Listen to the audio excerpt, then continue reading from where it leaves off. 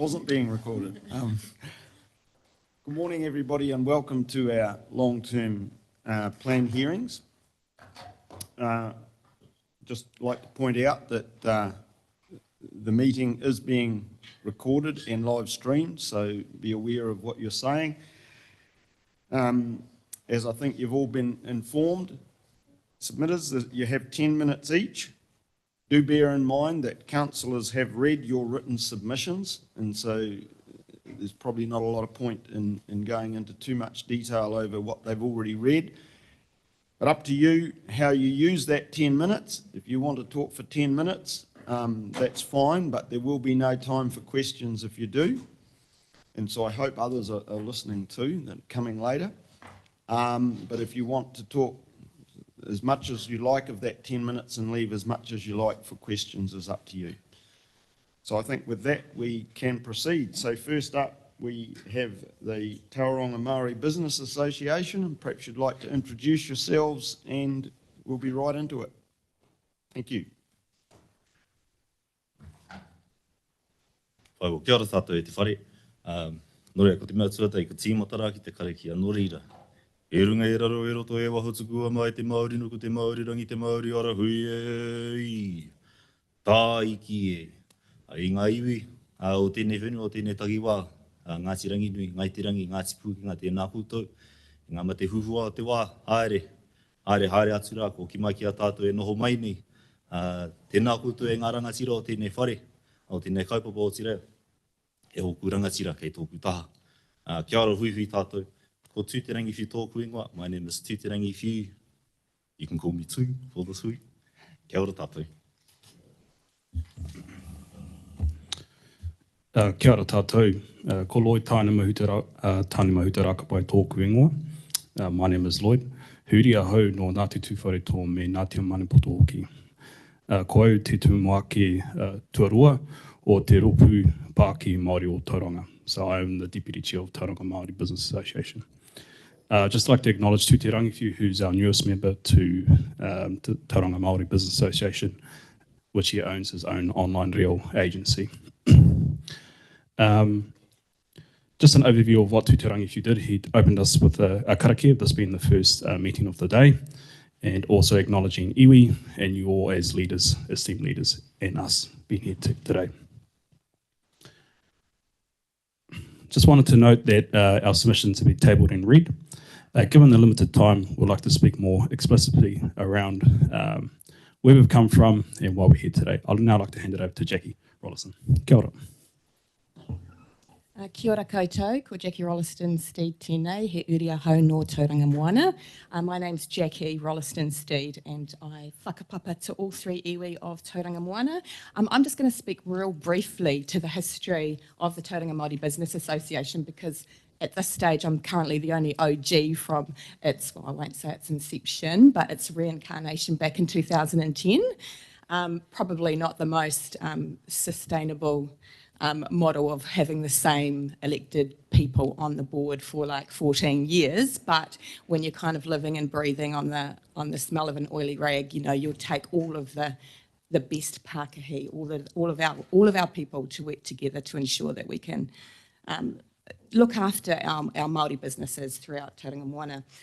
So as mentioned previously to 2010, there was the initial Tauranga Māori Business Network, which was founded in November 2003.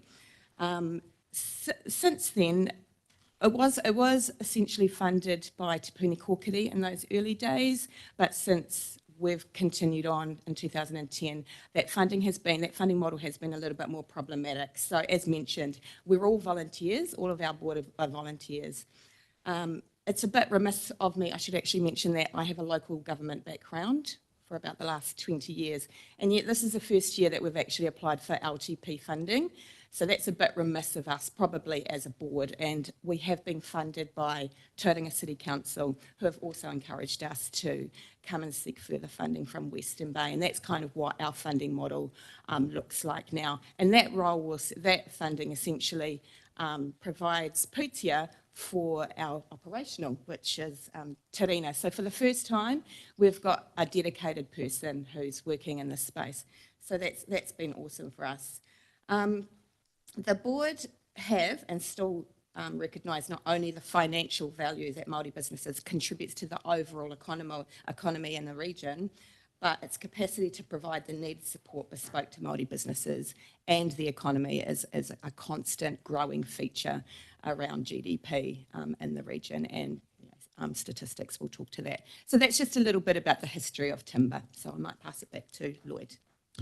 Just going now to 4 major points. So Pākehā Māori mean Māori businesses. In Tauranga Moana contributes to 20% of the GDP within the Bay of Plenty economy. It's important to note that we are part of the community. We are working with businesses for Tauranga and Western Bay of Plenty to thrive. And we have a lot of businesses who whakapapa back and acknowledge that as well. Our kaupapa we've been told multiple times, mainstream businesses networks don't really support what they need because they feel that they can't speak part of these providers. So we're here to for a place for them to be safe where they can recognise other individuals who they can connect with. I'd like to hand it over to Tirina because she is our kaitautoko and she'll be able to go into more detail around how she's been supporting the community. Kia ora, Tirina. Kia ora, ko Tirina Macrae-Hapi tuku ingoa. I am the kaitautoko for Tauranga Māori Business Association, and I've been in my role with Tauranga Māori Business Association for coming up 10 months. There has been a tremendous growth within our Pākehā Māori membership base. We're based on a membership model. We have increased over 70% in those last 19 months.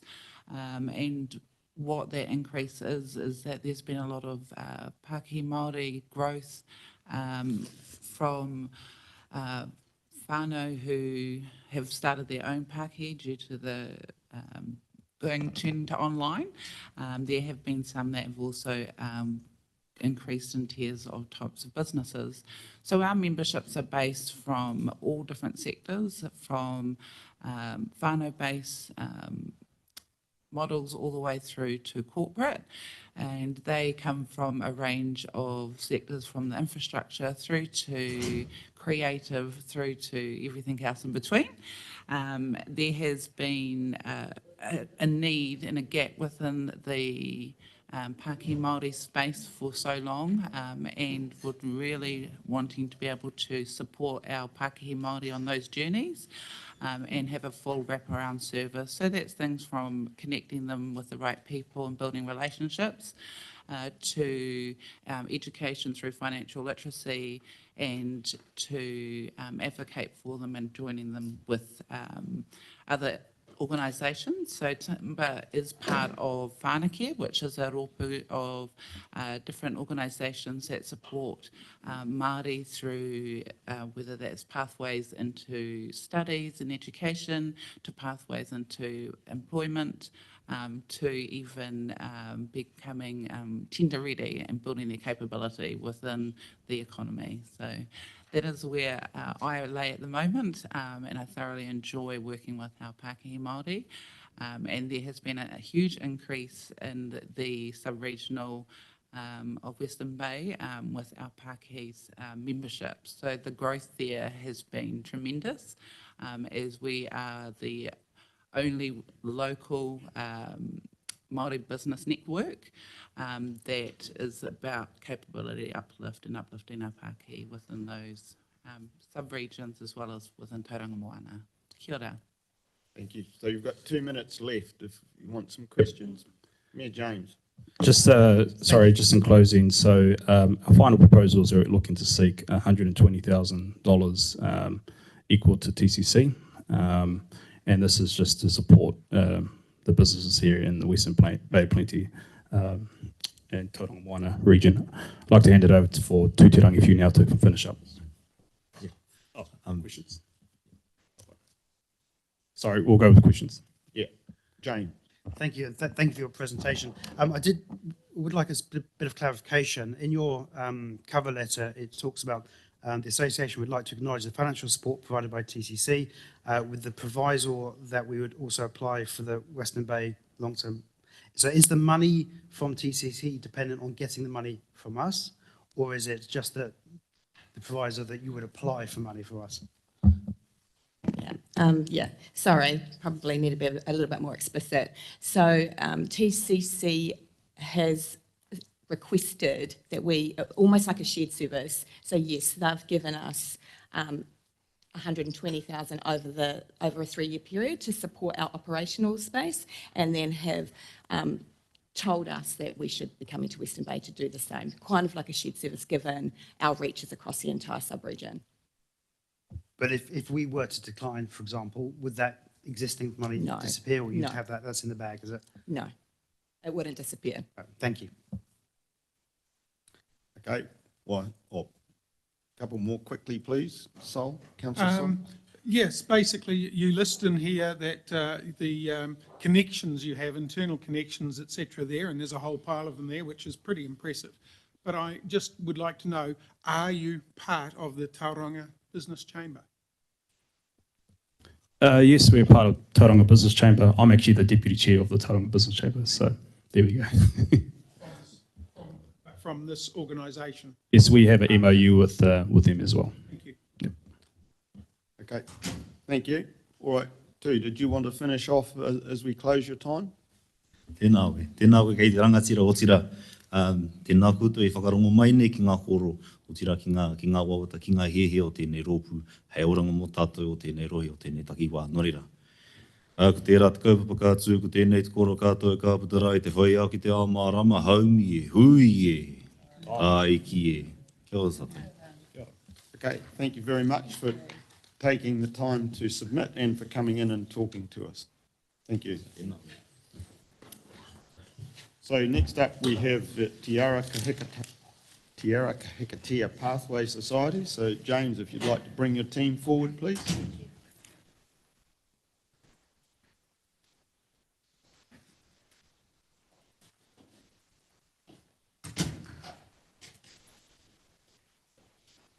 Yes.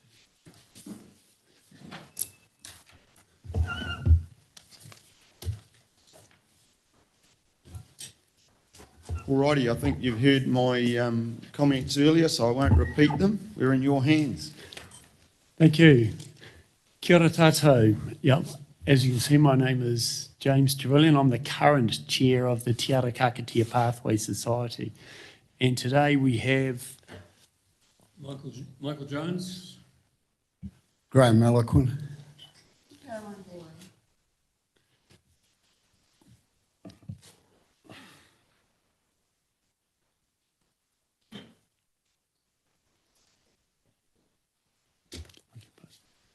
pass the keyboard. Oh, yeah.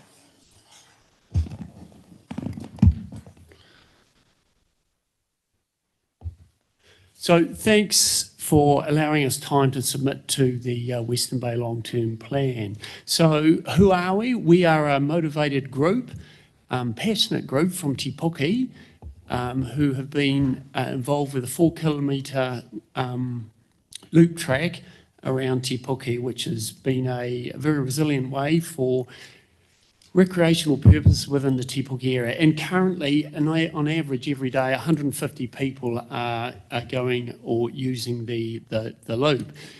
Our key objectives, we have 4 key objectives. We'd like to get a shared pathway from Te Puke to the Rangiuru Business Park, which has been constructed as we speak, and also from Te Puke to Papamoa, and we improve urban cycling connection points around Te Puke and a pump track for the younger generation. Now you'll note the first 3 on the map there are real modal, they're offering modal choices for people within the region to be on an electric bike or a bike to go from home to work to play or for recreational activities.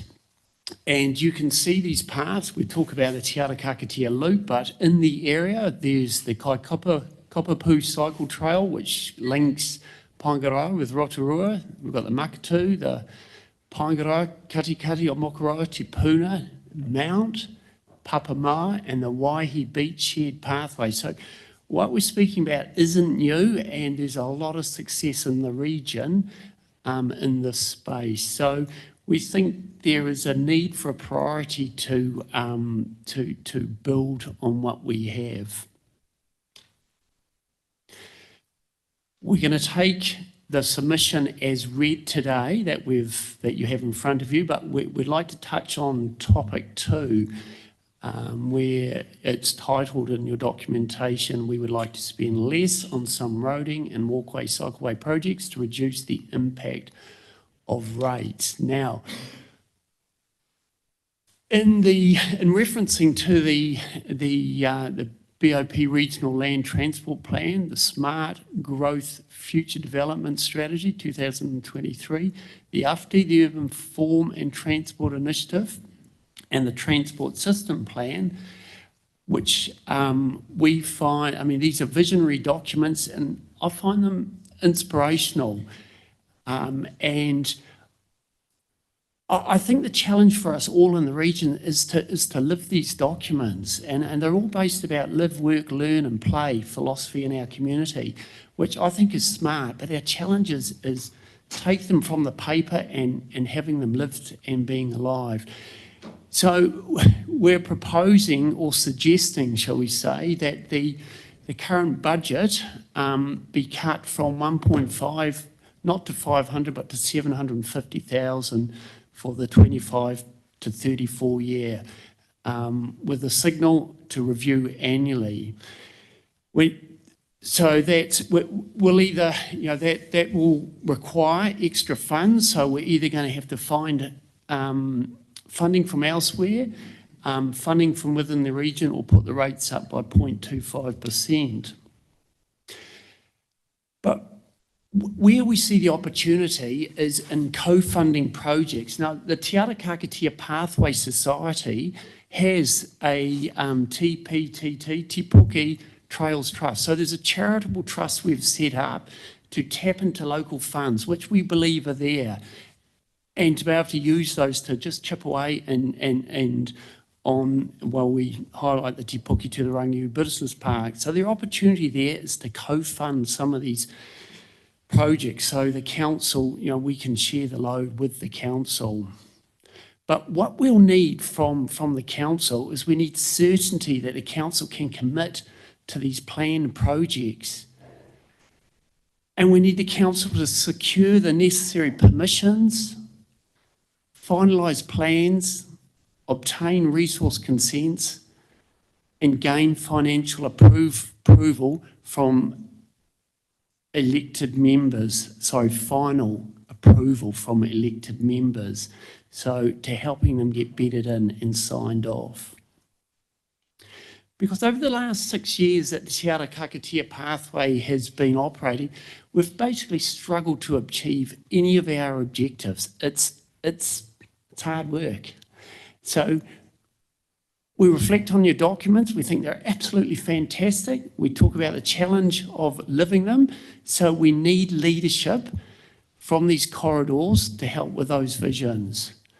But we also need to demonstrate the commitment in the wider regional strategies that are so eloquently touted when these plans are signed off. So we need to get them off the piece of paper and start living. And so we also understand, everybody in the community understands the why and where we're heading as we endeavour to live these documents. And I'll just refer to the challenges. I mean, these are this is the journey of the shared pathway to Te Puke to Rangiru Business Park. There's the Waiari River, and it's pretty tough if you're walking or on a bike trying to, move in or out of Te Puke. And here's the second, the Parawhenua Mera stream or canal bridge, similar challenge. And here is an article from the Bay of Plenty Times 2028. There've been multiple deaths on the track lines, but what catches my eye is the comment from the residents. Residents in the area said the tracks were regularly used by people walking home from Te Puke at night. So currently in Te Puke, that is our shared pathway, the railway tracks. And there is also an opportunity, which I'm sure you're all aware of, re the Ufti vision, to link Te Puke to Papamoa, and that's what we see as a win-win for vehicles as well as shared pathway. So look, thanks for your time, and that's a quick flyover of what we're challenging the room with. Thank you. Thank you, James, for a very clear presentation. Councillor Joyce. Yep, thanks for that, and particularly the focus on co-funding, because being able to leverage money to go further is increasingly important. And also, I take your point on the long-term, planning, so that we can actually do some of that. One of the issues I have is the high cost per kilometre of some of these plans. Is there a way to achieve more than what we've achieved so far with, less cost per kilometre? Are we building the right level of quality, for example, for our walkways and cycleways? Yeah, great question. So I think the challenge is if we've got no money, we've got to use our mind. So I think the challenge is we've got to use our mind more. And I agree. It doesn't, we can come up with something that is not so cost prohibitive as a tar seal path. I agree, yep. Councillor Murray-Benge. You highlighted the bridges, which obviously is a really expensive trying to get across them. NZTA, or is it a local road? It's a local road, I think, yes. And not State Highway 2. So as a result of that, does NZTA or does TECT contribute in any way to the organisation you've created? Right now, no, because we turn up, we as the Te Puke Trails Trust looking for funding, and rightly so they say, where is your signed support letter from the council, Western Bay? And we say, work in progress, sorry, go away. Understand it? That's our challenge. We need commitment and vision from this table or these corridors. Okay, thank you. We're going to have to wrap it up. 10 minutes is gone, so I know it seems quick, but appreciate you taking the time to come in and share with us today. Thank you. Thank you all. Thank you.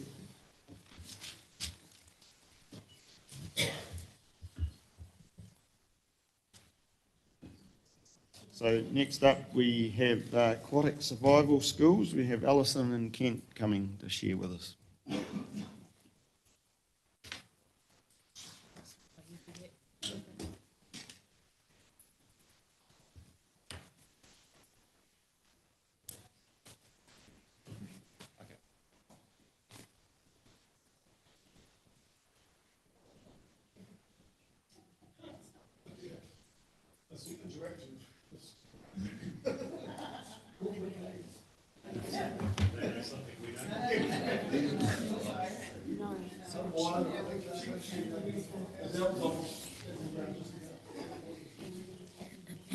Please, councillors, I think they're nearly ready and we need to concentrate on what they've got to share with us.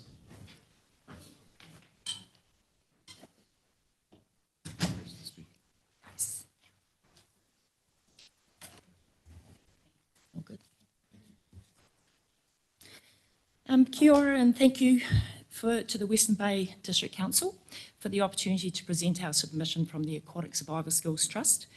I'm Ali Wieringa and I'm the Relationship Manager in part of this new trust that was set up just a couple of years ago. And I'm Kent Warner and I'm the Operations Manager of the Trust. We just have a quick 3-minute video. It tells a fantastic story about who we are and where we're going to. So we'll just push play on that for you all to have a little look at that first.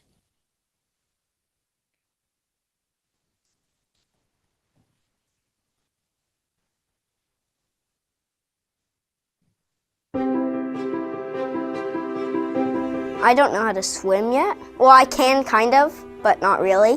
Not fully, but I am kind of confident. At the beach, we sometimes boogie board. Kayaking. Me and my dad, we go out on the paddleboard on the lake. I think as Kiwis, we're very closely connected to the water. We're surrounded by it, we have a huge amount of coastline. Therefore we've got to make sure that if we're going to try to be out in this environment, we're safe. We understand the risks, we understand what can happen out there, and we know how we can look after ourselves or help others. The Aquatic Survival Skills program is a program that we go into schools. We take them a resource kit and we teach teachers, and in turn we also provide a bunch of activities for students. It's not about learn to swim, it's about making sure that when they are in the rivers and the pools, on the beaches and the lakes, that they're going to know what to do if they get in a situation where they have to look after themselves. I found a few years ago when I went round schools that a lot of them weren't using their pools, or they didn't have pools. Also, a lot of schools aren't teaching learn to swim or don't have a program. So the program was set up to fill the gap. A lot of them had no idea about RIPS or even how to actually save someone in a pool. I think most of them would just jump in and try and rescue them, but they don't realise how dangerous that actually is. It was very hands-on. They got the kids moving, they got the kids involved in the activities, so they were really, really engaged and got a lot out of it. It's ongoing, and this system can be self-fulfilling and really get out to thousands of kids and hundreds of schools and the teachers in them. It's critical now we take these kids, we educate them at this age that they are, and you're going to hopefully see this roll through the whole entire community in the future. There were quite a few kids that were quite scared going into the water and doing these survival challenges. They ended up persevering and showing heaps of courage to get in the water and try these things, and they were really stoked with themselves afterwards. We've also had stories of the children telling the parents off to go swim between the flags and walk themselves down the beach. So it's been some really amazing outcomes that we've seen so far. So this is for all children, all kids, all schools. It's free of charge, and that's why the support was really important, because we want to get it out to every single school. So therefore we're looking for the funding to be able to, get this to as many people as we can.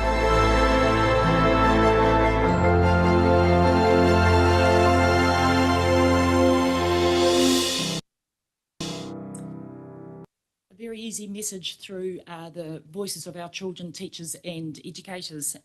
Did you know, and as much as Mount Maunganui doesn't sit straight here under this group, but it is the top, one of the 10 top hotspots for drownings in New Zealand, and that was from the 2023 drowning report. So a really stark reminder of just the local community we're in. We have a quick challenge for you. And you'll notice that I have just popped a life jacket beside a few chairs, or we have. You're on a boat, you're out in the water. A very humbling moment about this, because we've just lost 3 lives in Gisborne overnight with a drowning. Somebody calls emergency on the boat. Okay, I've called emergency. Get your jackets on. Who's got a life jacket? Pop your life jackets on. Can you get your life jacket on? Who's got a life jacket? Action. Can you get a life jacket on? How fast can you do it? That's the way. Can you get, you go to get the life jacket on, Don. Yes, it got passed around. Well done, well done, well done. Well done. Excellent. Almost there. Almost there. Well done. And yes, you should have passed along there. Well done, Margaret. Thank you. Well done, team. Awesome. Just a little reminder of emergencies can happen so quickly, and how prepared are we? You guys actually did pretty well getting those on. I actually did this with the regional council. They were way slower. So,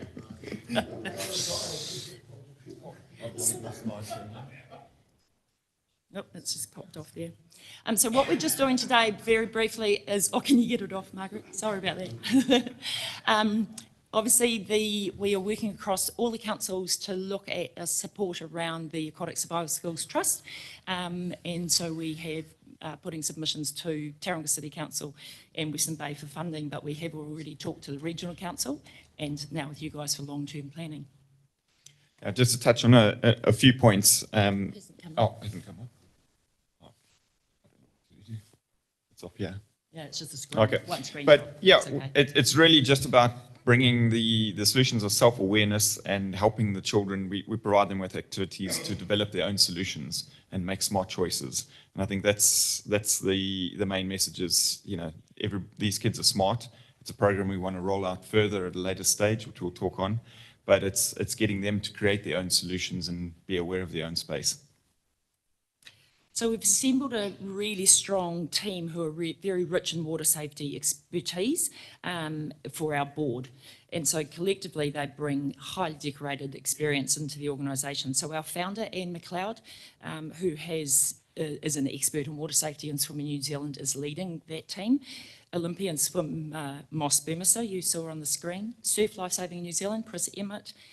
Scott McLeod, major business holder of McLeod Cranes, and Dean Wern from our company for financials. So all creditable people with trustworthy reputations who are passionate about water survival and our local Bay of Plenty people. The current program, just to touch on, is a year 5 and 6 program, but we have expansion plans with that. But at the moment, it's a very key influential age before they get onto middle school. They can go back and they can influence a lot of the family, and they can take those messages back. But also the key touch point is that we're going in not just to educate children, we're going in to educate the teachers. We're providing schools with a resource kit that they can carry on their education. A long term is that we want to monitor and evaluate the level of how those teachers are teaching and how competent they are with those skills. Just to touch on the numbers, we've ran a pilot program in 2021, 2022 alongside Water Safety New Zealand and Swimming New Zealand. We went into the full program delivery in 2023, and we managed to reach 6,000 students and educate over 230 teachers. And that was all provided from local businesses and local funding so far. So we've got a quick test for you. Second test on your desks. You've got a sheet of paper you can take home to your family. Just some little small points. A thing like, why would you tie, if you've got long hair, a little girl or boys, if you've got long hair, why would you tie your hair up? No idea. Okay.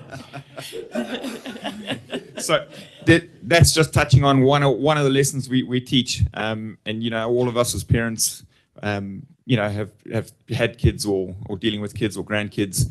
A little thing like tying your hair up. We've had all sorts of stories come back from hair being caught in pool filters.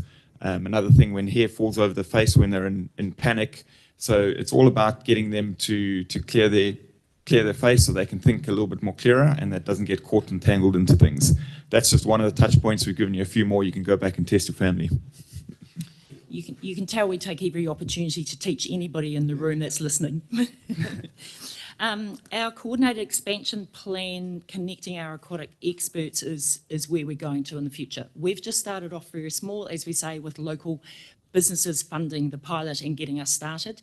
The emphasis now is seeing that this is a community responsibility. So where do we take this to ensure that our aquatic environments are being managed well for the future? So our expansion opportunities show a really coordinated plan to execute education through our communities, extending into more and all the schools through the greater Bay of Plenty region is crucial. Schools have changed their priorities over the past 20 plus years. You would have noticed many schools now don't have a school pool, or if they do have them, they're not heated and they're used very rarely. So we have over half our schools without pools. So we're collaborating with our community pool providers, who includes Bay Venues, who we have an MOU just being developed, to ensure that children, if they don't have a pool at their school, they can be transported to community pools and receive the same programs. We can increase the age group, as Kent said, beyond just year 5 and 6, expand the opportunities alongside our field of aquatic experts. So we're already talking with Surf Lifesaving New Zealand with their beach education program, Coast Guard with safe boating, rivers such as Waimarino, collaboration across all the aquatic organisations. Working with programs to deliver in Te Reo and running marae-based sessions, and also a huge emphasis around ethnic communities and using local water environments. So the key, the backbone to making this creation evolve through the years to come is actually the finance. We can get finance for equipment, we can get finance to actually get more life jackets and those things, but it's the experts who are teaching the skills and expanding through all of our community that's really, really paramount. So therefore, we're ensuring that we want to get everybody on board through the regions with council support to make sure we can tap into every child who will then generate, they're the key influences to generate out to all of the population. And we hope that decision-making is then made on the basis of good skills, good knowledge, and we avoid more incidents like we've just had in the Gisborne area. Thank you. Okay. Yep. Thank you for your presentation. See a couple wanting to go. Time's gone, but very quickly then, please.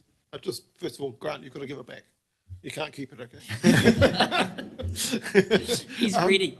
So do you teach in the schools in the Western Bay District? Which schools in Western Bay District Yes, do you teach? we have a long list. We've delivered to 28 schools so far. In terms of versus Tauranga City? Yes, in the Western Bay, from Te Puke to Cool. from Amakura. The second question was preschool. This is purely self-interest. Preschool, are you looking at that as an area as well? Because that's also where parents will pay. So longer term, the crucial thing for us is through schools initially, because of the age group. The younger age groups need to experience water, but the older age group is where they can be learning and applying. So while it goes across all facets, our focus is kind of in that slightly older age group with the children learning and then developing from there. But if you've got little ones, Anne McLeod will grab you in a heartbeat. Are you working with local surf lifesaving like Waihi Beach? Yes, so Chris Emmett is Surf Lifesaving New Zealand based in the Mount, and then we work across all the lifeguard services, which is where I came from in the last 3 years as well. Just very quickly, one last one, Tracy. Thank you for your presentation. This is something that bothers me too, having grown up in the generation where we were all taught to swim at school. In terms of the number of children in primary schools, do you have a rough idea of how many children can't swim?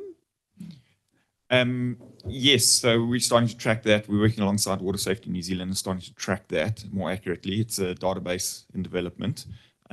So we're going to get a better, it's a very broad question but we've tried to narrow it down to skill levels, what they can and can't do. So we hope over the years to provide feedback like that, what they can and can't do, and also the level of competence of the teachers. I think the core thing that we're about is learning to survive in the water is slightly different to learning to swim, but they go hand in hand. So our key thing is every person needs to know how to survive.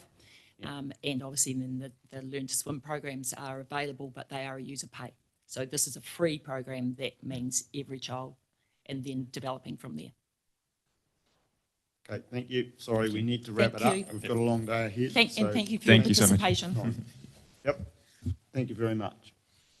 All right, next up we have Waiari Kaitiaki Advisory Group, and Darlene and Kelvin are here.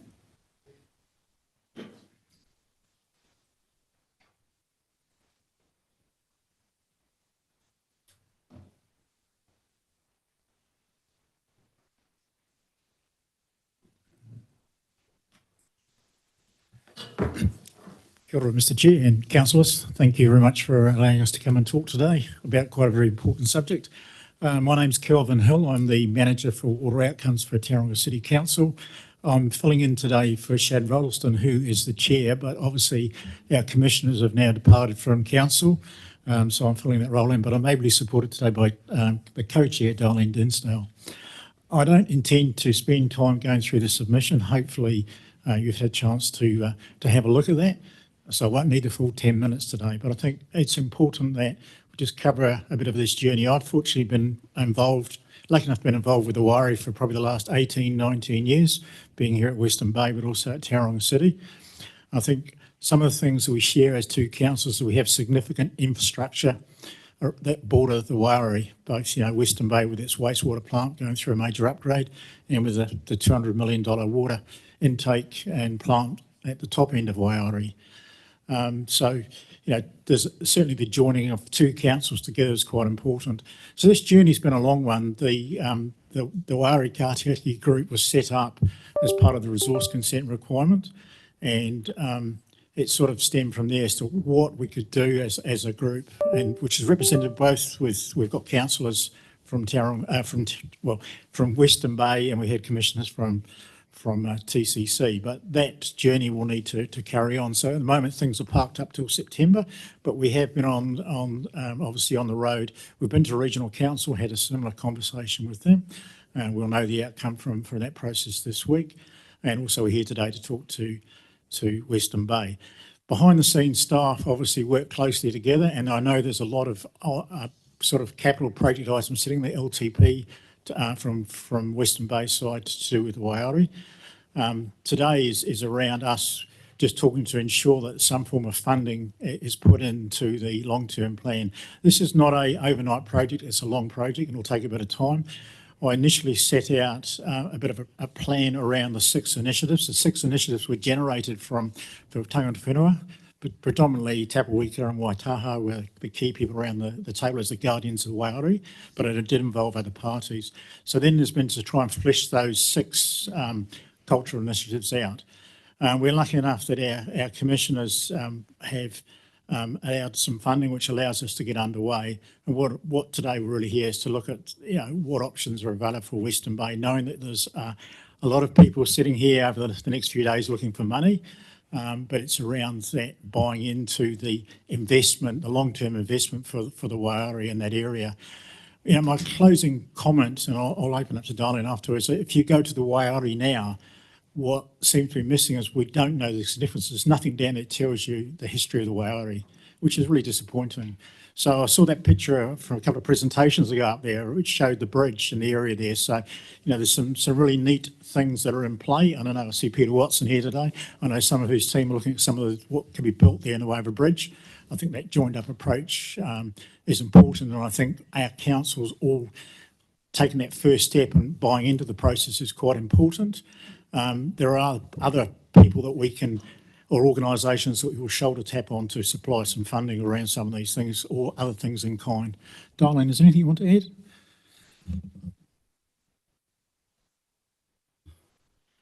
Morning, everyone. Thank you. Thank you for the time. Basically, yes, the submission arose from a resolution at a meeting held on the 8th of November 2023. So basically, Calvin and I are here today seeking your support for financial contribution to the cultural recognition programs. Calvin is correct. Calvin in his role in council with Western Bay and Tauranga City Council have been involved since 2007. It's definitely been a long journey. A lot of the cultural recognition initiatives have never changed from those that were in the appeals at the Environment Court hearing. So I guess today we're here as joint consent holders and here to encourage a long relationship, given that the consent is for 30 years. We're all aware that we're joint in terms of TCC and Western Bay for the resource consent 65637 for the joint water take. And as an iwi appellant at the time, we saw the need to be working closer together in this partnership. Over the years, there's been lots that have happened. We've lost a lot of people that used to support us. They've now got a new address and we're still here. So thank you for today. Thank you for your time. And we look forward to receiving your approval. Okay, well, I can assure you there are plans in process, but are there questions?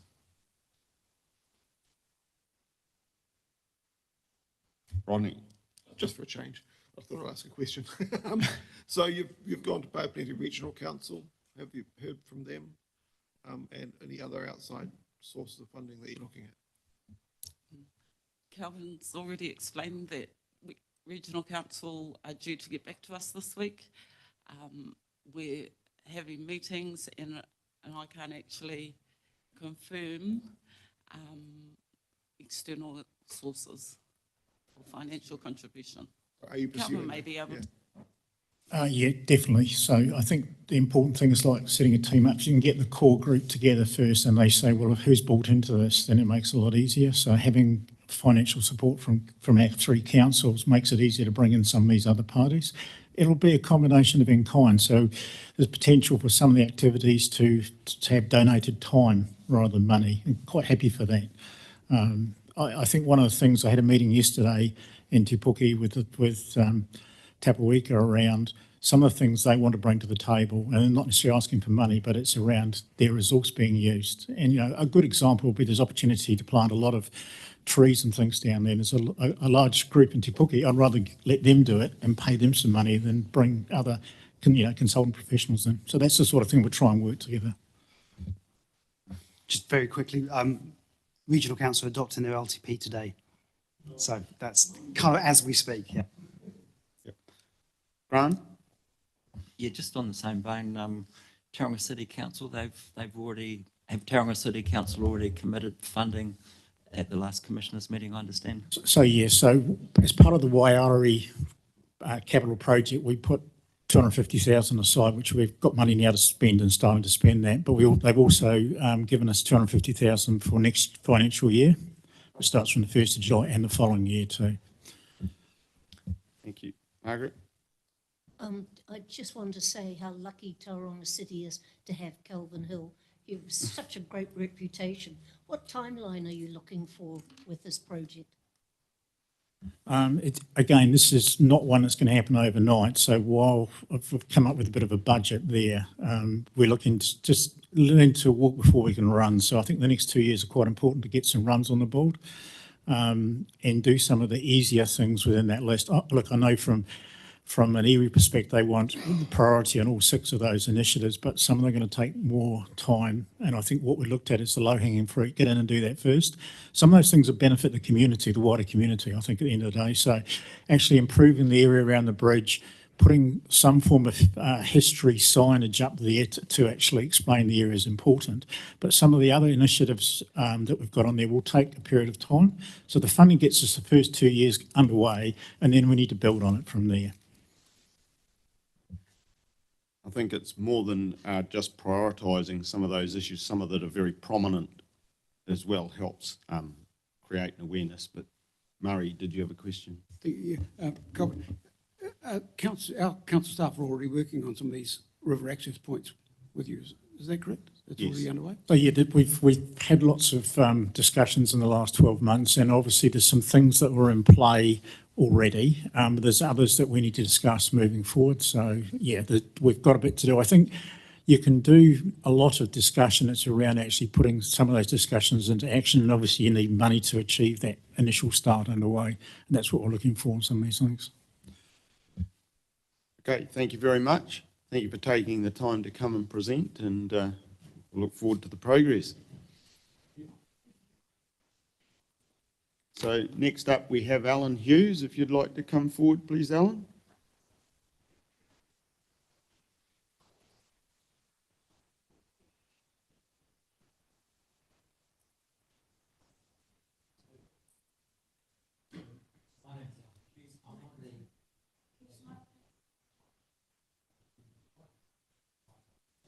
Okay. Yep.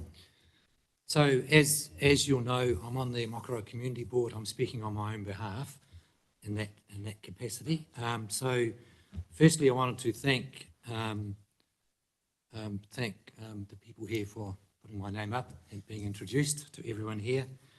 And I also want to thank all of those here who are here to speak and here to listen to these submissions today, and really appreciate the council doing that today and offering that opportunity. I want to thank you for the opportunity to speak to the long-term plan and the possible impacts that it will have on the people in our district. I'm very grateful for this opportunity to speak today. In my years prior to adulthood, I, my family, and many of my extended family were brought up on the edge of financial insecurity. Today I see, I hear, I'm related to some who are near or on the edge of that daily and debilitating insecurity. from early adulthood and right through my adult life, I've not been on that edge. I'm very lucky in that regard. However, I have concern for and empathy for those who face those challenges. In my career, including as a mediator and in medium and senior HR roles, my stance has been to be there for all parties that I am working with, but to also be upfront with people about finding the ideal solution. Ideal solutions take courage and include the willingness to put aside personal interest for the common good. It seems to me that there are many decisions made, council activities continued, or where those adversely affected, particularly the impacts on them, are invisible or not sufficiently considered as part of decision-making processes.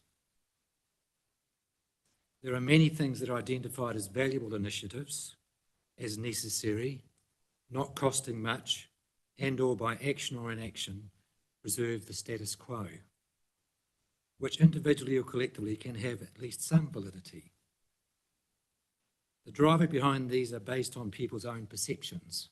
You are dealing with people's perceptions today when they make their submissions to do. You have your own perceptions with regard to matters that you are seeing. All those actions which might on their own be not significant, will or can be significant. Council has funding for this year of 89 million, as I understand it, with a possible increase needed to 100 million to cover the finalised council direction. In all probability, the approaches that people take are based on, the approaches I've mentioned, are based on human nature.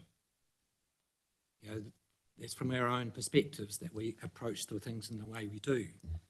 However, in this situation, that invisibility, that lack of knowledge about those that are affected by it, or discounting of that, that acceptance of human nature is not acceptable in my view. And I've referred in my written submissions to the fairly significant proportion of people that are affected by the costs of rates. There's various reports from the news about those. And for you and me, for instance, $500 is not necessarily a great deal. However, for those identified in my written submission, it is likely to be very significant. I feel ratepayers want change. Strategic out-of-the-box thinking is needed to deliver the best outcomes without overburdening ratepayers. I believe that council needs to go back to basics, review infrastructure and core services, and not get too focused on the nice-to-haves or too bound up in the status quo. The realities are a great proportion of ratepayers, not only households, but businesses will be impacted, particularly small businesses, which drive the economy and help the community thrive.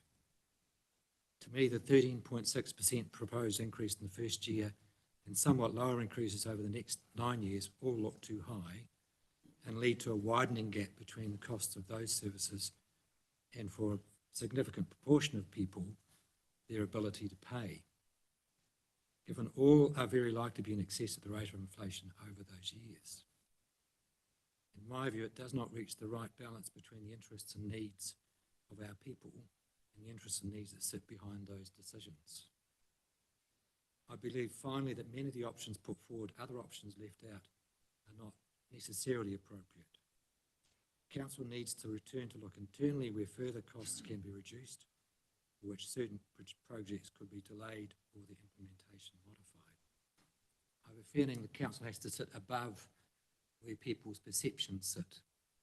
And that sitting above means it needs to make itself aware of the impacts of all those affected by the decisions that are made, and also to look at a bigger perception of what people see, rather than get bound up in the individual perceptions that are circulating. So that's the end of my bit today. I just want to thank you for your time and consideration. I know these decisions are very hard to make. It's not an easy journey when you have lots of pressures to do these things, to continue things, to review things, to cater to the communities that we look after. Finally, I just want to thank the council staff who've given me the opportunity to speak today, and also to thank all others here today who've come here today to speak and listen. Now, I don't have any, I know Murray made a comment to me that I have some examples of things examples of things that I could put forward where there could be savings made. Now, I'm a big picture person, I'm not a detail person. So I have some challenge in being able to effectively do that because I don't know enough about those areas to say which are valid and which are not. The decision makers at the end of the day, the people who have the oversight of everything, are this council. And they are here to make submissions, to make decisions on behalf of the whole community, including those who are significantly affected, who we may not notice.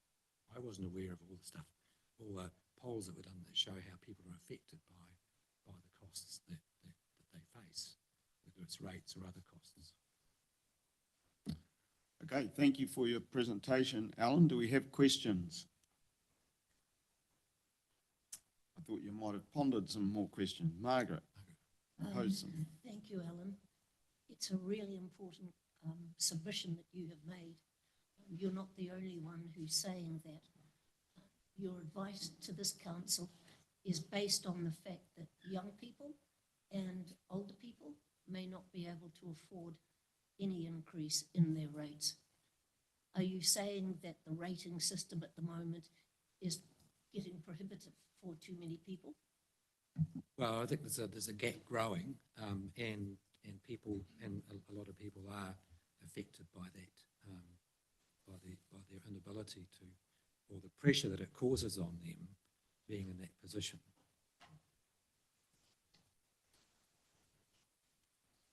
It doesn't look like we have any other questions, so thank you very much for coming in, Alan, and look forward to reporting back in due course. Okay, thank you very much. So next up we have Pukahina Residents and Ratepayers Association, Stu and Kirsty. I see you there. Would you like to come forward, please?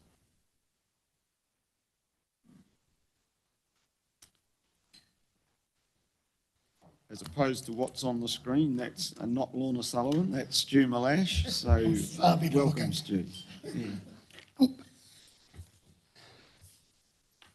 Okay, my name's Stuart Malash. Perhaps I've been saying I said earlier, and I know you've come later, you have 10 minutes. You can speak for as much of that as you like and leave as much as you like for questions. It's up to you how you use that. Thank you.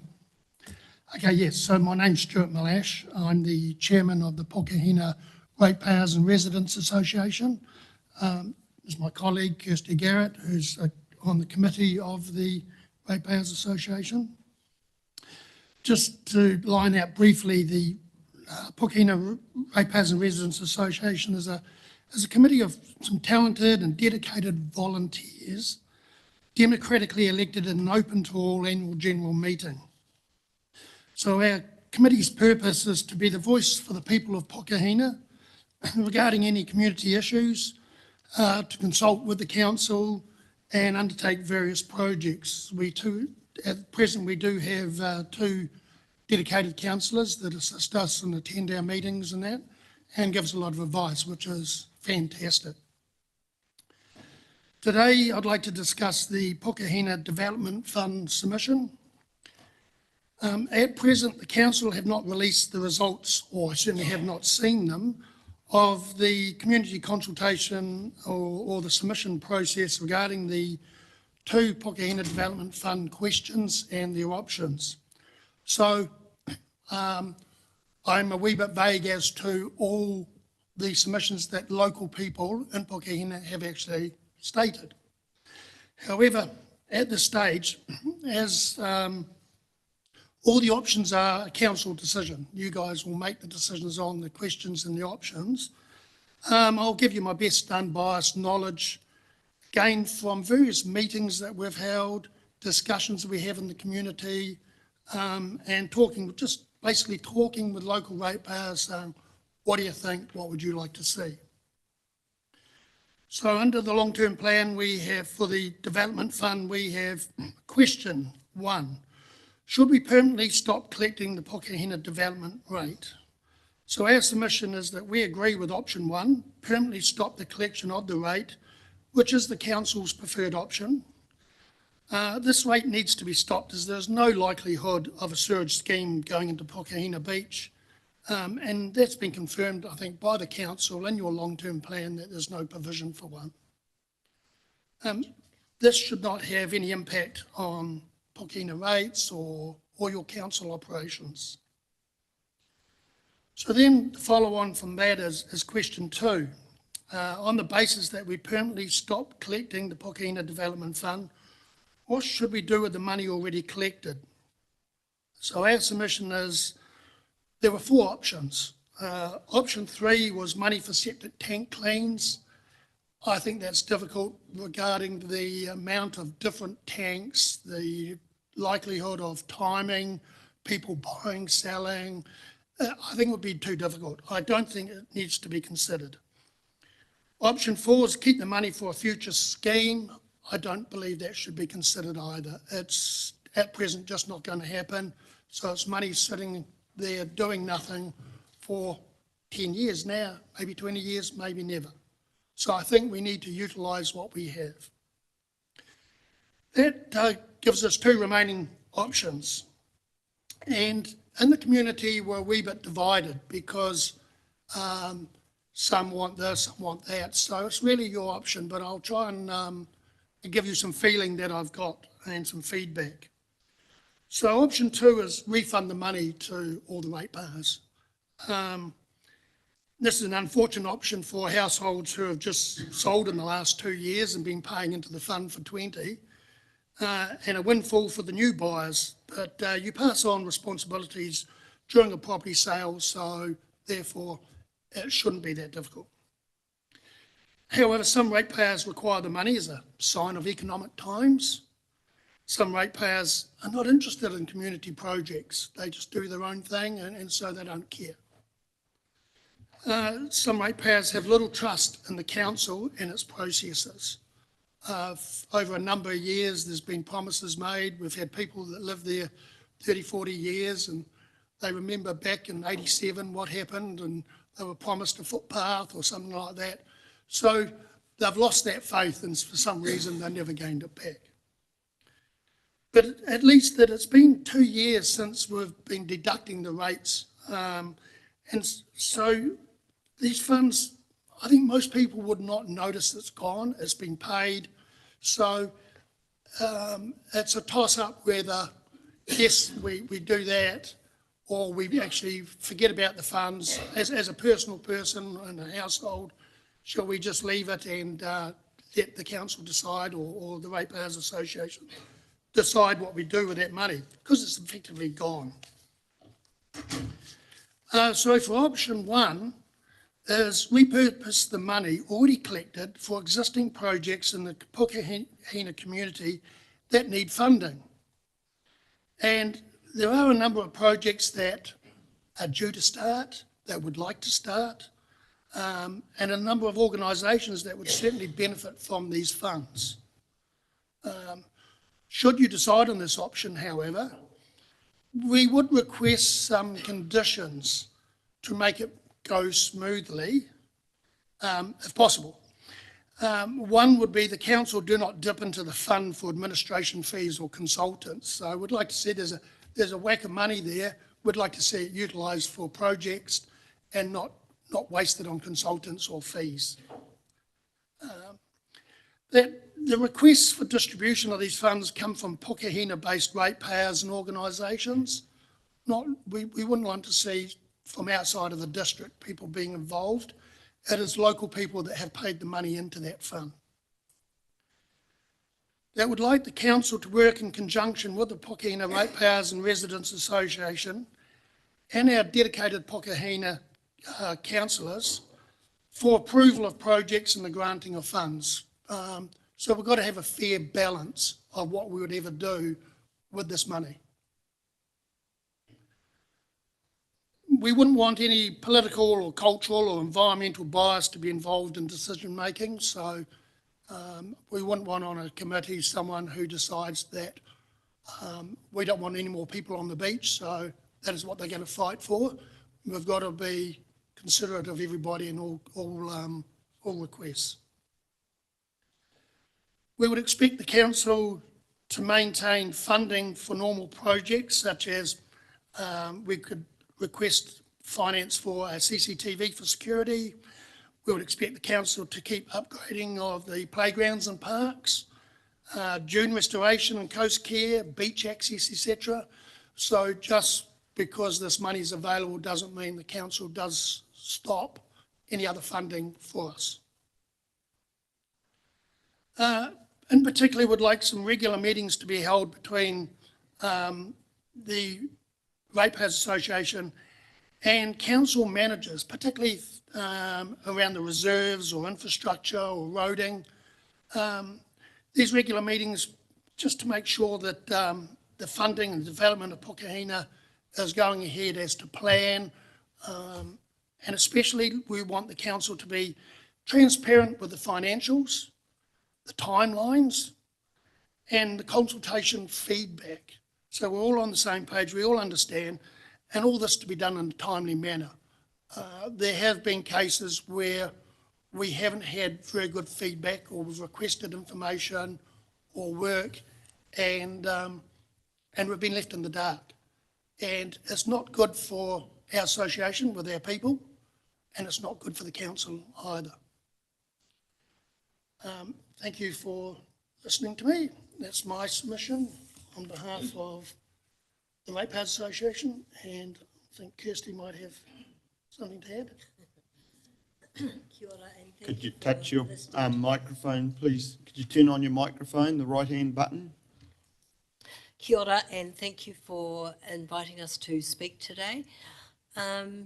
My understanding about this targeted rate is that it was set and begun as a specific rate collected for a specific purpose, and the funds for this rate are held in trust by council and collected by council. So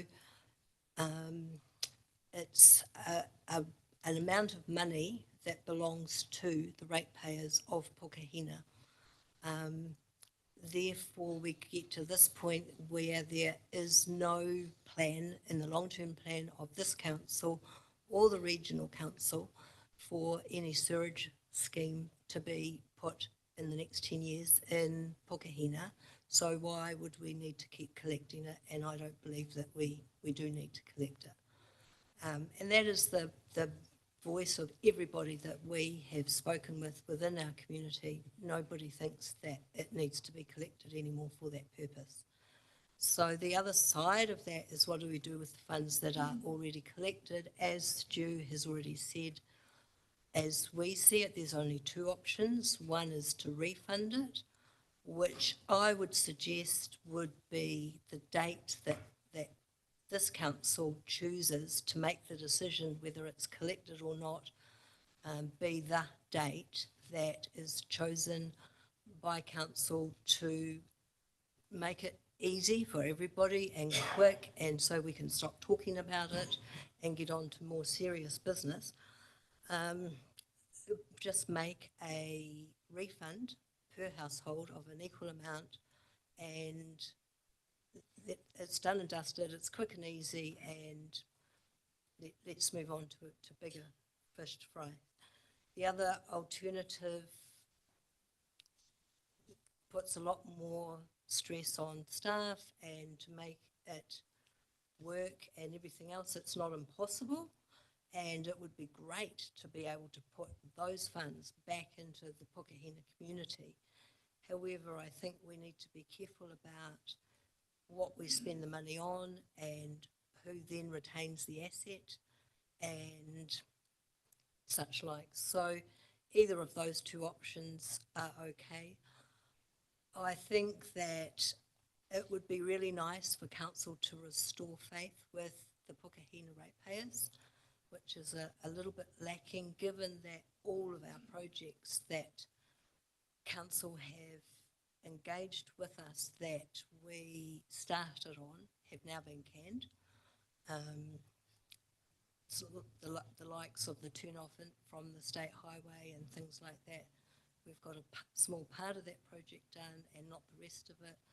That's not what this fund is for. So it would be nice to put this into something better for the community to enjoy more of. And I hope that we can rely, and I know we can, on the councillors to make a decision that's going to be fair for all the ratepayers within the Pokehina community. That's all I've got to say. Thank you. Thank you for taking the time to come and make those presentations and making those points. And I think that one of the points that Alan made previously that you heard, and I think he said, if I quote him correctly, sometimes you have to put aside personal desires for the common good. And I'm sure that will be part of council's consideration. So are there any questions quickly or? Okay, seems not. You've made the points very clearly, and we'll give due consideration to those when finalising this decision. Thank you. And we'll let you know. Thank you. Thank you.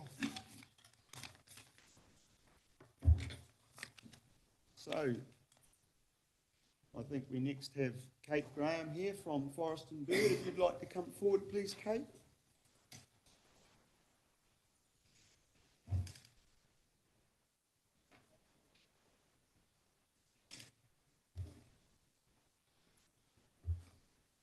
Thank you, Kate. As for all the others, you have 10 minutes, and how much of that you wish to use for speaking to us and how much you wish to keep aside for question time is up to you. Great. Kia ora koutou. Thank you very much for having me here this morning. So just a little bit about Forest and Bird. Forest and Bird is a national conservation organisation. We've just celebrated our centennial. So we've been around in New Zealand for 100 years, and we have national staff as well as a network of 47 branches around the country, including 2 local ones in the Western Bay of Plenty, your Te Poki and Tauranga Forest and Bird branches, which I am a part of, as well as being the new president of Forest and Bird.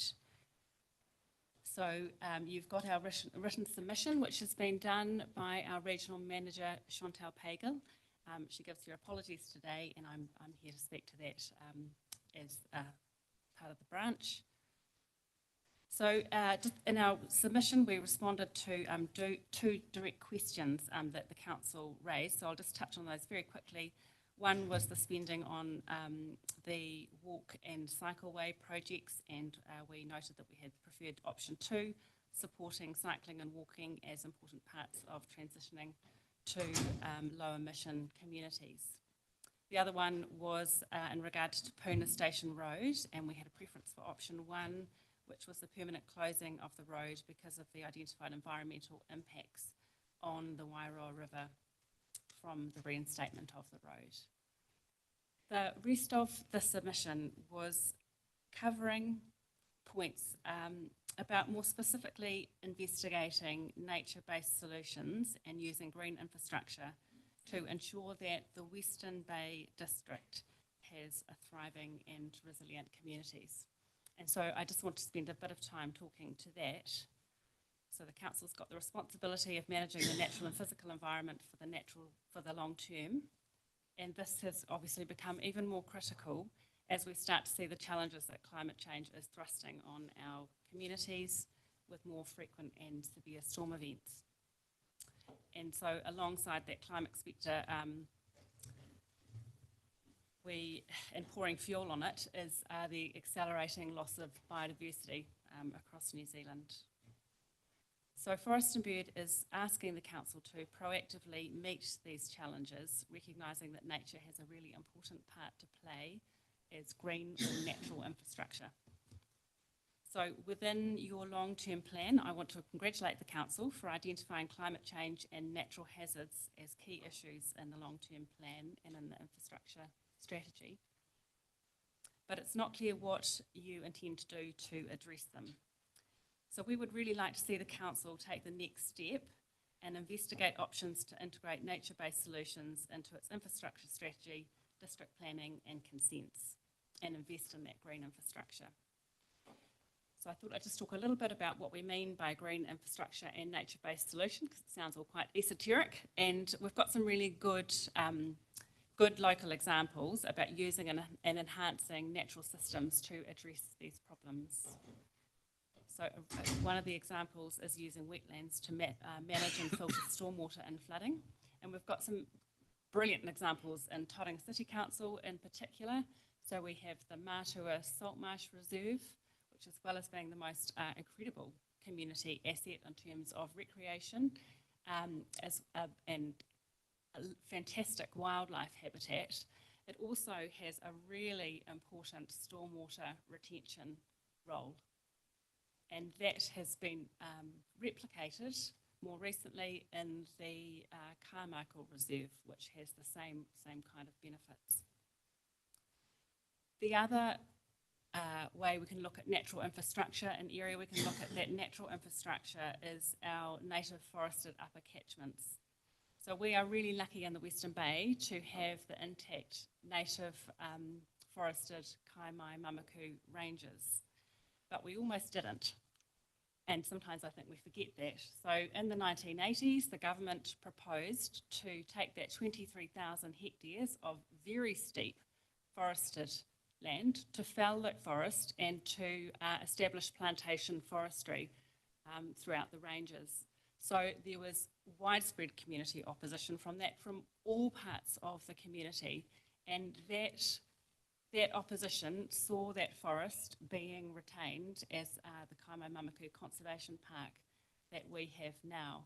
And that forested range protects those downstream farms, orchards, homes, communities, particularly when you think about Katikati, from extreme weather events. So heavy rainfall, it manages the flow of water in times of drought.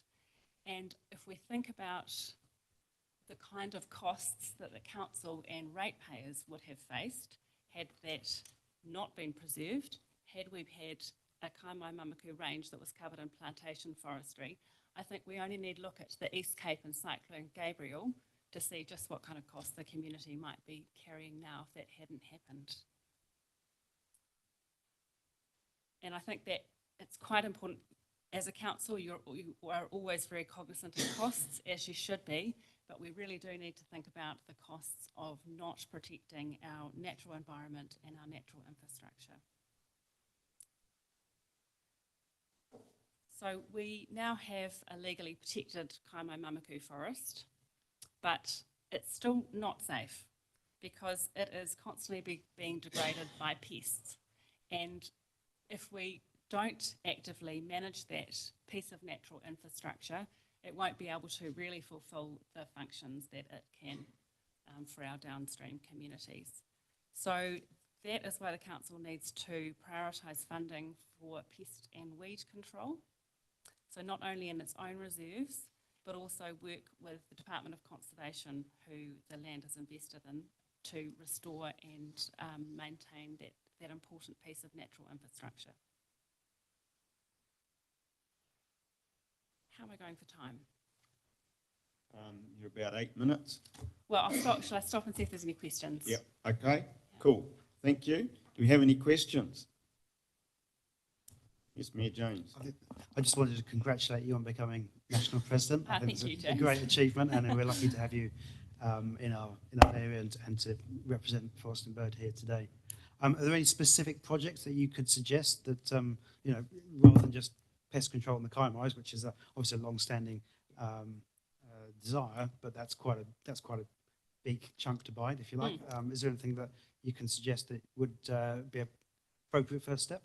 Well, I think it's looking at looking at the district plan, looking at those important natural areas within the district plan, making sure there are proper protections in place, looking at where further investment could be made. So wetlands and that room for rivers is a really important thing. And I know that this council has been working with the regional council on that Kaituna flooding protection, and that you have within that bid, you have highlighted the upstream restoration and downstream restoration as well, so investing in those restorations of those wetlands and things like that.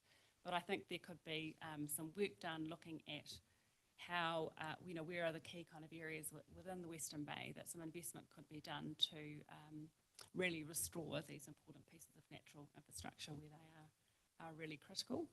The other thing is, pest and weed control. Weed control is very important. So sometimes I think it's quite hard to grapple with, okay, what does biodiversity and the loss of biodiversity mean, and how does it matter to us? Biodiversity is all the different parts that make up our natural systems. If we lose species, we are losing the functioning of those natural systems, and individual species do count. So if you think about things like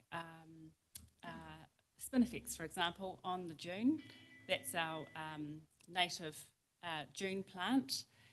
It's constantly being invaded and replaced by the exotic marram grass, which has a very short root.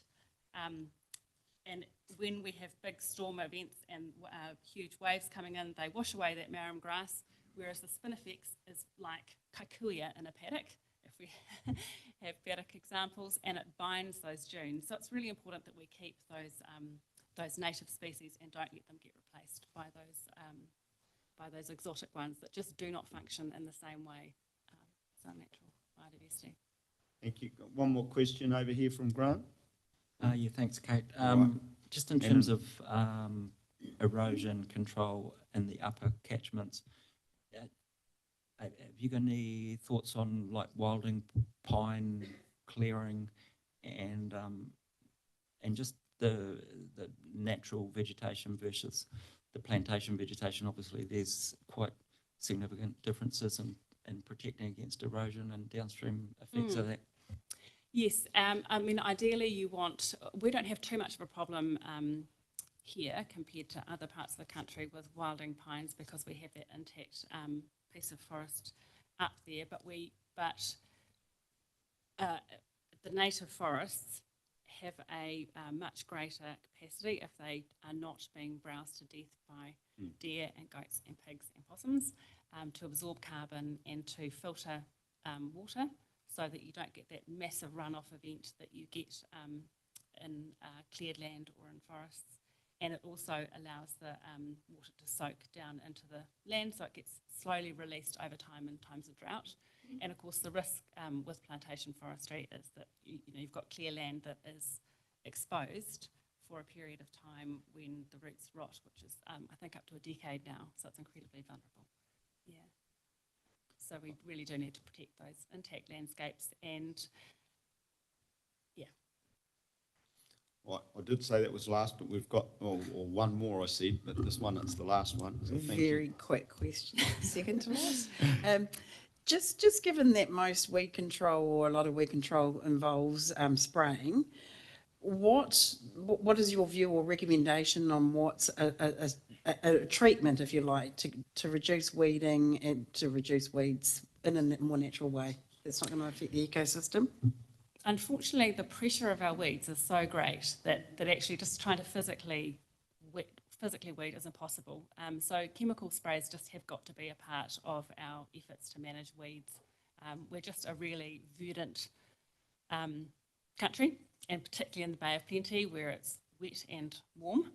And weeds are just such a problem. And anyone who works in any conservation project knows that we cannot keep our native plants and habitats functioning without the use of sprays.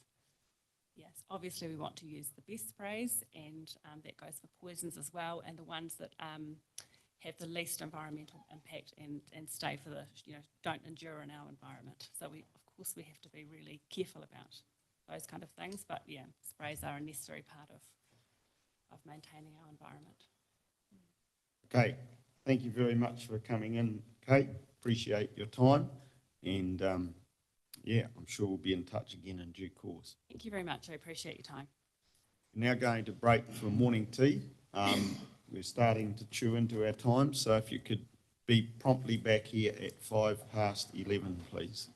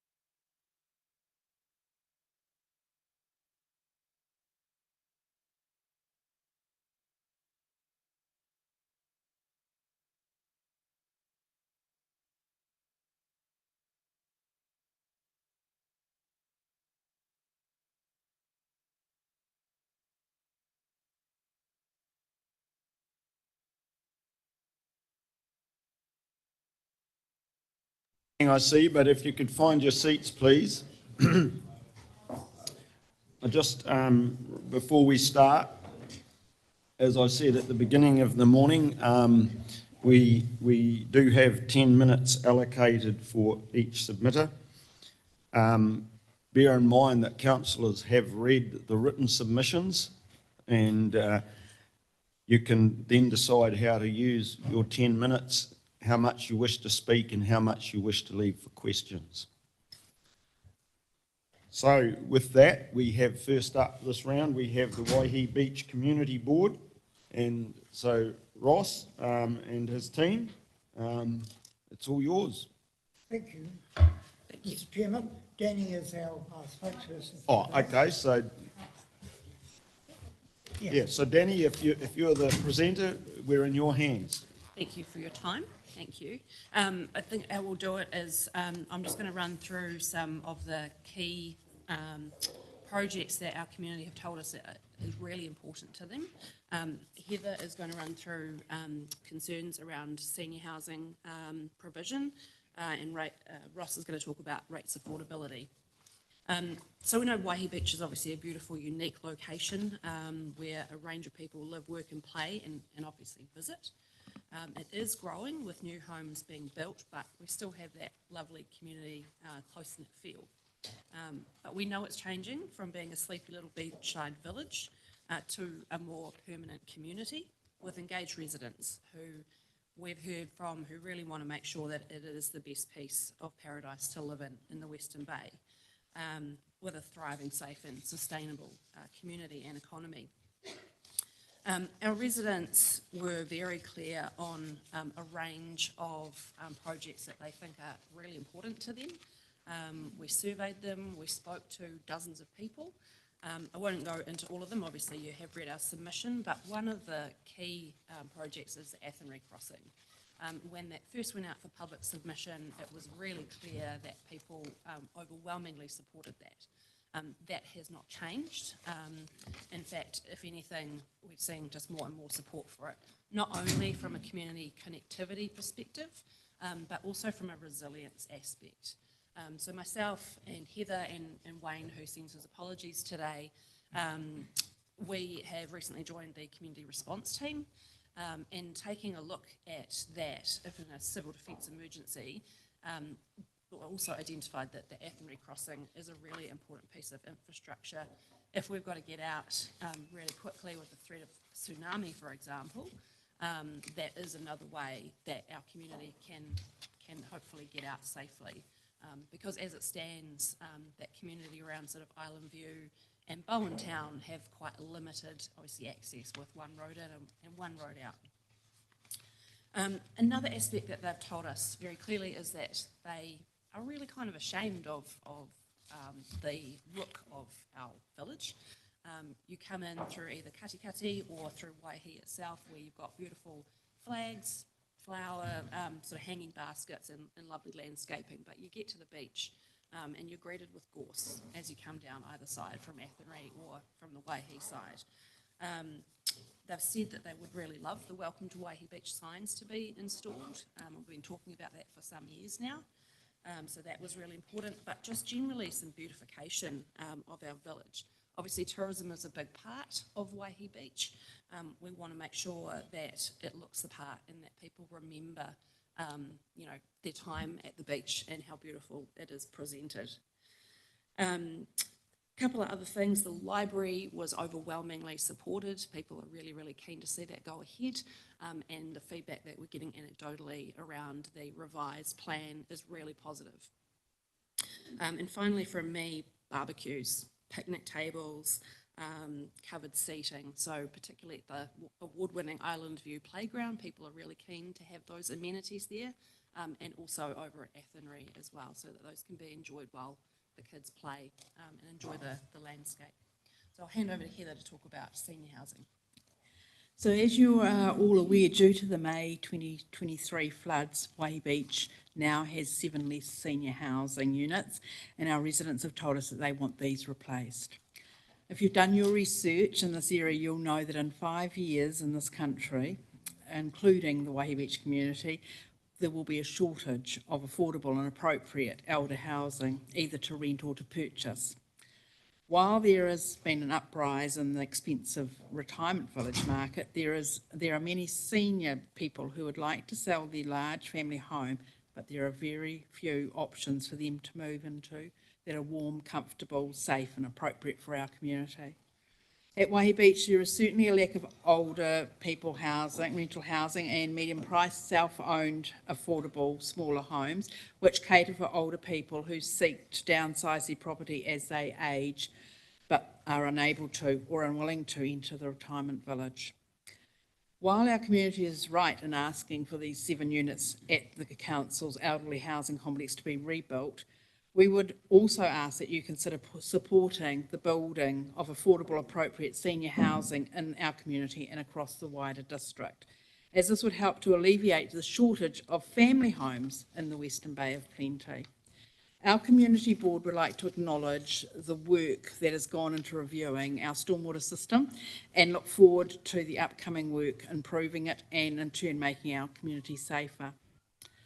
We'd also like to acknowledge the planned new library complex, as Danny said, and the agreement by council to ensure the safety of our tamariki as they travel to and from school by approving the new bus stop outside the Waihi Beach Primary School. Due to this area being a busy community hub, and even more so later on, our residents have asked that the planned pedestrian refuge on Beach Road near the Browns Drive intersection, where planning started in the last triennium, is developed sooner rather than later, along with traffic calming measures to enhance the safety of our visitors and residents alike. Likewise, our community has asked that damaged road from Bowen Town roundabout to Anzac Bay is a must repair. It is well used by residents and visitors, including vehicles towing boats and caravans, along with camper vans, push bikes and cars. This area is a popular recreational area and crucial to tourism at Waihi Beach. I'll hand over to Ross now. Thank you, Mr. Chairman. I've got 15 copies here, one for each councillor and a few more of what I'm going to say.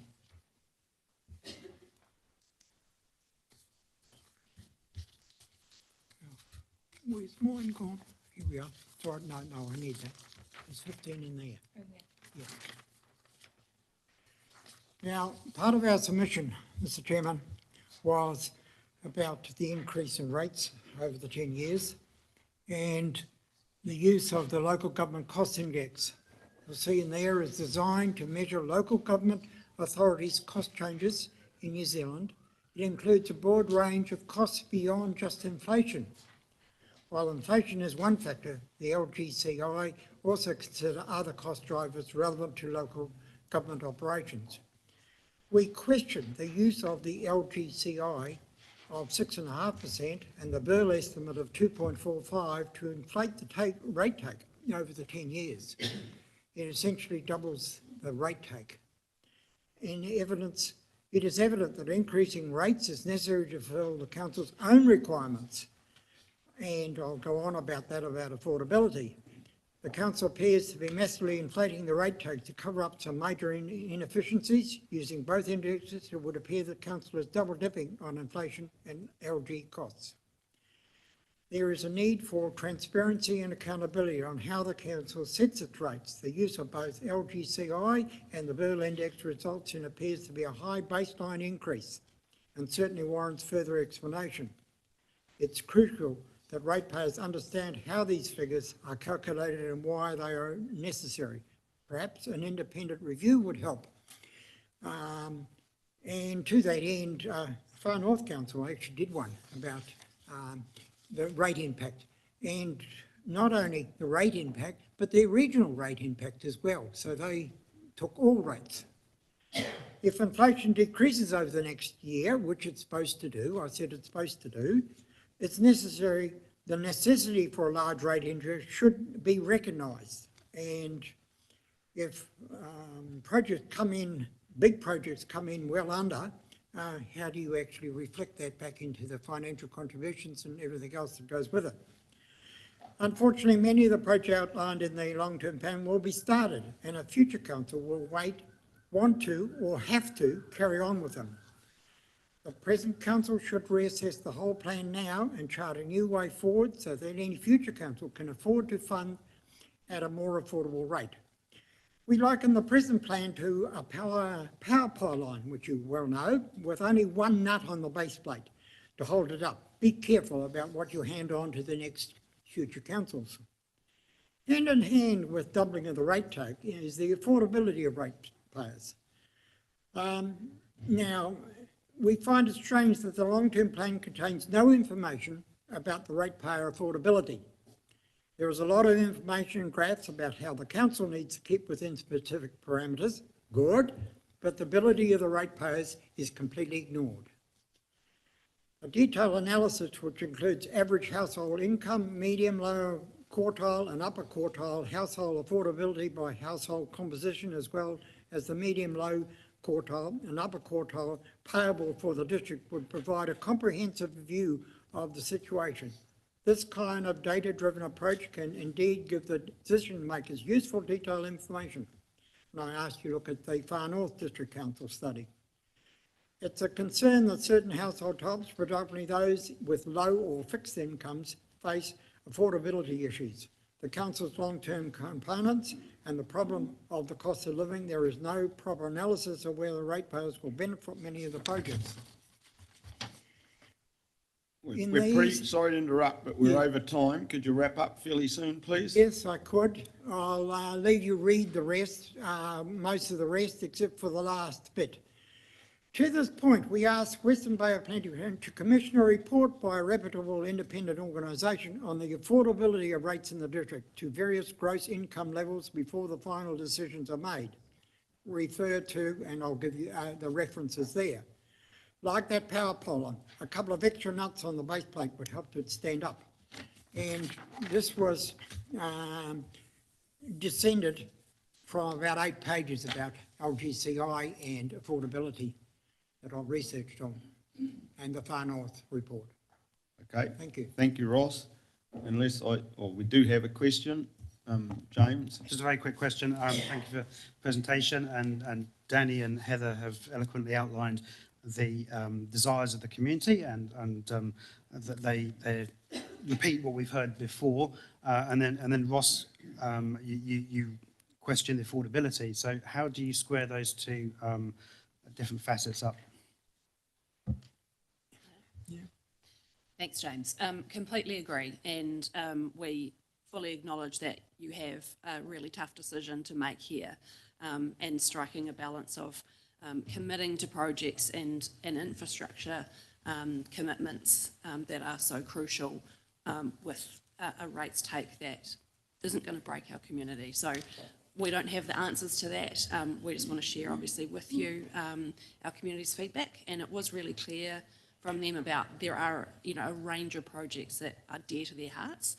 They also were very clear that the proposed rate is unaffordable for many of them, but we absolutely acknowledge that if we want these projects to go ahead and business as usual as well, that we have to pay adequately for that. So, yeah, we acknowledge that.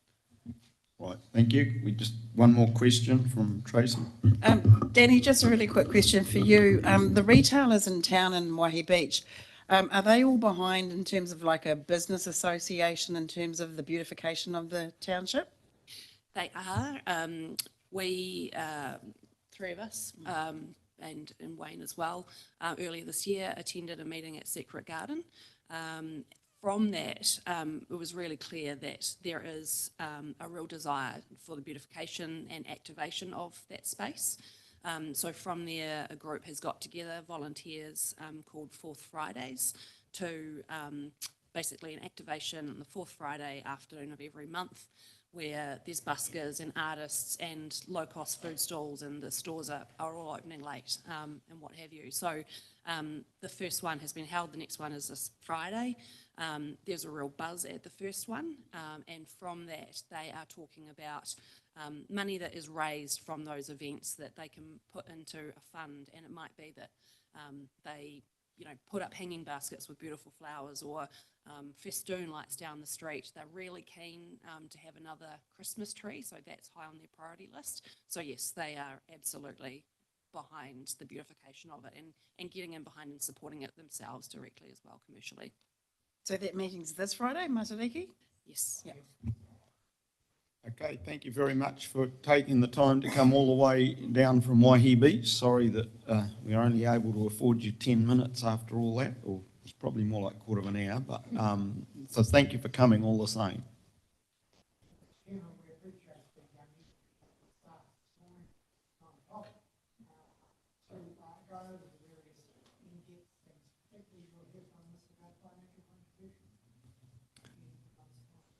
Cool, great. There's a big conversation coming up there. Thank you. So next up we have Makatu Onotoro Wetland Society, and Janie's here. Want to come forward, please, Janie?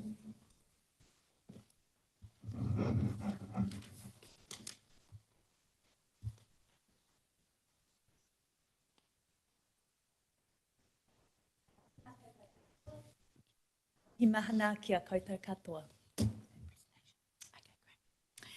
No maua ahau ko Tauranga Te Moana, ko maua te maunga, kei make tū taku kainga I nai nei. He kaia ko Taiao ahau mō Makitu Ongatoro Wetland Society, ko Janie Stevenson tōku ingoa. I was raised in Moa in Mount Maunganui. I currently live in Makitu in the Western Bay voting area and have spent, I am the Education Program Manager for Makitu Ongatoro Wetland Society and Bay Conservation Alliance. I've also worked extensively in Rotorua and Whakatane, so I know the area very well.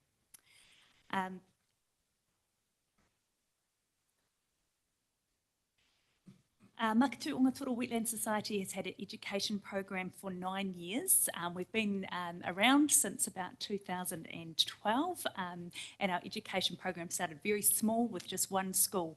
We've been very lucky to have the support of Western Bay since the beginning of our education program. We also have support from Teckton Bay Trust, which allows us to bring schools into our area from outside of the Western Bay District Council area. We have currently 13 schools in our particular Te Puke Makitu or Te Marako area. At my long-term plan, or our education program fits really naturally with your natural environment and sustainable living activity as part of your long-term plan. Last year we had 604 students involved with our program and that was on a termly basis, but we also had 200 adults involved over the year, so parents and teachers that come along to enjoy our field trips as well. So 38 field trips and 38 lessons in the classroom. We have 10 units that we deliver over 2 years, so the students get something different every term, and they also receive an in-class lesson, field trip and a follow-up activity. This is extended throughout from primary, intermediate into high school, so they get an extension with as they move up the ages. Our in-class lessons involve a short presentation, rotation of activities. They're highly interactive. We bring experts in to our lessons, and we also kind of give a context to the unit and the introduction to the field trip, of course, so that they feel at ease when they're heading out for our field trip. All the teachers receive follow-up activities to run throughout the term as well to back up the field trips and the lessons.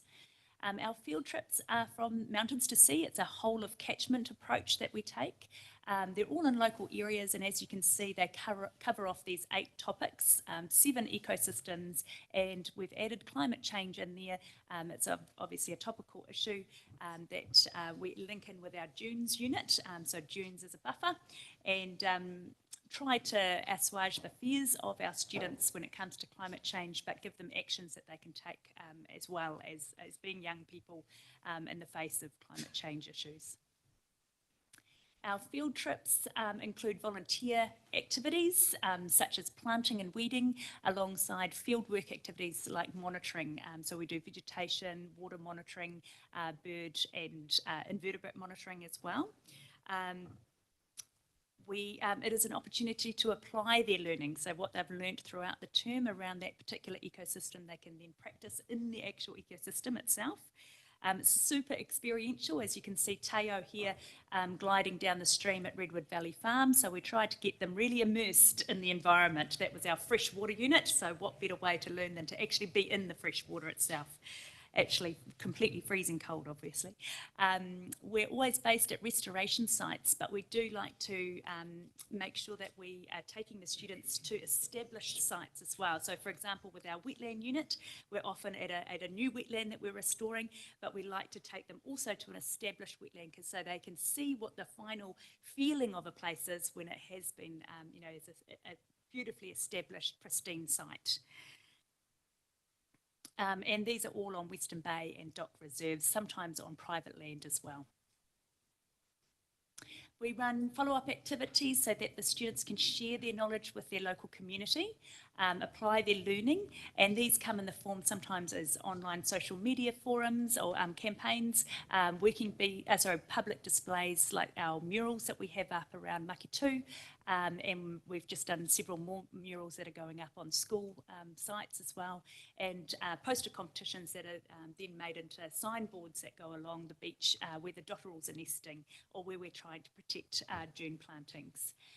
We're finding that we're getting a lot more students and whānau coming along to our volunteer working bees after they've had a particular field trip. So at the moment we're focused on the dunes. We've got a lot of working bees with Coast Care coming up over the next few weeks, and we'll get more students as we promote those because the students feel comfortable going to those sites.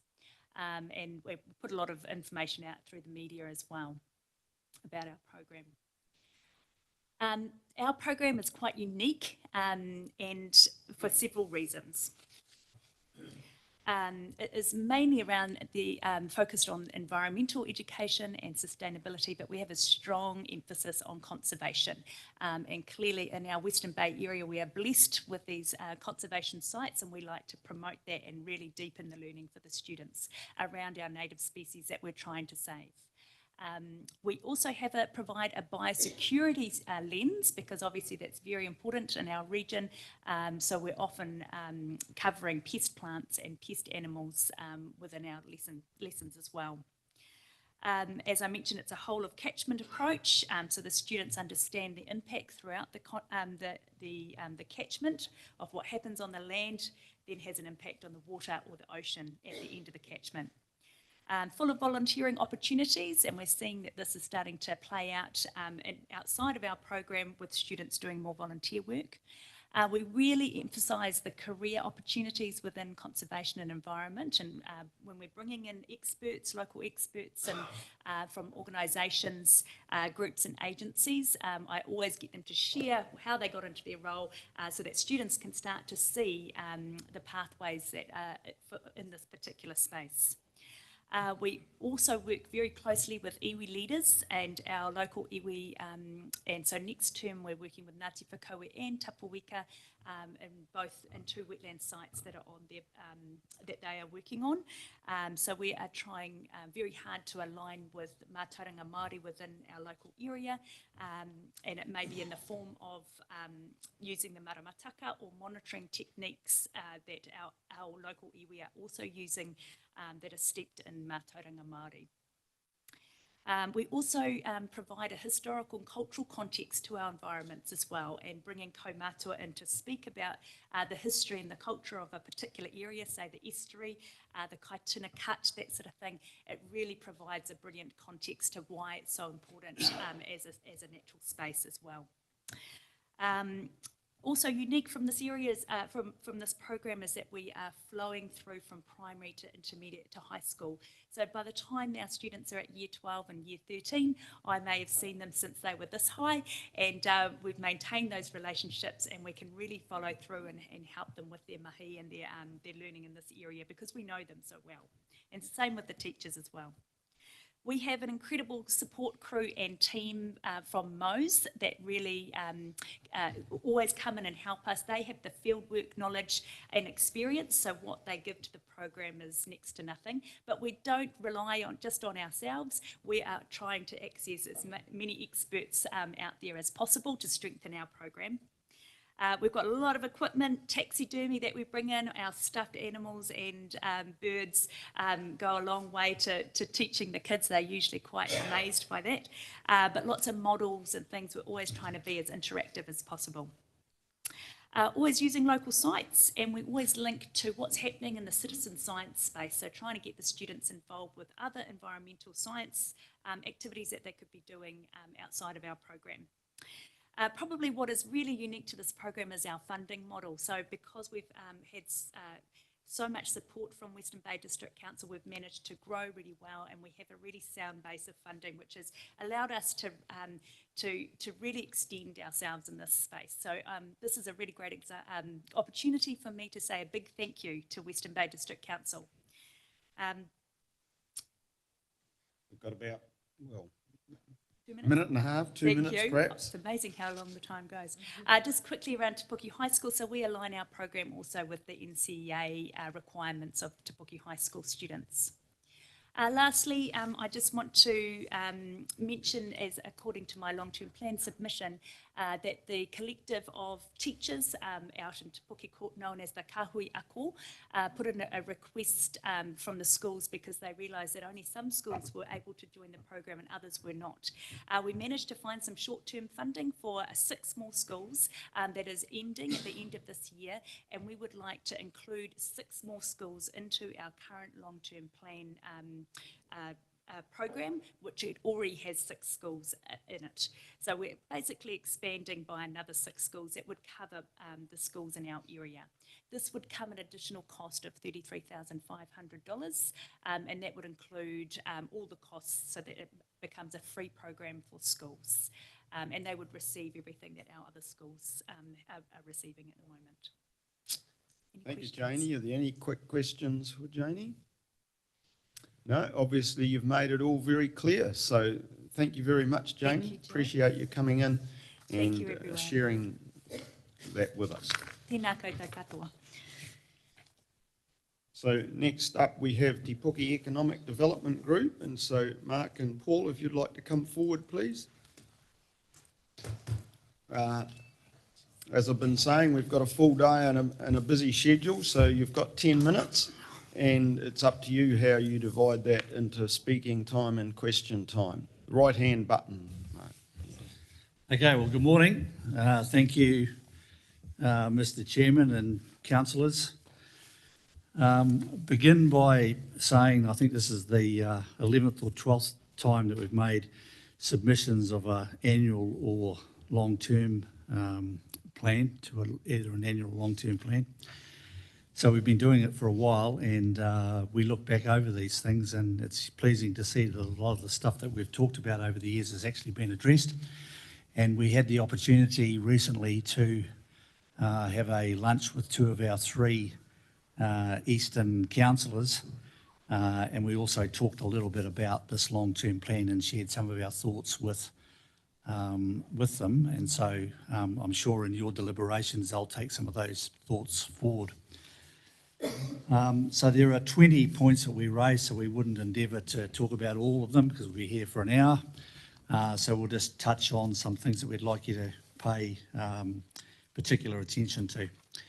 So the first one is around transport, and we'd like you to think about these things. Firstly, the growth of the traffic through the Te Puke Township continues to go back to where it was pre the Tauranga Eastern Link.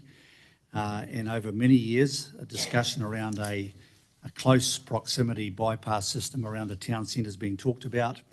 And we believe it's time to look at that again and consider where the bypass route may be.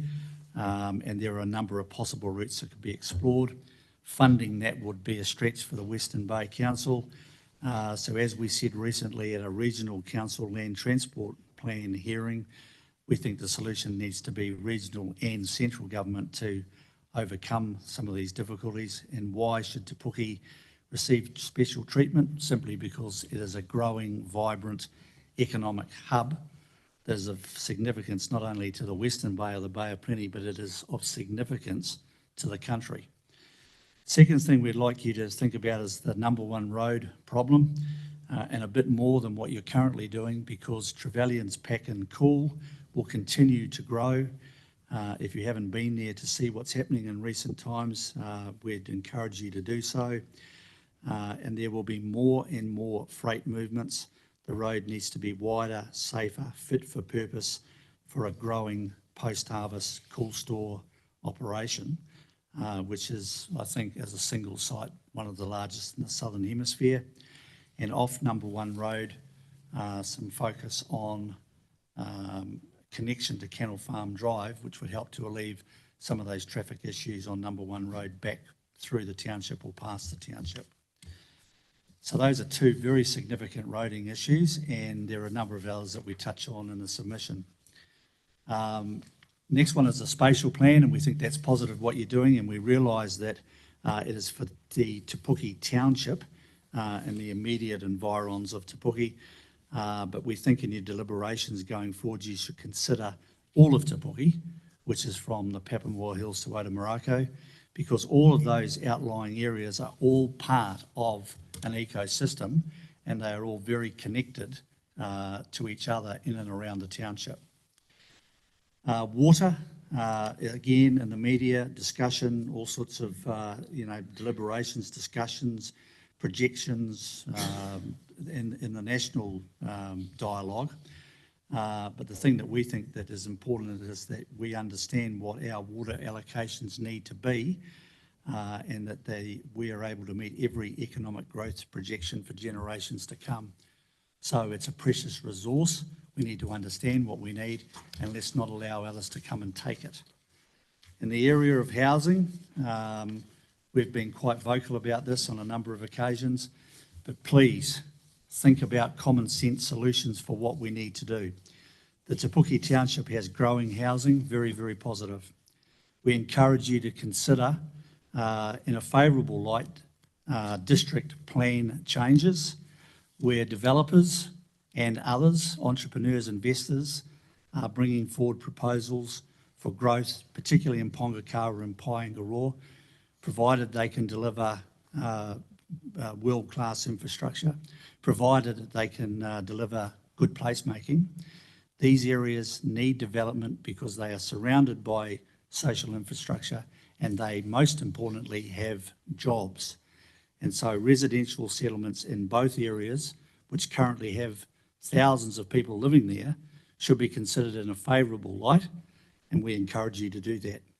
We also suggest you consider coastal development east over the coming decades, and where land is elevated and safe. If you think 50 years out or 100 years out, you could probably see a Gold Coast down the eastern end of the Te Puke district.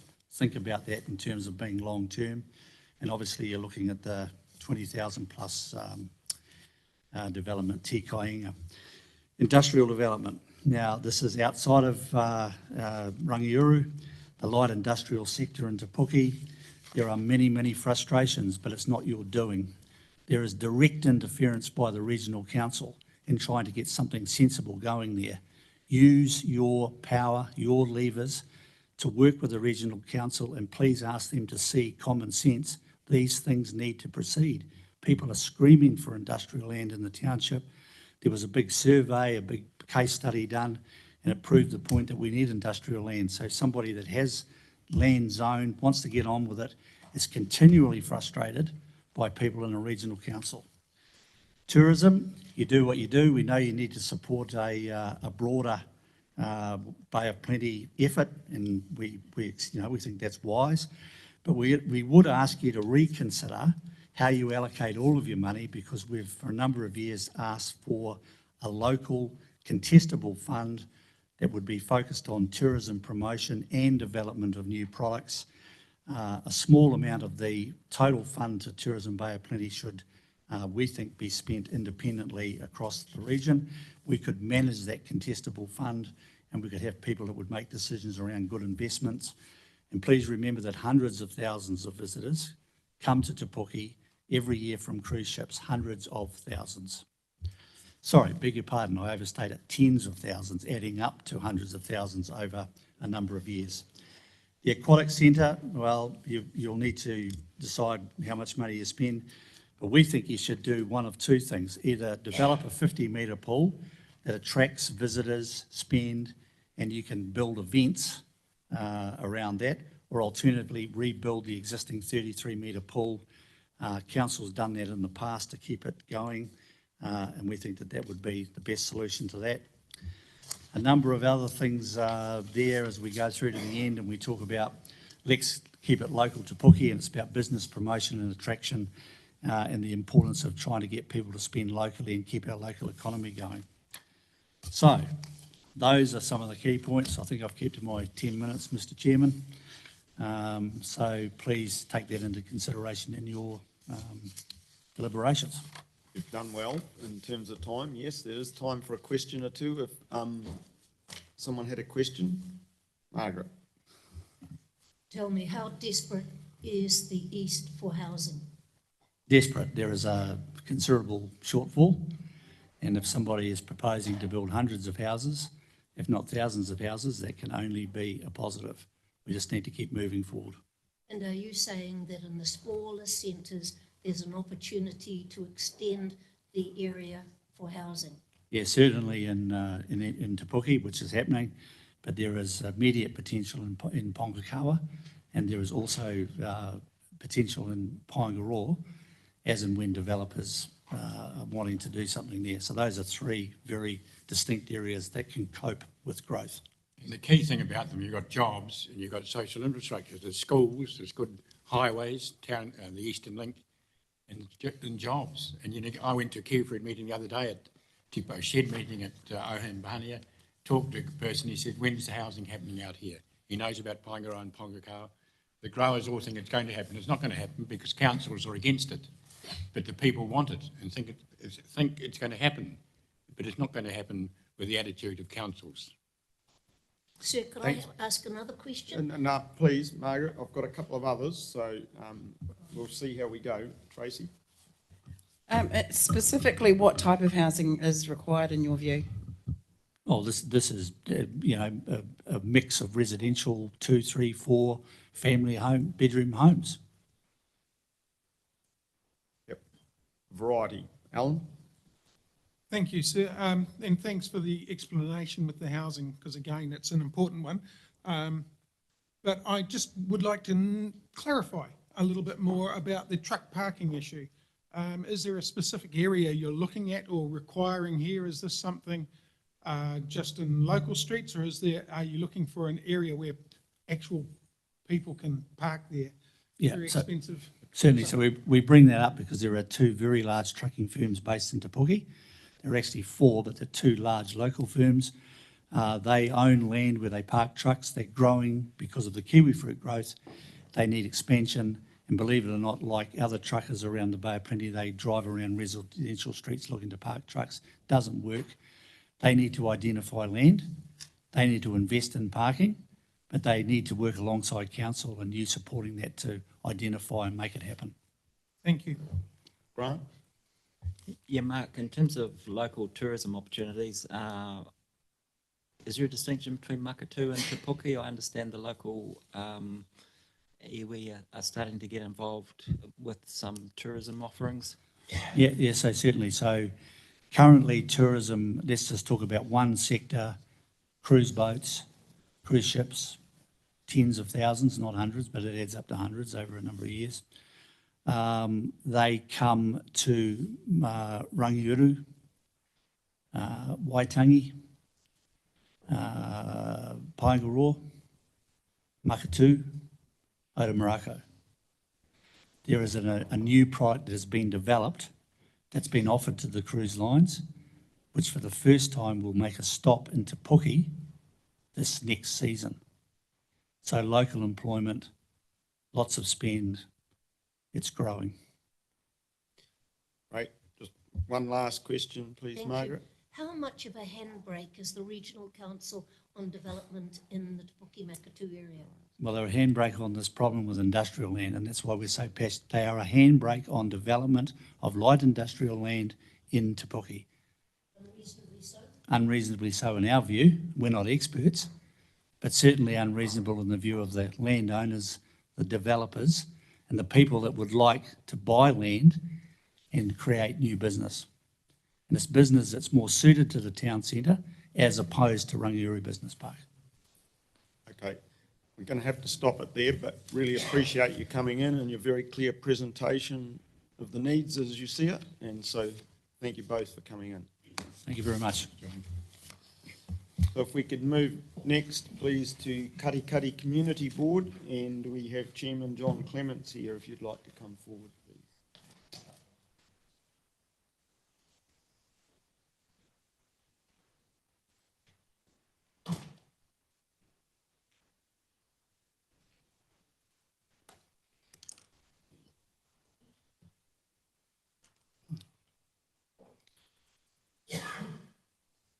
Right.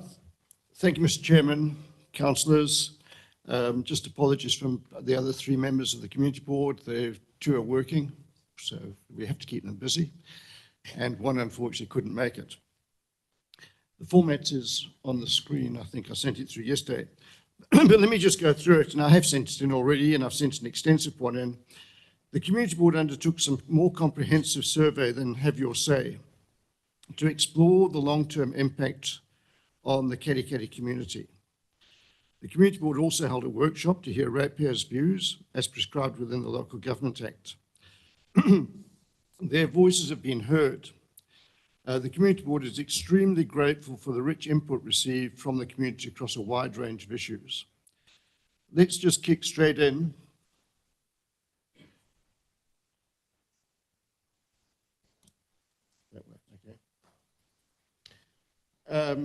And let's just talk about affordability. The community and the community board are extremely concerned with the high rate increases. The doubling of rates within 8 years for residential and 4 years for commercial and industrial is daunting and is beyond the affordability of many ratepayers. If you know the demographics of Kerikeri, you'll know that in fact there are many single income homeowners and fairly elderly. They can't just go out and get a second job or a third job. All respondents indicated that they think a 4% or less based on the last LTP or the inflation rate would be appropriate. These increases have both a social and economic impact on the town. The commercial industrial rate increase of 53% should be refined. First of all, it's significant, but the commercial does not tend to have the heavy industrial trucks parked outside, and in fact does not tear up the roads as much as the big industrial trucks. So a differential between the industrial and commercial rates should be considered. The community was promised that in the last long-term plan there would be one rate increase of 11.3%, and then it would be 4% for the balance of the 9 years. This commitment has clearly been broken, and residents question whether this LTP commitment would go the same way. The long-term plan has used an affordability index, which seems to be related to council affordability and not to the ratepayer, a point raised by the chairman of the Waihi Beach Community Board. Did it look at ratepayer affordability as part of their research? Because obviously, looking at Kerikeri's demographics, it didn't. The community board does not support the consolidation of the UAGC rates into one line, as these are targeted rates, and we support transparency. The increase in spending in this rate is also of concern. It jumps from 5 million to 13 million next year. And there's no transparency as what is driving that cost increase. And that is a concern. The community has also been told that the water infrastructure in the Western Bay is in good condition due to the high rates paid over the last 10 years, the highest in the country many of those years. Therefore, they do not support the creation of a CCO, and it is of concern that so much spending in this LTP is focused on water infrastructure. It's kind of contradictory being told it's in good condition at the same time as spending this extensively. The financial contribution model was not included in the long-term plan. A cursory comment is that the Kerikeri urban financial contribution jumps up 56% to $64,210 second only to Omakaroa, based on the worst case scenario. And this wording sets an interesting precedent that we'll come back to in 4 weeks' time when we'll be here again. Let me look at community focus. I think we have to remember that economic well-being, i.e. affordability, drives all the other well-beings.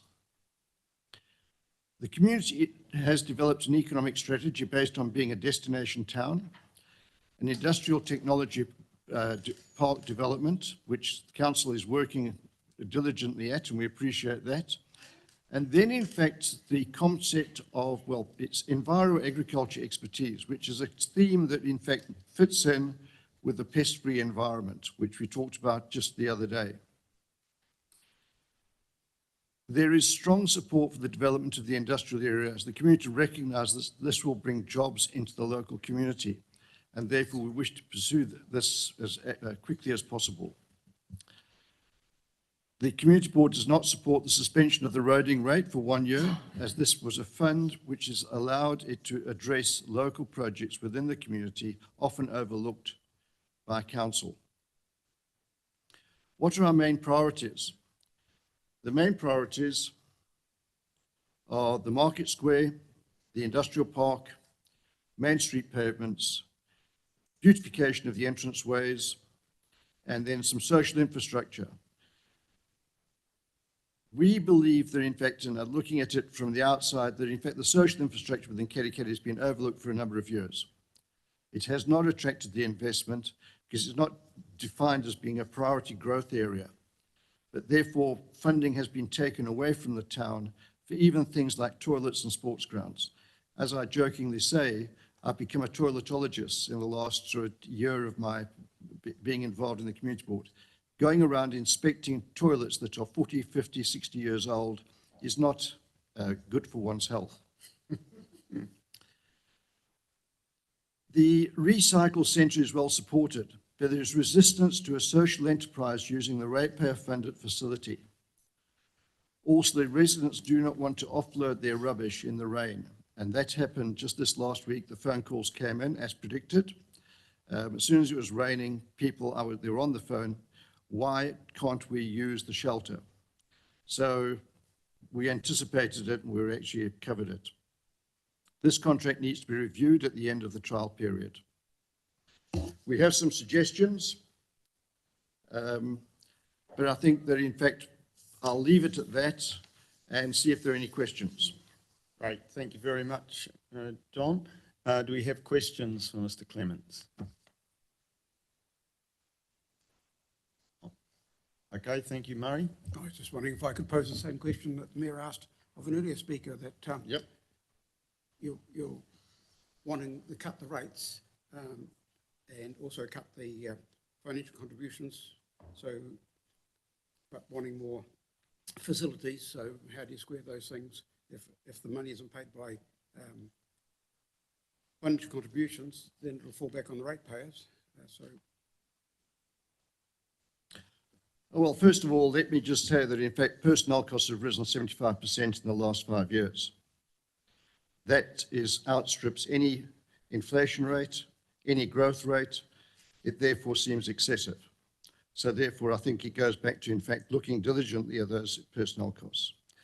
The second thing is that, in fact, you need to look at a new model of how you fund growth. You know, let me just look around the room. Any of you have been in private business? Did you, in fact, go along to the council or to the bank and say, look, when I get my first revenue, I'll actually start repaying the loan?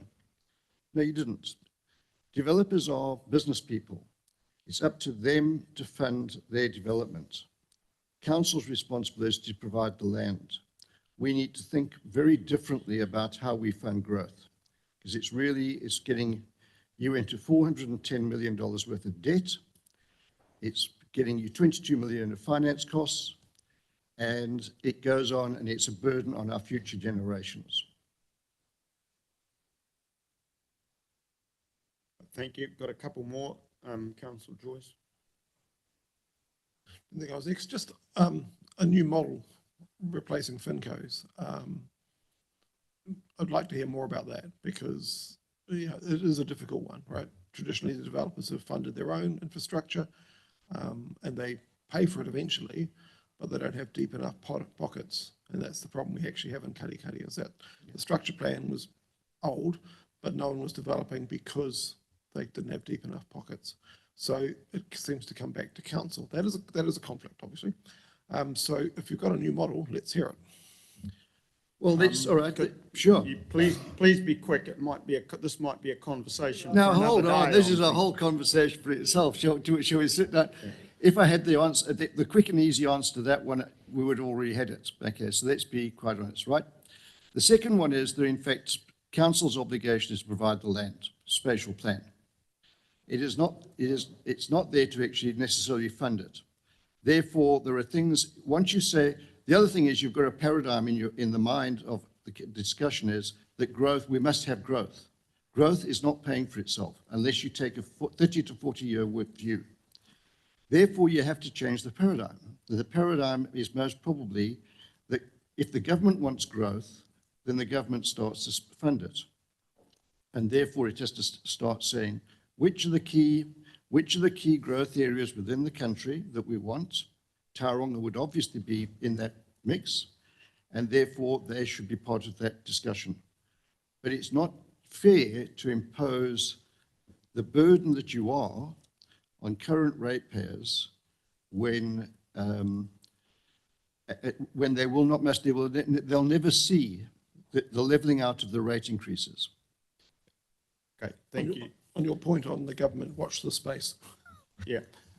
Margaret, last question, please, and then we Paul, need to move on. Uniform annual charge, are you saying that your ratepayers would like to see the issues that are listed in the annual charge separated out so they can see exactly what they're paying for? Yep, that's right. Well, it's the museums, the roading, the environment.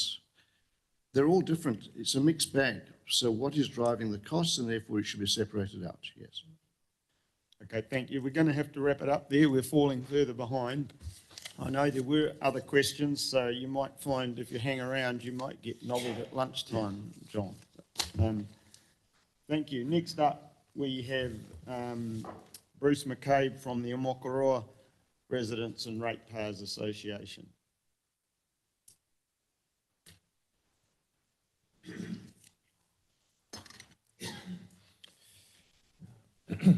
Controls.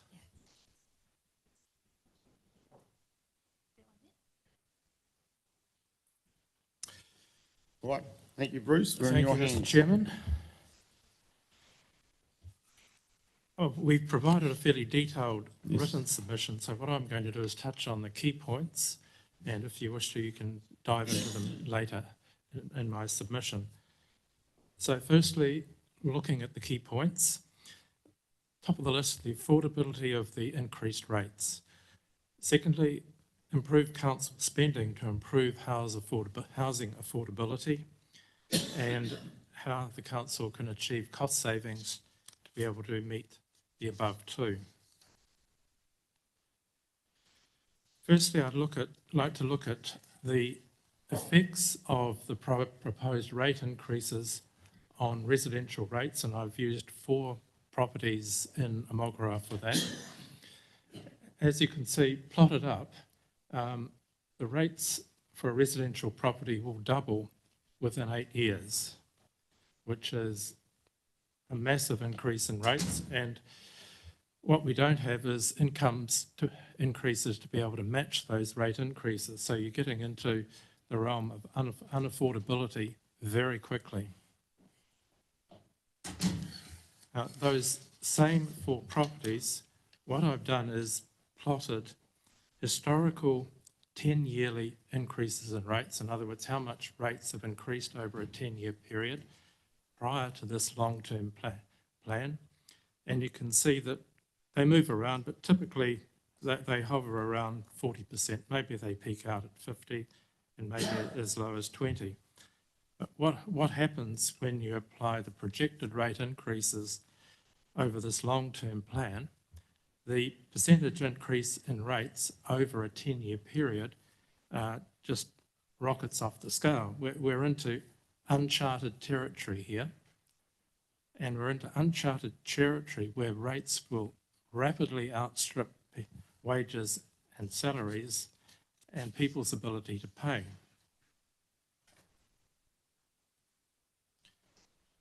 Now, rates affordability is defined as the ability to pay rates without serious economic difficulty. Now, this equates to being less than about 5% of gross household income, and there I'm quoting a report called Funding for Local Government 2007, prepared by the Department of Internal Affairs. Now, this should be relevant today because it's a percentage of income rather than an absolute figure. And to give you an example, an Amakoroa resident living in an average property with a CV of 950,000, paying rates of 3,900 in 2024, will be paying 9,500 in 2034. And we know damn well, based on recent experience, council reviews their plans every 3 years, and there's a massive jump in rates. So we're going to be well into the unaffordability character very quickly. So currently you'd need a income of about, household income of about 79,000 to pay the 2023-24 rates so that they don't become unaffordable. Now, you'd need a household income of 190 odd thousand to pay the rates in 2023-24. And in that situation where rates have massively outstripped income earning ability, you're definitely into the unaffordable category. Now, not many people realise, excuse me, that the current recession is actually worse than that triggered by the 2007 global financial crisis. Over the past 18 months, we've collectively taken a 4.3% pay cut, which is about equivalent to $1,200 for a married couple with 2 children. And the important thing is there's more to come. We went backwards by 4.2% following the GFC, and we're already worse off than that. So we now have a less and reducing ability to pay for housing and for services. This will continue until non-tradable inflation is less than 3% per annum. And at the moment, non-tradable inflation is about 5.8, 5.9%. So the Reserve Bank has got to do a little bit more, or a lot more squeezing, to get the inflation, the internal inflation rate down to the band that is required. The Housing Minister has stated that housing affordability is arguably the single most pressing economic, social and cultural problem facing the coalition government. So it's now imperative that Council focuses spending on core activities that will improve housing affordability, which will in turn underpin cost-effective improvements in economic, social, environmental and cultural well-being.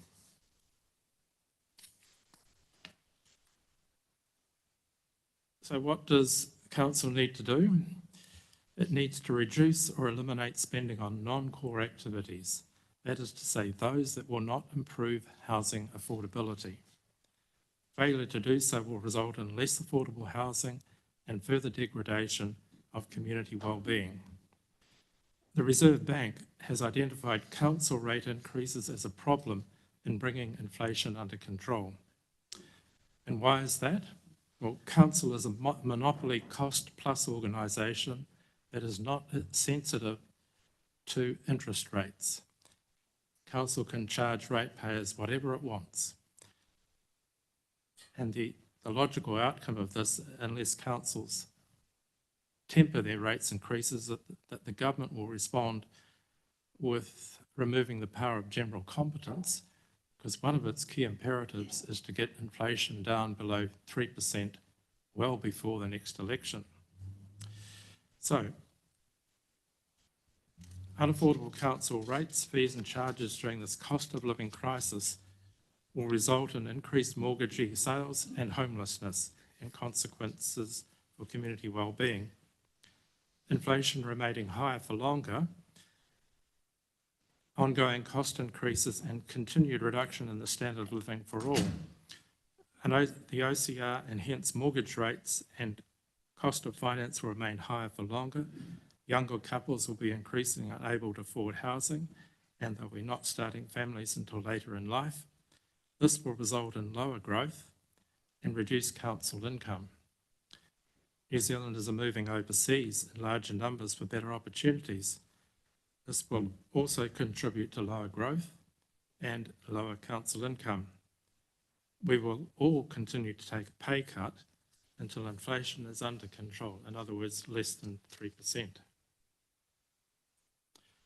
I want to touch on empire building in this council. We've just got a couple of minutes to go, Bruce. It's pretty obvious from this graph at the way personnel costs have rocketed away. Every 3 years they jump up by 5,000 to 7,000, and for this new plan there's a 7,000 jump. So how can the council reduce its spending? First of all, staff reduction and overheads. I think there's a $70 million saving to be made over the next 10 years.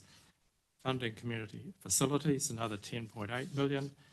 And you go down through that list and you end up with about $264 million of savings that can be achieved through reducing expenditure on non-core activities. So a fit for purpose long-term plan should focus on rates affordability, improving housing affordability as the primary means of improving the four well-beings, reduce spending on non-core projects that the community cannot afford during this cost of living crisis, and reduce staff numbers. Surplus capacity as a result of the other cuts that I've identified can make massive savings for the operation of this council, and hence the need for rates increases of the magnitude proposed. Thank you, Mr. Chairman. Thank you. Yes, Tracy? Bruce, you touched on housing affordability, and it comes up a lot in New Zealand conversations, obviously. So we've got the cost of the land, we've got the cost of compliance and regulation, and we've got the cost of building. What's your view on how to make housing affordable in New Zealand? What's the biggest contributor to the actual cost in your view? One of the major costs is council's behaviour. It is levying exorbitant rates, which affects the ability for people to maintain their properties once they've got them.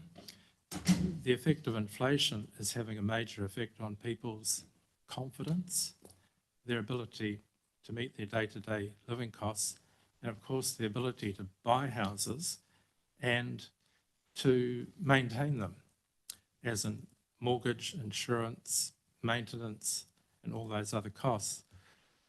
And council rates and fees and charges are a significant contributor to housing cost, both in the way council has constrained development to small areas of land, artificially inflating land cost, the way council charges affect the ability of developers and people to buy property because they're front-loading the cost of those properties. And a lot of those can be ameliorated to some extent by reducing council costs and the flow-on costs to land. I have to pause. We've got a few other questions. So, Margaret? Firstly, thank you so much for the detailed information you have provided, which is really helpful. The one on the staff costs and the explosion of them as we go through the long-term plan, what is your advice, Mr. McCabe? Well, it comes back to focusing council's spending to achieve the best bang for buck for their spending for improving community well-beings. And Chris Bishop has quite rightly identified, I think, that house affordability is key to achieving all of those outcomes that council is required to achieve. And council needs to reduce its costs. It needs to target its spending on core activities that are going to make housing more available and reduce superfluous spending or non-core spending where it doesn't improve housing affordability. And once you do that, you reduce a lot of project commitments that the council has got. It's spraying money all over the place. Then you create surplus capacity within council, which means you can reduce staff numbers a hell of a lot and reduce overall operating costs, reduce rates, and there's a general wind down of costs for potential home buyers and developers of land. Okay, sorry, we need to keep moving, Margaret. I'm going to have to cut you off there. Grant?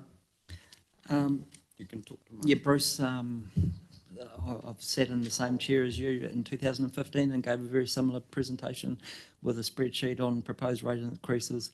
And unfortunately, the spreadsheet I was looking at was nowhere near as extensive for such big increases as you're suggesting. And the use of the graph, I think, was really good to indicate the steepness of that curve. But my question is, there was only two other councillors in the room on that day, Don and Margaret, but my question is, in regards to the funding of community facilities, you've suggested that you want certainty that it is not wasted on half-witted, resource-intensive DEI ventures. I was just wondering what DEI stands for. Oh, diversity, equity and inclusiveness is what DEI stands for. It originated in the American universities and seems to be permeating politics throughout the world. Okay. Thank you. Moving on, Murray. Very quickly, sir. Thank you, Bruce, for actually suggesting some responses and answers with how savings can be made. Can you give me the philosophy behind what got the red pen in your thinking as you went through this list? The red pen was drawn on anything that was not necessary in the short term. And I give an example, climate change responsiveness. If anything is going to happen there, it's going to happen over a 100-year time frame, not over 10 years. And we're only talking 10 years with this plan. So that can be removed. The second is, can a community get by for 5 or 10 years with the facilities that they've got? Can they be maintained? Do you need to construct, for instance, a new swimming pool in Te Puke? And an earlier speaker highlighted the fact that it may be a better option to maintain the existing swimming pool rather than loading the community with excessive costs. And I stress the point, during a cost of living crisis. I mean, that's the time when people cannot afford cost loading. And this long-term plan is front-loaded during that period when people are going to be experiencing worse economic conditions. They're going to be financially worse off and are least able to support the sort of rates increases that are proposed. And as a consequence, they're more likely to fail and move on. And then thirdly, does that expenditure, if it's not necessary, does it contribute to improving housing affordability? I think council should focus on infrastructure to facilitate housing and reducing costs to try and minimise the cost of housing. In other words, maximising affordability of housing.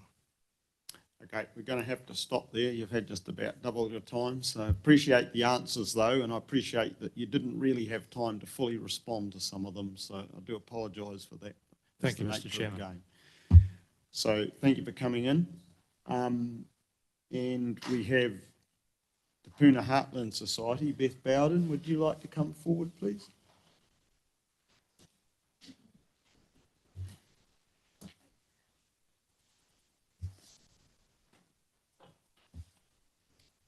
If it's red, it's on. Kia ora tātou. Thank you for giving Heartland some time. I am, by way of being the last Heartland standing, my colleague Bev Kane, the Treasurer of Heartlands, is sitting over there, but I'm carrying to you the apologies of the Chair, Peter Lockhead, and the Secretary, Rosemary Turner-Ward, neither of whom could be here today. So as I say, I'm doing the work today. As you will know, Te Puna Heartlands takes its mandate from the Te Puna Plan. We stick fairly carefully to the precepts and principles of this plan because this was fully consulted and is an expression of community opinion, views, aspirations, and commitments. So from me today, you will hear Heartland's efforts to cram itself into the consultation process for the long-term plan, about which I will have a point to make a little later. But we have three key elements to our submission, two of which are to do with your key questions that the council staff clearly wanted some kind of level of focused feedback on. That is transport and Te Puna Station Road. And the third point goes to the general accessibility of ordinary residents and citizens to get to grips with the line items of your long-term plan. It is astonishingly difficult. However, of which more anon. So just focusing rigorously on the submission, under the key questions to do with roading, walkways, cycleways, and a general approach of lowering spending on that, I think the Heartlands group saw a real dislocation, a planning gap between, on the one hand, an intention to spend less on roading maintenance, and yet to gather more revenue by way of increasing the differential rate for roading. We'd quite like to know, since we all live and work in Te Puna, quite how the money gathered from the people that you're increasing the rate on is actually going to benefit the roads themselves in the vicinity, because it doesn't seem to match up in terms of the long-term plan propositions. So if we could have some assurances that, especially given, as I said at my,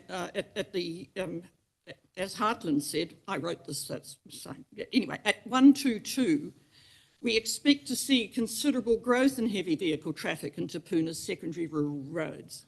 And they were never engineered for that. So if you are going to increase the roading differential, which the Heartlands Group actually does support, we'd quite like it to be used as a focus for investing in maintaining our roads so that they are safe and relatively drivable.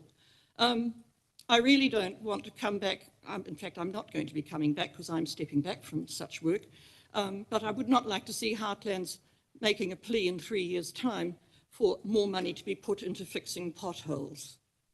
So if we could have some kind of less siloed approach to the management of our fundamental infrastructure that connects Te Puna, we all use the roads, that would be a handy thing. The second thing is, let me just check. Yes, we mentioned at 1.4 the scrapping of the Town Centre Development Fund. Well, of course, Te Puna has never ever benefited from the Town Centre Development Fund, so in a sense Te Puna Heartlands is neutral. But the plan actually does spend quite a lot of time discussing how managed growth in Te Puna, including the vexed question of its commercial, the commercial ambitions of those who inhabit land around the four corners, around the roundabout. It's happening in such an ad hoc way that it would be quite nice, if you're not going to actually put money into a fund, just to put some intelligence and long-term planning into deciding how such developments are to be managed and mandated, and especially consulted with the community that is affected by them. Finally, I'd like there's a point in passing on the community facility funding. I'd just like to draw attention, Heartlands endorses an approach that spreads access to resources equitably and fairly, and we would prefer to avoid ad hoc funding arrangements. On the other hand, I think we're all quite keen to see, in the interests of diversity, inclusion and equality, facilities that actually do take account of other people's needs in those circumstances.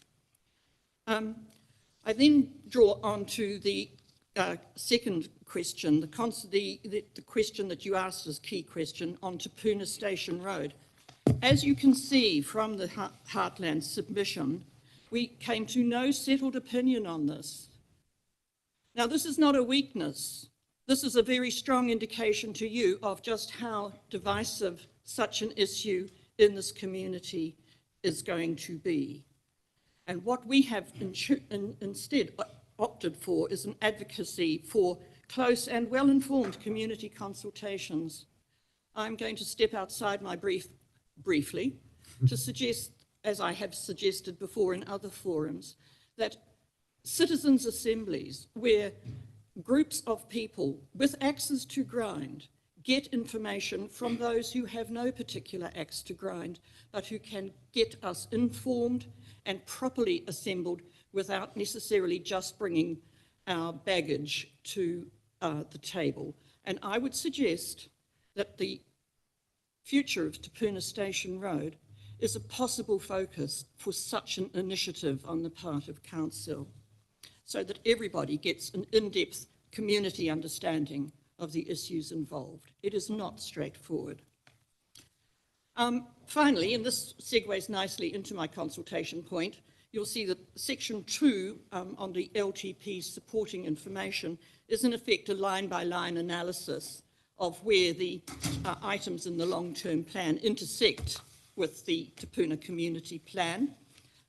We go to some trouble to match your initiatives with the effects on the ground in the locality.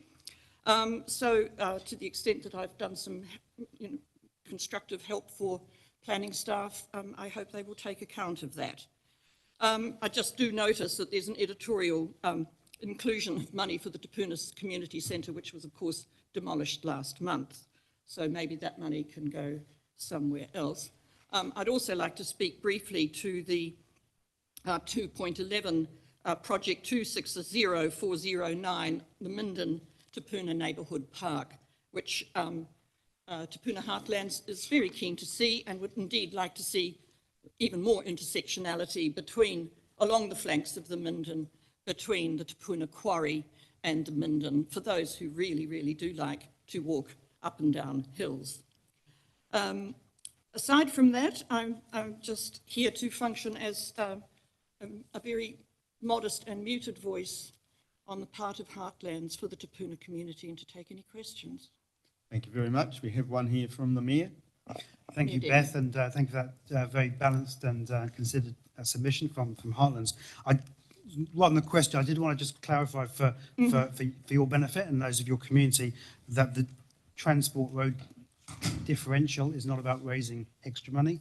It's about redistributing where the money comes from. So as a council, we felt it was fairer that it comes from the heavies rather than the normal cars. But that's just, I just want to clarify that because I think there was a bit of a misunderstanding. So I think it's useful to know. Thank you. Thank you. That's me. So.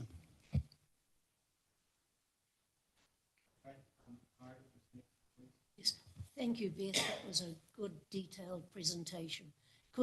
You mentioned Te Puna Station Road and the need for serious consultation. Would that include having what the costs would be of upgrading Te Puna Station Road as compared with Clark Road or Te Puna Road? Absolutely. Are you wanting that sort of detail and nothing less? Well, I think we want considerably more. I think it is not just about cost comparison. This isn't an accountancy exercise. This is an exercise in social interaction and And I have to say, in another context, the deep sense of betrayal that many people in Te Puna feel about the non-existent development of the industrial park on Station Road. If that had taken place in the manner that had been expected back in 2005, maybe there would be less divisiveness and more acceptance and more investment in the impact on the surrounding network of roads that such a park might have engendered. So it is a wide-angled but highly informed process that I'm talking about. Margaret, there are some skeptics in the community about the kinds of levels of funding between the three options that have been put forward in the long-term plan consultation document. But given the difficulty of unpicking the details of the long-term plan and in its supporting information, it's not to be wondered at.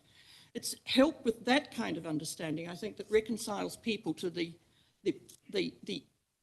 issues that we've been hearing from elsewhere in the community, the extent to which developers pay for growth and the extent to which the benefits of that growth, the implied benefits of that growth, are borne by and shared among the surrounding community.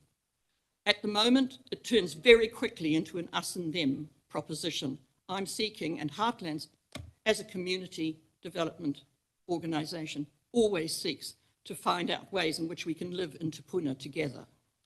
Great, thank you. One more question, Grant. Beth, I've heard quite a few of your presentations, and I'm not sure if your presentation has improved or my ability to understand what you're saying has improved, but I like the way you pick up things on the fly. And my question is, in regards to more closer community consultation on Te Puna Station Road, were you referring specifically to Te Puna Station Road or issues in general in Te Puna, and do you feel that the long-term plan consultation document didn't provide enough information on the Te Puna Station Road decision? Well, yes to both, really. But the real point about taking the approach that I have suggested is that it does, if you take an issue-by-issue approach for such things as I call citizens' assemblies, you can call them what you like, but basically, unless you can get people to focus on particular issues and deal with the impact of that, it's only then that you can see the ripple effects growing. Not everybody has a big picture mind. It works, in my view, these sorts of consultation exercises work best when there are fairly defined limits to what you're going to be talking about. Otherwise, it just turns into a complete manglemoose. So I think Station Road is an excellent example of how to go about such a deliberate, informed, and well-supported consultation process. I mean, if it were me, I would like to advocate for such a process in respect of the Te Puna commercial area as well. But, you know, there are only so many bites you get at this cherry, and maybe Te Puna Station Road is the one. And at the moment, it's just looking intractable. Okay, thank you. I'm sorry we're going to have to leave it there, but thank you very much. Thank you. Coming Next in. time it'll be Pete and Rosemary. Thank you, everybody, for listening.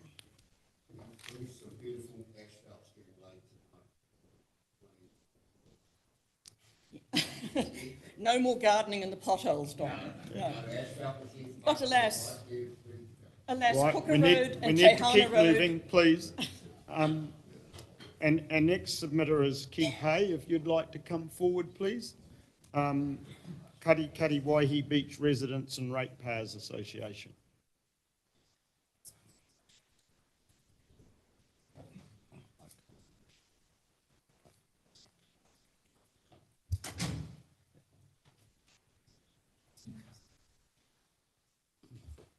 Thank you for the opportunity to speak to you today.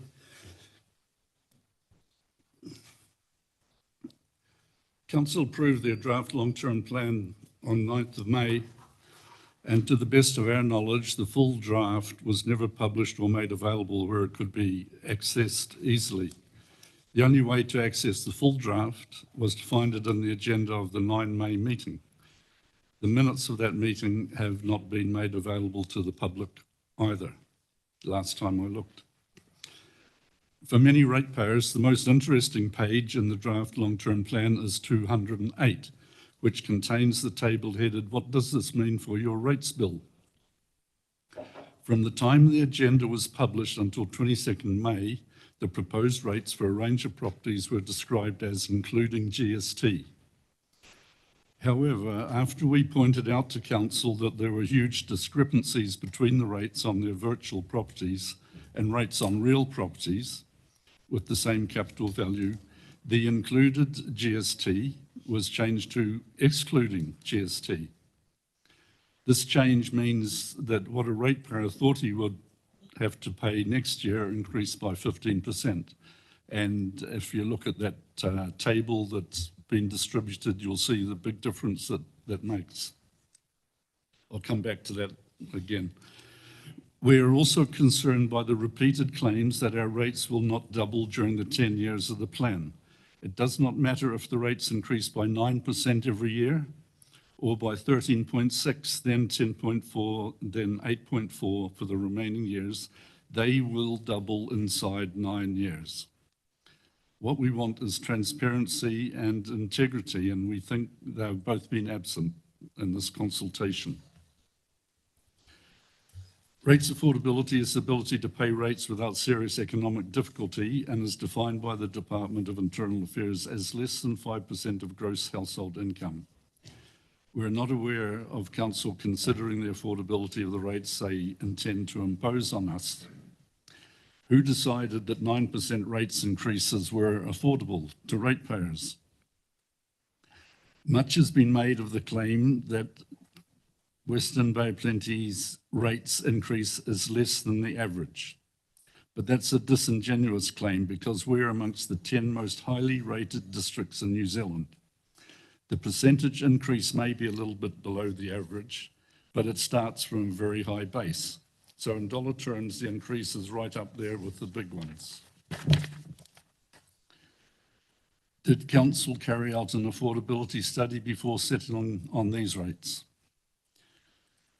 The Kirikat Waihi Beach ward in particular is home to a larger than normal population of older people. Many of these are on fixed incomes and cannot afford the size of this rates increase. We suggest council hire a consultant to conduct an analysis of rates affordability in our district before taking this proposal any further. Average rates in our ward are probably around $5,000 a year. So how many houses in our ward have a combined income of at least 100,000? The 7 key questions are not really key questions. In fact, apart from the questions on the timing of some capital expenditure and the commercial differential for roading rates, they are really quite trivial. Having staff encouraging people to answer these questions at various social functions around the district appears to have been designed to stop people thinking about the real issues. We don't believe that changing the timing of some of these projects will reduce the impact of rates increases. The draft plan will cost $26.8 million, and the rephrased plan will cost $29.3 million. We don't see any savings there. What we do see is council taking the opportunity to bring in a few projects that were not in the prior plan. We agree with moving the North Harbour boat ramp outside this plan, get rid of it altogether. Also cut the following unnecessary projects. The $4.5 million for all new projects, if they were necessary, they would have been on the previous plan. $3.6 million for the Amoka Ferry infrastructure project. Push its timing out 102 years and sea level rise might make it viable, but it is unlikely to ever be economic. Personnel costs have increased from 21 million in 2019 to 38 million in 2025. So in 6 years, they've increased by 71%. That's an average of 12% per year, and it's not acceptable. One of the residential properties listed in the table on page 208 of the long-term plan has capital value of 1.3 million. The table states that this property would pay proposed rates, unquote, including GST of 4,043 next year. A real residential property with a capital value of 1.3 million at Waihi Beach will have rates of $5,051 next year, according to Council's Property and Rate Search page. That's a difference of $1,008. Now that the numbers in the table have been changed to exclude GST, the GST inclusive rates for the virtual property will be $4,649 next year. That is still $402 less than the rates for the real property. A difference that large cannot be explained by variations between wards. Council appears to be undercalling what the rates will be for these examples so as not to frighten ratepayers. We think it is a serious case of misrepresentation. We have calculated the rates that the 1.3 million property will pay over the 10 years of the plan if the proposed rates of 4,043 are inclusive of GST and if they're exclusive of GST. And that's the table that you've got. The change the change means that the owner of this virtual property will next year pay $606 more than he would have before the change. There are about 21,000 ratepayers in the district, so this could be a $13 million addition to Council's coffers. Neither of the short version consultation documents mention borrowing, but it is a very important consideration in this long-term plan. Despite the fact that current interest rates are over 5% and not likely to decrease below that level for several years, Council intends to increase its borrowings almost to the maximum allowed. They will be $390 million in 2030, reducing to $270 million in 2034. This will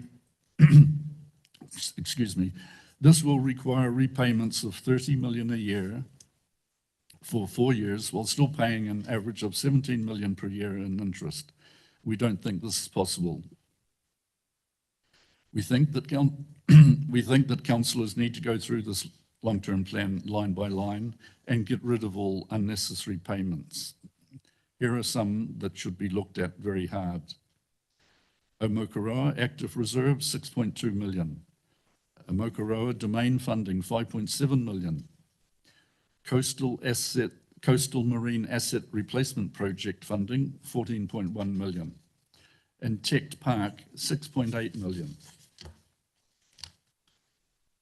Tech Park is so far away from most ratepayers that I doubt that very many of the people who are paying for it go there. Thank you. Okay, thank you very much, Mr. Hay. Do we have questions? Okay. Margaret? Once again, a good detailed submission. Thank you, Mr. Hay. Tell me, you refer to older people not being able to afford the rates, but what about young people who are wanting to own a home of their own? Are we just chasing them to Australia and elsewhere? Well, it looks like it from the exodus that's going on at the moment. I think, yeah, I can't imagine how young people can afford homes now unless they have very well-paid jobs.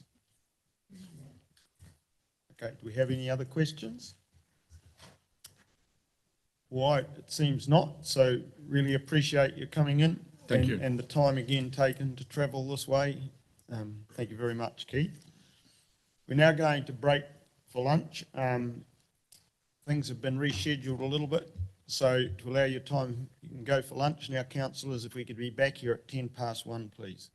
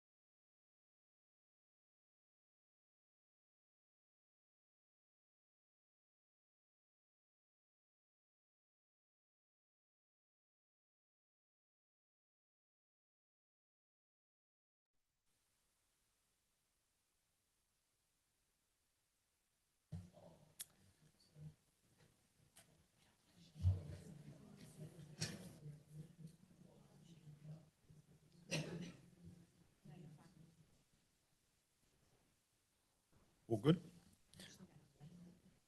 Okay, I think we're ready to recommence, vote. So if we could have your attention, and for the benefit of submitters, who we have a few gathered in the room again, you each will have 10 minutes, and it's worth noting that councillors have read your written submissions. And so how you use your 10 minutes is up to you, how much time you want to allocate to speaking and how much you want to allow for questions is your prerogative when your turn comes.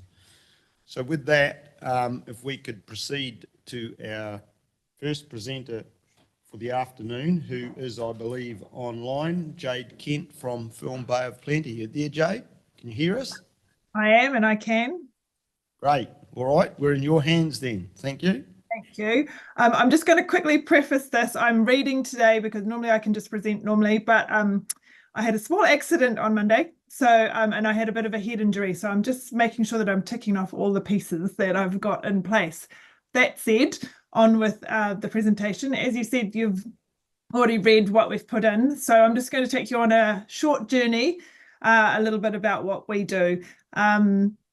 Today we're talking about regional film offices and the remarkable benefits of a screen incentive. We are currently an emerging filming destination, but we are progressing towards maturity at an impressive rate. So what exactly does a regional film office do? We're the ones behind the scenes working to ensure that productions filming here have everything they need to succeed, from securing permits to scouting locations, education on filming processes, iwi introductions, sourcing local caterers, accommodation, coordinating logistics, to liaising with local talent, and funding proposals and presentations. We do it all and then some. Now let's talk about the real game changer that we have in our proposal, which is the screen incentive. We would be the first region in the North Island to offer a screen incentive, and it's not just about enticing screen media professionals with financial perks, although that certainly helps. It's about being able to offer higher paying jobs and showcasing the true potential of our region, enticing productions to choose us as their backdrop. The Screen Canterbury incentive, which I refer to in that proposal, has increased a 77% of increase of filming in their region. Last year, Topol led the way with an incentive test case, and now we want to expand on this by bringing in Western Bay of Plenty. The return on investment for the Topol incentive was an impressive 17% for an investment of 50,000. And here's the kicker, that doesn't even take into account the future tourism opportunities once the film is released in the region, and plus all the red carpet events and all the jobs that were secured locally as well. We don't have to imagine the influx of visitors drawn to a region because of production shot here. Matamata was, sorry, anyone from Matamata, was a drive-through town until Lord of the Rings, and now it's a destination town offering set tours, Hobbiton banquets, International Hobbit Day, and most recently a halfling marathon, and that's 21 years after it was released. It's a prime example of how film can have long-lasting financial effect for a community. A film-induced tourism creates job opportunities with hospitality and the tourism sector, contributing to overall economic growth. Film tourism serves as a valuable economic driver, stimulating local economies and fostering sustainable growth in the communities. The screen incentive that we're proposing is a separate item from operational funding. Operational funding that we have, which we're very thankful for, allows us to continue as is. A screen incentive allows the region to be put on the global map for production opportunities. The goal is to have all councils in the Bay adding to the incentive to make the overall package more enticing, meaning no matter where your production is shooting in the Bay, the community can benefit, and it's about collaboration, it's about the economic growth for the community, it's about showcasing the best locations of what we can offer. Filming in the regions is a tad more expensive, which is why a screen incentive is imperative. But the benefit of the regions is that at the end of the shooting day, a cast and crew can easily go to the beaches for a surf lesson, or walk to the top of an extinct volcano, or go whitewater rafting and enjoy some of the best culinary experiences in a short distance from their local accommodation. We want to get our community busy creating, busy living in their own backyard, not sitting in an Auckland hotel missing their family, busy promoting our region as a place where some of the best films or TV series can be made, a place to visit for a holiday because of the films over here, a place to visit because they've worked here and want to bring their families back, and a place to move to because of the ease of business and lifestyle. And now over to you for questions. Okay, thank you very much, Jade. Do we have questions? Yes. Margaret? You have achieved so much in the past. I think of, is it the Gangnail film that was produced here with all those volunteers in the community who made it happen? Is there anything like that going to occur again? Yes, we're currently working on a piece with a filmmaker in town, and he is doing, it's called the Hikoi production. I was hoping to have some pieces with you today, but he had to dash overseas to pick some pieces up. But we have got quite a large regional workforce development team on that, and that's working across in standard production, as well as he has a background in AI, so we are working on a piece with that there. And then we have put forward for another funding piece, which would see an additional piece of work where that would be filmed locally. Thank you. Tracy? Thanks for your presentation, Jade. Having been born in Wellington and seeing, when I went back to work there later on, how much the film industry had changed the prosperity of that city, I like where this is going. But my question is it a challenge when you have people on occasion here in Tauranga getting decent accommodation or accommodation full stop, temporary accommodation? We haven't found so far. Last year we were working with a TV series that was coming, well, it unfortunately didn't in the end, but was looking at filming in Tauranga, and we went out and sourced, they had a cast and crew of around about 150 to 180, and they were going to be here for 12 weeks. We went out and pretty much door knocked to accommodation and said what, and because they had different levels, what can you offer? And we were able to do all that. I mean, it depends on the size of production. The sort of tier that we're looking at is around that $8 to $10 million range. We can do smaller productions as well. The one that the TV series was a $3 million range. So if you get into that Lord of the Rings piece, or that sort of size, because that's quite big, it depends on whether it's a full production. That might be a little bit trickier, but then you could spread them out. I guess the benefits that we see of it being of the bay and as a total is that even if you're if you're shooting in the Western Bay and you can be housed in Tauranga or Rotorua or even Te Puke or those sort of areas, it's all quite accessible and you're not, by and large, not dealing with a whole lot of traffic. Definitely not Auckland traffic anyway. Okay, if there's no other questions, seems not. So thank you very much, Jade. Appreciate you taking the time to join us and appreciate your understanding with having to delay your appearing. Thank you very much. That's fine. Thank you all very much for your time. All right. Moving on then, we have, next up is Tracy Livingston. Tracy, if you'd like to come forward, please.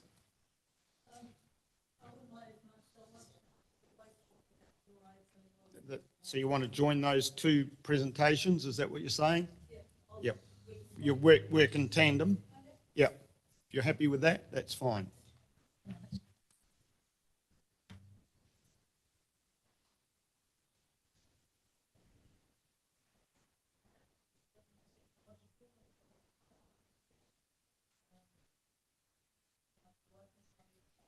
Yeah, the right-hand one. Or do I just, No. It's on? Yep, Right. that's on. Okay, so we're here, as you probably had a wee look, we want to talk about fluoride. We want to bring that issue up for the long-term plan because I realise this is a long-term issue and here we are again.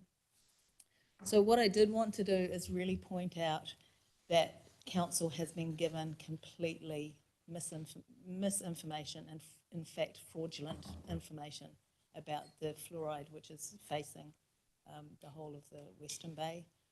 that's coming up. And really what I wanted to do, I think you've got my submission in front of you, was really highlight and point out the issues that we will be facing once we start putting this chemical element into people's water supply. And because a lot of people don't know this, because it hasn't been talked about at all. So I just wanted to highlight some of just a small amount of the issues that we're facing. Oh, do I have to sit? I'll sit. Okay. So I think what's really shocking is that if you took a truckload of fluoride waste out of the, the stuff that they put into the water supply, you took a truckload of that would be enough to kill every single person in Australia. So there's enough poison in one truckload to kill 20 million people. That's how toxic fluoride is. And this is why it's such a concern to us that the Ministry of Health want to insist that we all have it in our water supply. It does things like it impacts human thyroid hormones. So my background is in healthcare. So I have essentially the same degree as a medical practitioner. So background in chemistry, biochemistry, anatomy, physiology. So essentially, gives me the perfect understanding of what we're dealing with here in terms of human physiology. So I'll just roar through this really quickly, because like I said, none of you will have heard of this before. So what fluoride does is it activates microglia, which are brain cells, specific brain cells, causes secretion of inflammatory factors, influences synaptic neuron plasticity. No, not good. It's an endocrine disruptor. So our whole body runs on endocrines and enzymes. And so disrupting that will always cause health problems. Ingested fluoride is transformed in the stomach to hydrofluoric acid, which has a corrosive effect on the epithelial lining of the GI tract. Inhibits testosterone at 3 milligrams per litre, guys. So there's a problem. Competes with and displaces iodine, and iodine is one of the most important elements for normal body function. And what they've found is the highest rates of adult obesity are reported in countries with artificial fluoridation of their water. So USA, New Zealand, Australia, and Republic of Ireland. We already have a problem. We don't need any more of it. Maori are particularly susceptible to fluoride poisoning because they have increased diabetes, increased renal failure, and increased heart disease. So we're already seeing this is going to be a discriminatory law. Increases your risk of almost all psychological and mental disorders from ADHD, bipolar, affects skin cancer, metabolism, immune system, cardiovascular disease, autism, iodine deficiency, hypothyroidism, infertility and sterility. So I've got all the data, I can back all of this up, and what I would love to do actually is spend an hour or two and we can actually do a presentation and go through all of this in a very science-based way. What is possibly the worst thing that we're going to do with this fluoride issue is reduce the IQ of our children. So in utero, there's no informed consent. The fluoride goes straight into fetal tissue and affects the neurological system because it is neurotoxic.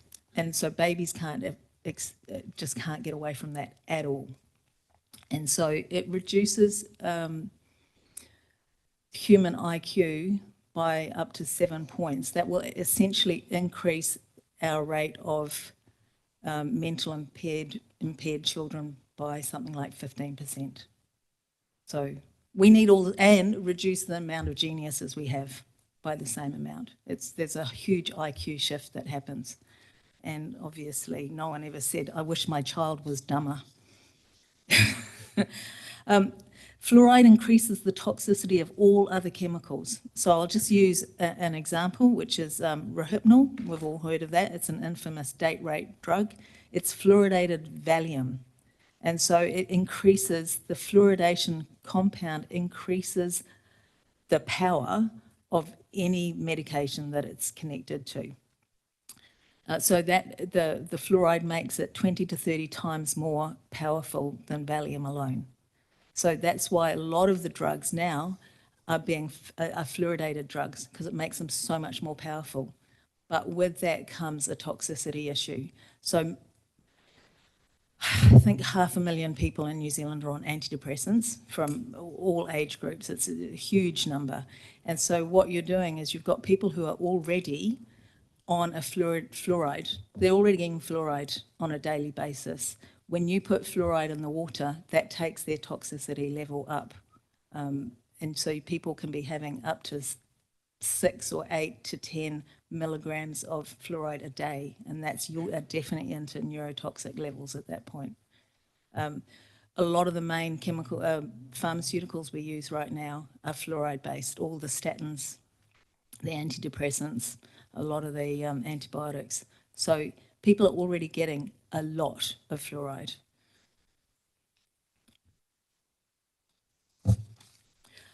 The other problem, of course, we have is fluoride is already in our food, because we're putting fluoride added to our soil on a yearly basis, and that actually stays in the soil. That doesn't go anywhere. So we're getting the fluoride out of the fertilizer because it's too toxic, because it comes in at a 4% fluoride, and then they scrub it clean and take most of it out, but there's about 1.4% fluoride still left in the fertilizer. And so you add that to the soil, so people are already getting fluoride in their food. And we get enough of that, let's say people are watering their gardens with fluoridated water, that is going to be causing toxicity of the soil. The other thing that's going to happen, of course, is we're going to be discharging the fluoridated water into rivers, streams, lakes, the sea. And fluoridated water is usually increased, the concentration is increased through the sewage process and will be discharged. Fluoride kills rainbow trout at 2 parts per million. At 2 parts per million, it prevents reproduction of salmon. And it will obviously affect all the other aquatic creatures as well. And there's very little research done on it. Invertebrates are more susceptible to the effects of fluoride at low levels. So what we're seeing is the government is presenting comparative data that's nearly a decade old. And we're curious as to why they don't use the most up-to-date data. And actually, I should be able to, hang on, let me see that way. So I said before that the Ministry of Health is outright lying about the data. And so you can see very clearly here that actually the fluoridated, children in fluoridated areas have worse teeth outcomes than non-fluoridated. And if you're a Pacific Islander... Point out you're charging well through your time, so just bear that in mind. All right, so I just wanted to show that that's actually, and you'll see there, so damaged, decayed, missing and filled teeth is higher in the fluoridated or essentially the same. Essentially the same. So the data the Ministry of Health is giving you is totally and utterly incorrect. And like I said, I'm happy to go through a whole presentation that that refutes everything that they're saying. And because if we just go a little bit further, they've made, hang on, they're saying this is their policy statement. It's completely incorrect. So because fraud, basically, if you're fraudulent or lying, that basically means that any contract that you make is null and void. So I would suggest that the long-term plan is considered very, very strongly, telling the Ministry of Health that we want our water pure, clean, unpoisoned, because that's actually your job. That's council's job. That's your mandate. Thank you. Well, thank you for that. So Marcel, do you want to say anything before we open up for questions? No, you just go to questions if you like. And then, Yeah, okay, cool. Yep, can respond. Yep, thank you then. So first up, Tracy. Thanks, Tracy. So just, you touched on it in terms of the effect on the brain with fluoride, but what I think what you're also saying is that fluoride is a cause of perhaps early onset dementia. You didn't say it in those words, but that's what I'm reading. It's neurotoxic. So it will cause any and all brain injury on that level. Margaret. I note that there is a local authority that's taking the government or the health department to court, and I wondered if you would comment on that. And also, my background is as chairman of Waimari, we asked the community to decide whether they wanted fluoride or not. That right has been taken away from the community, but I note that Christchurch City Council does not have a fluoridated water supply. And so how do they get away with it when we can't? So I just wondered if you would comment on that, please. I have no idea. I'd be interested to find out, though. It's worth talking to Christchurch Council. So Tracy, since I've heard you today, I'll find out as well. Thank you. Marcel? Yeah, I'm not aware of... Testing. I'm not aware of the that what you were just talking about in Christchurch, but yeah, that'll be interesting to find out. Yeah. So it's the right of the community to have a say. That's what's been taken away from the community, and so when we're dictated from on high, and if we don't do it, we'll be penalised financially. And so a number of councils have taken to court the health department or the government. Can you give us an update on where that is? Yep. So Hastings went to court in Wellington, and they lost. No, the other way. So the Hastings Council was told that they were allowed to continue to fluoridate their water. Yeah, that's right. Yep. The issue that we brought was that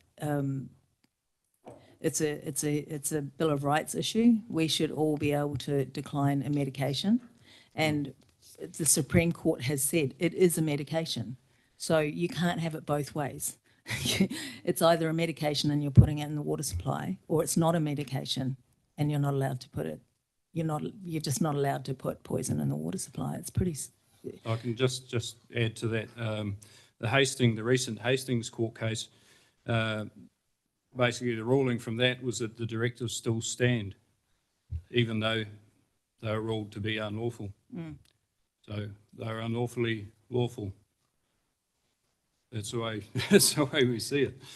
So the Supreme Court has said to the Director General of Health that she has to consider the Bill of Rights in this directive. And they have been kicking that can down the road for well over 6 months.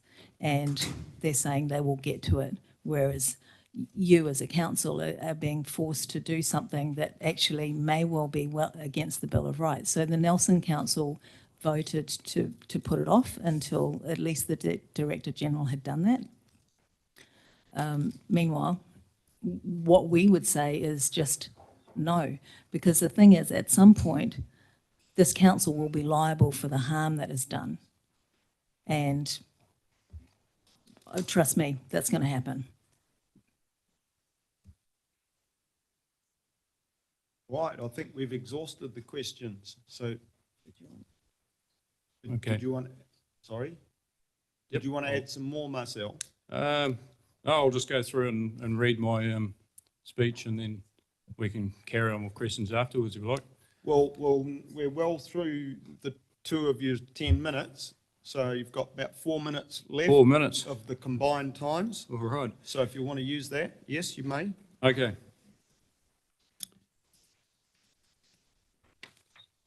Yeah, well, I think I'll just go for it and we'll see how far we get. So, yep, good afternoon, everyone. I'm here today with another 377 people on this petition, and just basically to call to stop fluoridation once and for all. Today my message is clear. There is no benefit to swallowing fluoride whatsoever. It will only cause risks and harm. And I'd just like to go back down memory lane. Just for over a year ago, 15th of June, this council voted 10 to 2. What's that for? Oh, right, yep, okay, cool. Okay, sorry about that. So back down memory lane, the council voted 10 to 2 for an exemption to halt fluoridation, asking the Ministry of Health for more information.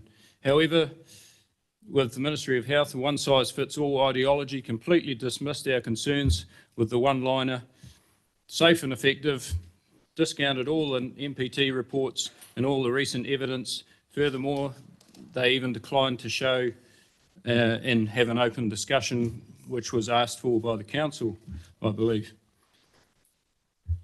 So we, the greater community, and the people who have not yet signed the petition, because there's a lot of people here that out in the community that just have no idea exactly what fluoride is and how it's harming people. So we urge the council to put a hold on. Hang on. Sorry, I lost my place. The greater community. We urged council to uphold the health and safety of the community and put fluoridation to an end. Now is the time for this council to band together with the other 9 councils that have asked for extensions. Now, they can go against the lawful directives. This is an immediate action that council can take to uphold the safety of the people and the purity of our drinking water. A very brief rundown how this mandatory fluoridation came to be. June 2018, New Zealand Supreme Court ruled fluoridation to be a medical treatment, therefore breaching Section 11 of the Bill of Rights and the right to refuse a medical treatment.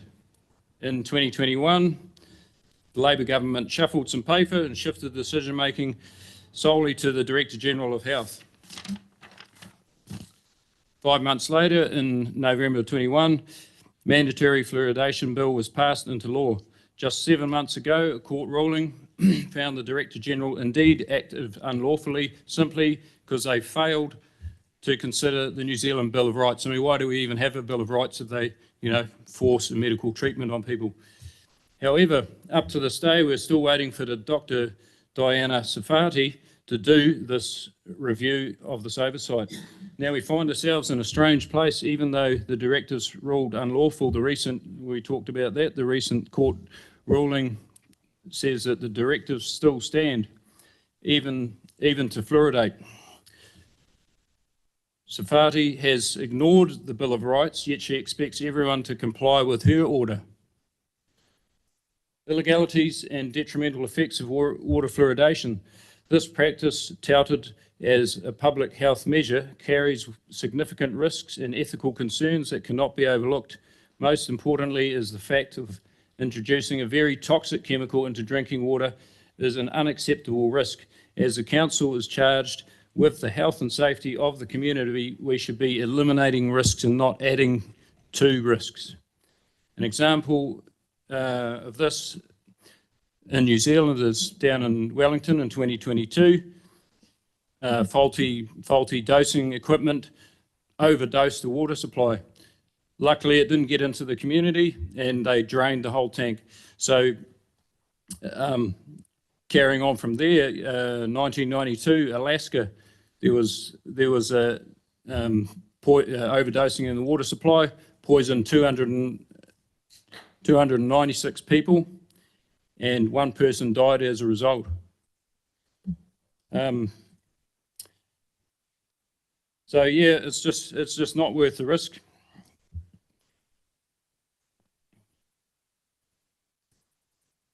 Righto. Hang on a second. If you could look at wrapping it up fairly soon, please. Yeah, okay. Okay, so I think it's clear that we just really have to do something about this, and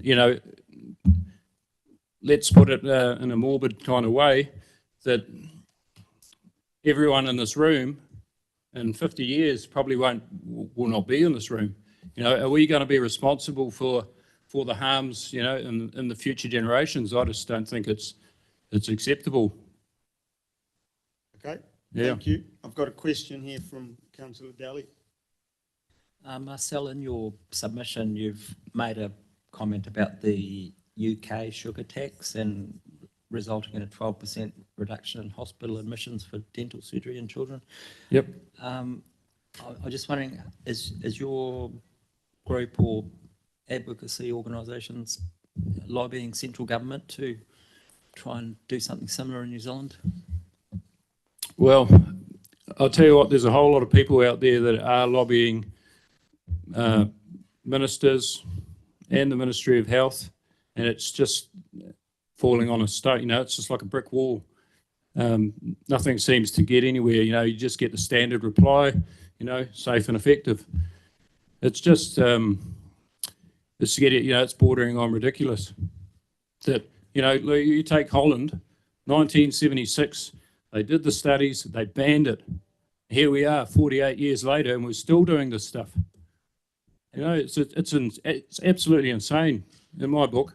Where there's risk, we should just not go down that path. Put a stop to it. Do the studies. Ask Ministry of Health. Actually, not ask, because you can ask and nothing happens.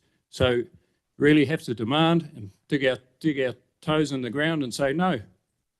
Do the studies. How about the Ministry of Health actually get their scientists and experts, and we have ours. Have you had any opportunity to sit in front of a select committee to put the case against fluoride? I'm not sure about that one. I can get back to you on that. Okay, well, we've had a good session on this, so I think we have to wrap this up now. We seem to have exhausted the questions. Yeah, I think it's quite important just to, take that quote on board, which I thought was quite good. Without a moral compass, the human mind will justify anything. And while everyone's at it, just have a think about this guy called Edward Bernays. He was instrumental in pushing the fluoridation. Look him up, put into the internet Edward Bernays fluoridation, and have a read. It's just insane. Okay. If they could leave their email addresses, and if I write to the Mayor of Christchurch and find out how they're avoiding it, I could pass that message on. Okay, so if you understood Margaret's request, if you leave your email address with the staff, they'll hand it on to her.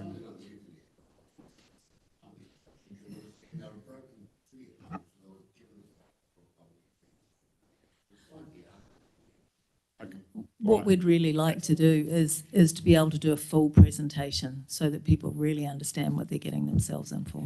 Thank you. Okay, thank you.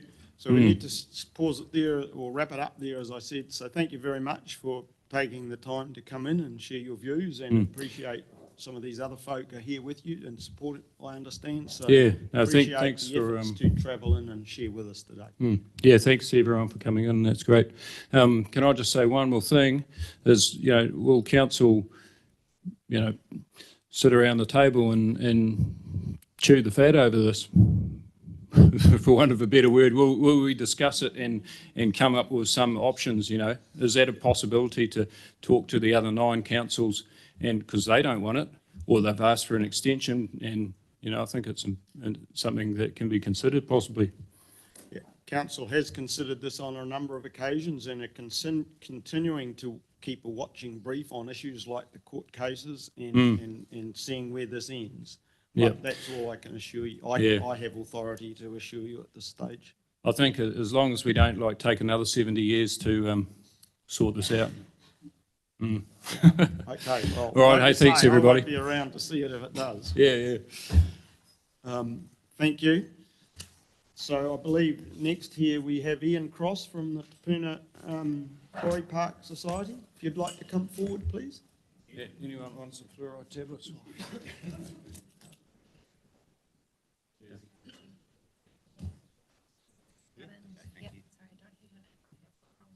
That's okay. No, that's all right. Good afternoon. Yeah, thank you, Ian, for coming in. Welcome. Oh, it's a pleasure. Thank you for having me. You probably haven't heard my earlier message. I don't think you've been here long, but we've got quite a tight schedule and running behind, but you've still got 10, we'll still give you your 10 minutes. How you use that is up to you, whether you want to speak for the 10 minutes or whether you want to allow a bit of time for questions. I'll just speak for a few minutes if that's okay. Thank you. And then I'll allow questions. Yep. I know you've received our written submission for the long-term plan, but I thought I'd come along anyway and just perhaps expand on it slightly and allow the chance for anybody to ask me questions. I know earlier many of the councillors came to the quarry, so hopefully they are at least partly familiar with the areas that I'm going to talk about. About 40 years or so ago, the council of the day planted a large area of pines all through the quarry park. Well, it wasn't a quarry park in those days. And the intention was, I think, for that timber to be milled for the council to make a profit at some stage in the future. Unfortunately, no pruning or thinning of those trees was ever done, so they effectively have no real value. In the meantime, they're self-seeded all over the place, in inhospitable places on the steep banks, and because of that, they're creating a bit of an issue. We've taken many of them out when they are anywhere near the tracks which are used by the public, or where we have planted gardens and things. But there's an extensive area of them still on the very top terrace. They don't create a particular problem except where they are close to the circular walking track, which is used by thousands of people every year who go out there to get their daily exercise or to have a look at the view. As many of you will be aware, there was quite a major problem about a year ago where one fell down, and the track was closed for the best part of a year, which was hugely inconvenient. But the council, to their credit, really did a fantastic job and cleared that up for us to open the track up again. And we thank them very much for doing that. But as the years go by, because of there's not a great deal of soil up there, the trees are getting bigger, their roots are destabilising the rock. It's just rhyolite rock, which is quite soft. And so therefore, there will be an increasing number of these opportunities for trees to fall over and create damage. So we just asked the council to consider at some stage felling perhaps the ones closest to the track. It would suit us fine if you fell the entire lot. I don't know whether it would be economic to take them away. You'd probably have to take them through the neighbouring property out onto the Minden Road, but that may not be economically viable. If they were just felled, that would be fine with us too. The ones which are most concerned to us obviously are the ones closest to the main walking track, and they're beyond our ability to fell them. We just haven't got the expertise to do it. So we'd like council to consider that at some stage. Obviously, the amount of money involved depends entirely on how much work is done and how many trees are felled. The other thing which we'd like to do, I'd like to have a look at in the long-term plan, is an extension of the fantastic ceiling that council did for us in the car park. That's been an outstanding success, and we thank you greatly for doing that.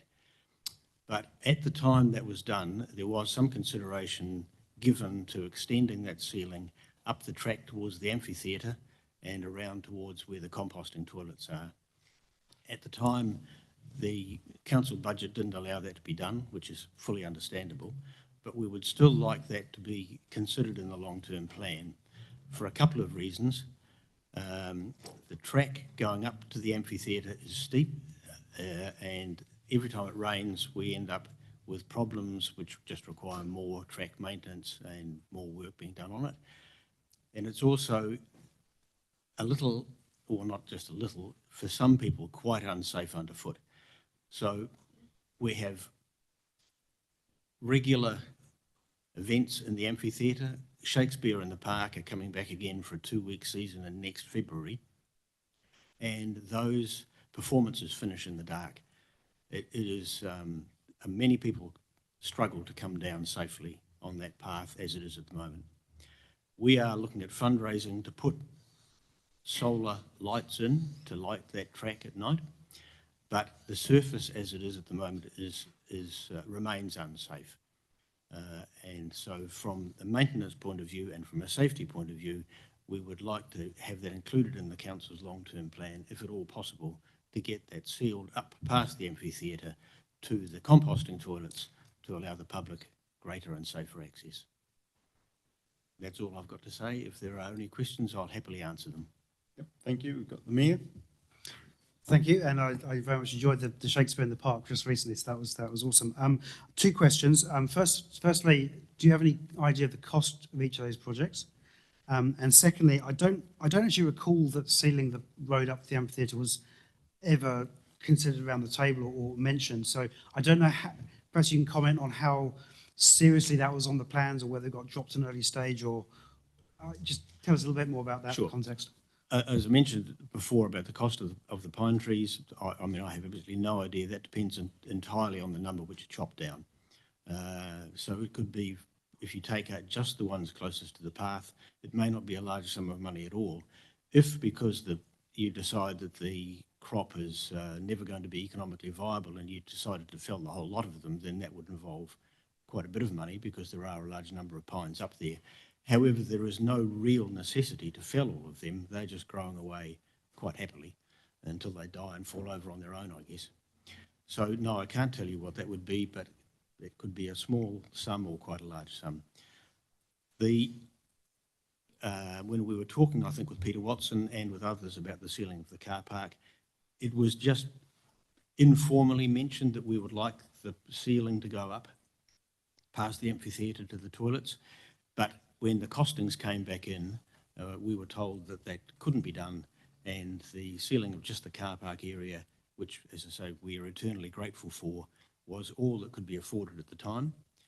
I don't know. I was never privy to how much that cost, because I wasn't involved in the negotiations with the people who did it. So I'm sorry, I can't give you an idea of how much it would cost to extend that past the amphitheatre. Thank you. Margaret? There has been a good sound relationship between council staff and Te Puna Quarry Park. Do you still have the young man from council attending your meetings? We do. Right. We had. So you're not asking for something immediately, but you are asking that it be included in the long-term plan, and I'm sure we can come to some arrangement. That's right, Margaret. That's all we do. We very much value our relationship with council. It's better than it's ever been. I've been involved with the project from day one, so it's 30 years ago, over 30 years. And our relationship with council is better now than it's ever been during that time. We had a committee meeting yesterday, and Kate and Clint were both there, and we always value their input. It's great. Jessica wasn't available because I believe she's had 2 hip replacements. So, but hopefully at the next committee meeting she'll be there. Thank you. Okay, thank you very much. I think that covers it off. So, yeah, thank you for coming in, Ian, and all the best for the progress with the park. And thank you for the great job making a great community facility. Thank you. We appreciate that. Yep. Thank you. We'll let.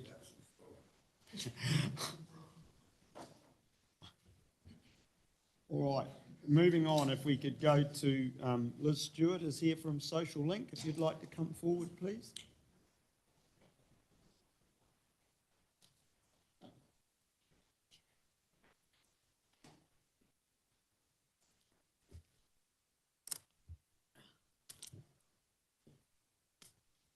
Welcome, Liz. And as I've been saying, you've got 10 minutes. You can dictate largely how that's used in terms of speaking and question time. Yes, yeah, when the red light's on, it's on. Red doesn't mean stop. Push that right button. That's the one.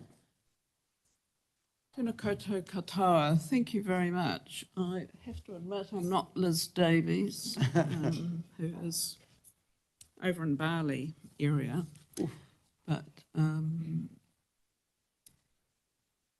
Liz Stewart. So thank you for the opportunity to comment on the long-term plan for 24 to 34. So in thinking about the next 10 years and beyond for the Council's region, we support and acknowledge the work that the Council does in working with communities in its district and the wealth of knowledge and the relationships that have developed. As noted in our written submission, we also wanted to highlight another valuable resource for the Council to draw on, which you're probably fully aware of, and that is the report Powering Up Communities to Deliver Local Wellbeing, a think piece for Western Bay of Plenty District Council. And it was commissioned by the Council's Jodie Rickard, Community and Strategic Relationships Manager, and I think big shout out to her. It was researched by Paradigm, which is part of the national organisation Inspiring Communities, and published earlier this year. I brought along a few copies in case you haven't seen it. We supported in Social Link the planning and development of the project and have participated in a workshop for staff and the Council on its findings. We believe that it is a source of rich information and insights from 8 case studies of local community anchor organisations in locations such as Paihia, Kaikakariki, Otaki, the Whanganui Awa, the Manawatu region, and the urban area of South Henderson. The case studies explore what worked in the relationships they had with their local councils to improve housing access, community spaces and facilities, health and well-being, mana whenua community development priorities, and environmental protection. Some of the community anchor organisations have taken on improving housing access, owning and running of community facilities such as community centres, upgrading and maintenance of community reserves, for example in Paihia, that traditionally has been done by councils, running resource recovery initiatives and social enterprises, and so on. We think there may be opportunities, and I'm sure you've been thinking about these yourselves, for similar projects for the Council to support through procurement opportunities and partnerships on top of what is already being done by the Council and local anchor organisations in Waihi Beach, Te Puki, Katikati and Mokoroa. Working with community organisations and residents on local housing action plans, as mentioned in the long-term plan, may well offer an opportunity for such partnerships, and we've referred to a couple of examples that are occurring around the country that in our submission that I expect you're well aware of. The other main aspect we just wanted to highlight is to support an ongoing and upfront application of an equity lens to your deliberations in the long-term plan and in your actions over the next decade. As we know, low-income, vulnerable communities will be hardest hit by environmental and climate-related disasters or by unaffordable and insufficient housing options. They may also struggle for access to social and community infrastructure, such as community buildings and halls, sports centres, libraries, green spaces, parks and other amenities, which are so important for flourishing communities. And that's why we support your preferred option for the Community Facilities Fund to have a fixed fee or charge of $50 her property and to consult with communities about the fund. Finally, we highly value our relationship at Social Link with the council and staff and look forward to further opportunities to provide services and to work with social and community organisations. Thank you. Happy to take questions, if any. Okay, do we have questions for Liz?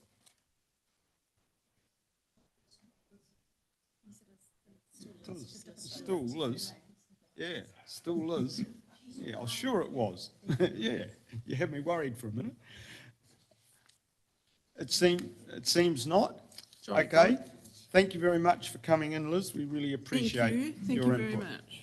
All the best. Thank you. For your deliberations. Can I leave these with? All right, so next up we have Sport Bar Plenty, and I believe we've got Nick and Duncan here with us. If you'd like to come forward, please.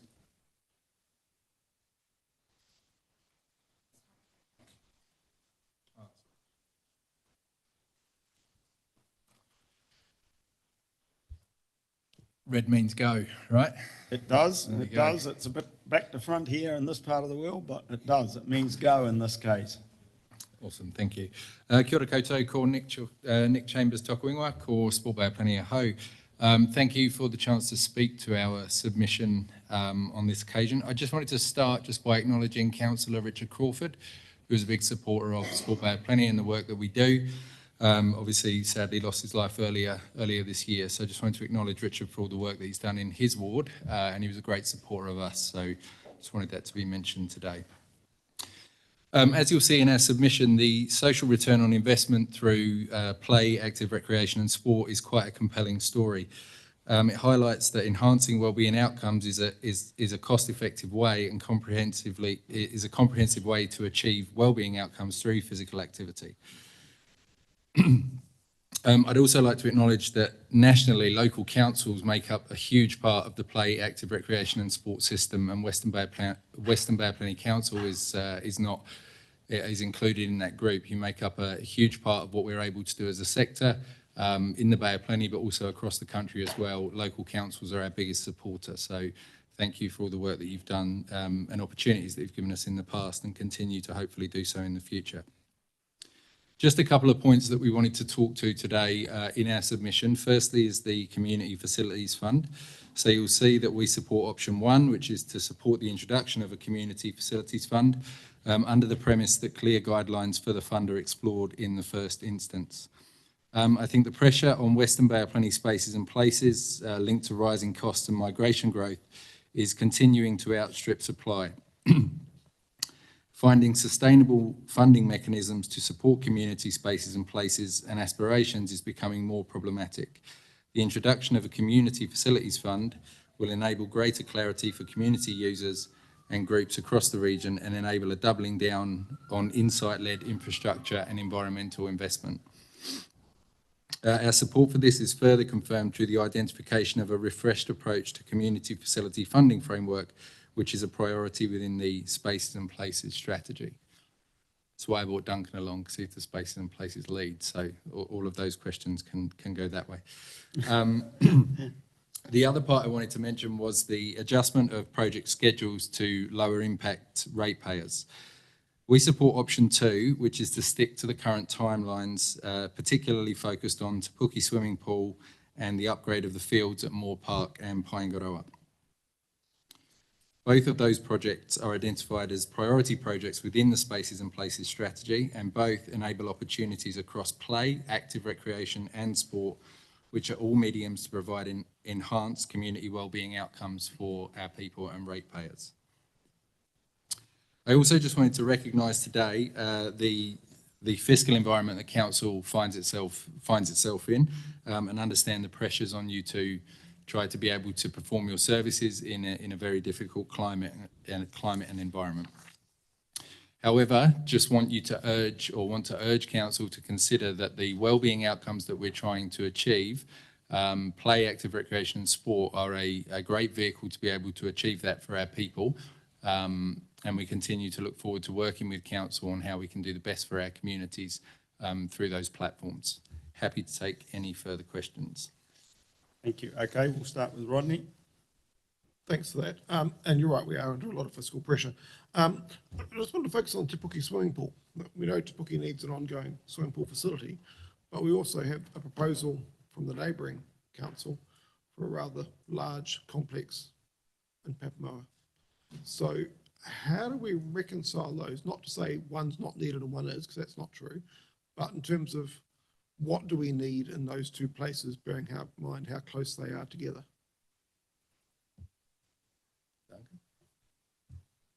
Yeah, good question and good consideration. And we'd certainly encourage that you take a network view before building anything new. There's certain needs of certain communities or pockets of our community where they have unique sets of barriers that mean that they cannot access certain facilities that may be close at hand to some. Aquatic facilities are quite unique in that they offer both sporting and recreational outlets. So what you might find is that the makeup of an aquatics facility can be quite unique to the demographical area that they serve. And I certainly understand, school children can't travel to swimming lessons, it just won't happen.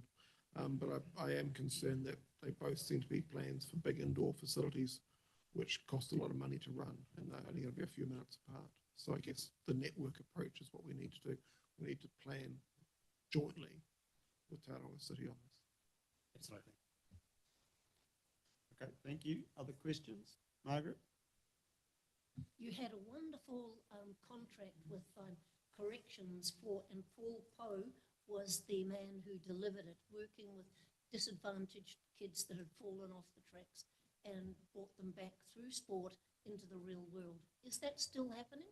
You had George, I think, doing it in further east. Is that still happening?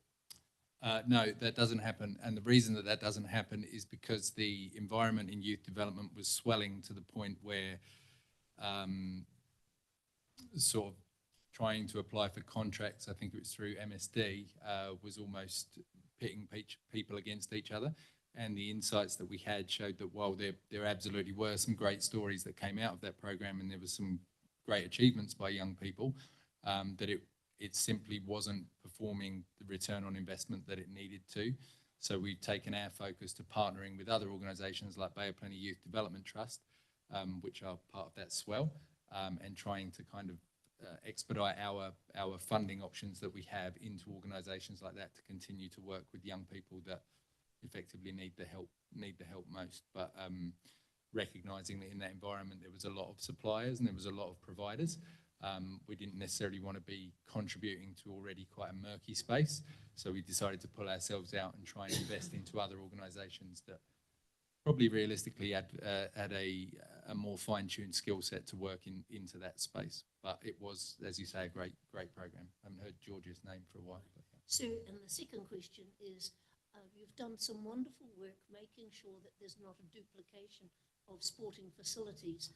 And Maramatanga Park and tennis is one example where you have been very supportive.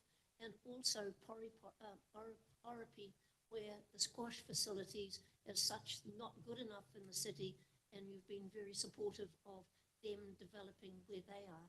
So is that continuing to go on? Are you continuing to do that work? Yeah, absolutely. We certainly will work with the community around their needs and community facilities. That's not to say that we support everything that comes across, because if you start to say yes to everything, then we'd end up with too much or an offering that doesn't necessarily serve or meet trends in physical activity. So I guess the short answer is absolutely we do. Right, thank you. Grant? Yeah, thanks for your presentation. In your written submission, you've talked about walking and cycling and suggesting that we recommend reviewing the current proposal to reduce walking and cycling projects from 1.5 to 500,000. But you haven't given any suggestions about what you think would be reasonable in that space? Yes, and I will caveat my answer with Larissa Cuff was supposed to be here today to talk to the submission, who put the submission in, so I don't have all the details to hand today on that because she was sadly unwell, so I've stepped in at the 11th hour, but we do support bringing the budget down to 500k from 1.5 mil. Sorry, you do support that? You don't Our support that? submission supports reducing the budget, yes. Oh. I believe that's what it says. Reviewing the current proposal to reduce the budget. Anyway, just in regard to Rodney's comment about swimming pools and it being, Papamoa being only a few minutes away from Te Puke, it would possibly, I guess you would support maybe a shared pathway from Te Puke to Papamoa for active cycling and transport. I did have one other question. While you're thinking of it, if I could Yeah. just chip in and say it's not that easy to access for children, Te Puke to Papamoa, and that's really the issue. So I think I appreciate you keeping that in mind. The bus service doesn't run that frequently, and it's not that cheap to parents to put their kids on the bus just to go for a swim. Yeah. And Right, back to your question. And I just, you've mentioned the Te Puke spatial plan, so I just ask you, I assume that you have been in discussion with our people that are leading that project? Absolutely, yes, Yeah. definitely in touch with them regularly about the spatial plan and any planning around reserves and spaces. We connect through spaces and places in the main. Yeah. Okay. And just, you talked about Paengaroa sports fields. What are your suggestions for improving that? I think it's tag upgrade of lighting, sorry. We know that there's a shortfall of open space or sports fields across the Western Bay themselves. So any additional provision is going to be well used because we know that the capacity is at its limits. Thank you. Okay, seem to have exhausted the questions, so thank you very much for coming in. Much appreciated. All right, next up. All right. If we can go, we're back online. Julie Shepherd's waiting for us, I believe. Rakau. So are you there, Julie? Yes, I am. Kia ora, can you hear me? Yes, we can hear you, and I'm assuming you can hear us all right? Yes. Great. Thank you. All right. Same rules, 10 minutes. And you use it how you like. Thank you. Kia ora tātou. Thank you for providing me with the time to be available to speak to our Pirirako submission. Really, I just wanted to be available in case there were any questions that the elected members may have for me, particularly you, Margaret. I'd love to answer any of your questions. So really, I'm just here. You've received our submission, you've read our submission, and I'm just here to ask any questions you may have. Okay, that's really good. Very helpful. Questions? You don't have any questions today, Margaret. Oh. Anybody else? Well, At the bottom of Lockheed Road, there was a gift from Western Bay for that land to go to Pirirako, so long as the cycleway went around it. Has that agreement been ratified, or is there still confusion? Thank you, Margaret, for asking that really important question. That was an incredible decision that you were part of making earlier, prior actually to the return of Panipani. Council had made that decision. So I just want to reassure you, Margaret, as you know, we have, just like central government, we have successive governance members and things change, but we actually in Pirirako, under the chairship of Ngawa Hall, we're starting to build back up. Things are going well, and that probably will be top of our agenda in the very near future, which we'd like to continue to obtain your support, Margaret. That's been really important to us. Thank you for raising that. Right, thank you. Tracy. Hi, Julie. In your submission, you're quite obviously opposed to the reopening of Te Puna Station Road. Just interested in what your views might be, given the excessive heavy vehicle traffic going up Clark Road, Te Puna Road, Te Puna Station Road, any other feeder roads, and the congestion throughout the whole of Te Puna. Do you have any ideas around solutions to that problem? It's quite an extensive narrative, as you will all be aware. First, our primary concern is Puke Pass site and its current state that has been built over time and the cumulative effects thereafter. I want to reiterate that Pirirako may not own private property, but actually we do still have properties that are what we consider to be cultural assets. And as I say, that's not a position. That's something that is really important to us, that we always give high regard to, and a site that we would always seek to protect. So as you're all aware, the extensive earthworks that happened in the 60s for the construction of the approaches to the bridge, and then all the activity with the traffic movement, with the weather events, sediment, and exposure to archaeology. So what I'm aware of and what I've observed for nearly 20 years is through the sediment, through these weather events, archaeology continued to be exposed, but it was just dismissed as part of those weather events. And actually, I can recall having seen very clear and significant profiles, which actually were recorded by earlier reports in the likes of Archdeacon Brown, etc. So I can only communicate that Pirirako have never taken their eyes off Puke. We've been the primary hapu that have continued with our concern. It is an incredible site of value to Pirirako. And the vibration, the traffic movement, the extensive vehicle numbers that move through there, through the rat running and all of those kind of things. We've had enough. And our kaumātua, I'm aware, have been into chambers and presented to you, and they are they are responsible for our tikanga, our kawa, our mana, our reo, and they have articulated, I feel very passionately about it.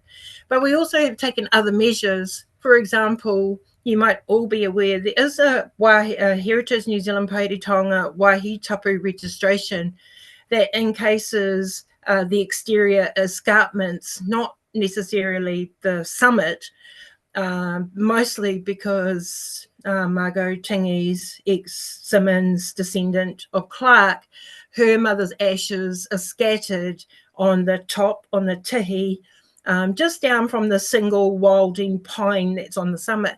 So there's a lot of narratives around it. But, and Pirirako also had engagement through the times of Mayor Weber, where we actually met with Margot Simmons, and there was going to be some further setbacks for roadside reserves to try and deal with some of those escarpment issues, because that site was never cut right. The steep interface was never resolved. So for us, like I said in my submission, there actually is a fault line that starts from the top. It goes down the escarpments and quite, landward as well. Then it comes under the roading, it slumps, and then it goes into the Pahutakawa tree, which hosts the kawo colony. 4 species of the kawo reside in that colony. It is one of a kind in the Bay Plenty region. And in that colony, the trees, the Pahutakawa trees, are leaning into the river, and then we've got slips beneath them. So that is a very clear fault line, and there's no measure or action that can be taken to remediate that site. And there's going to have, for us, the preferred solution is to give it a natural recovery and provide fill back to it, rebuild it, because we've also got an amazing opportunity with the Takitumu North Link and their excessive fill and discussions that have been had. So when you're heading towards the river, going down to Puna Station Road, and you see the cut face, that's an open wound that our hapu, our kaumātua see.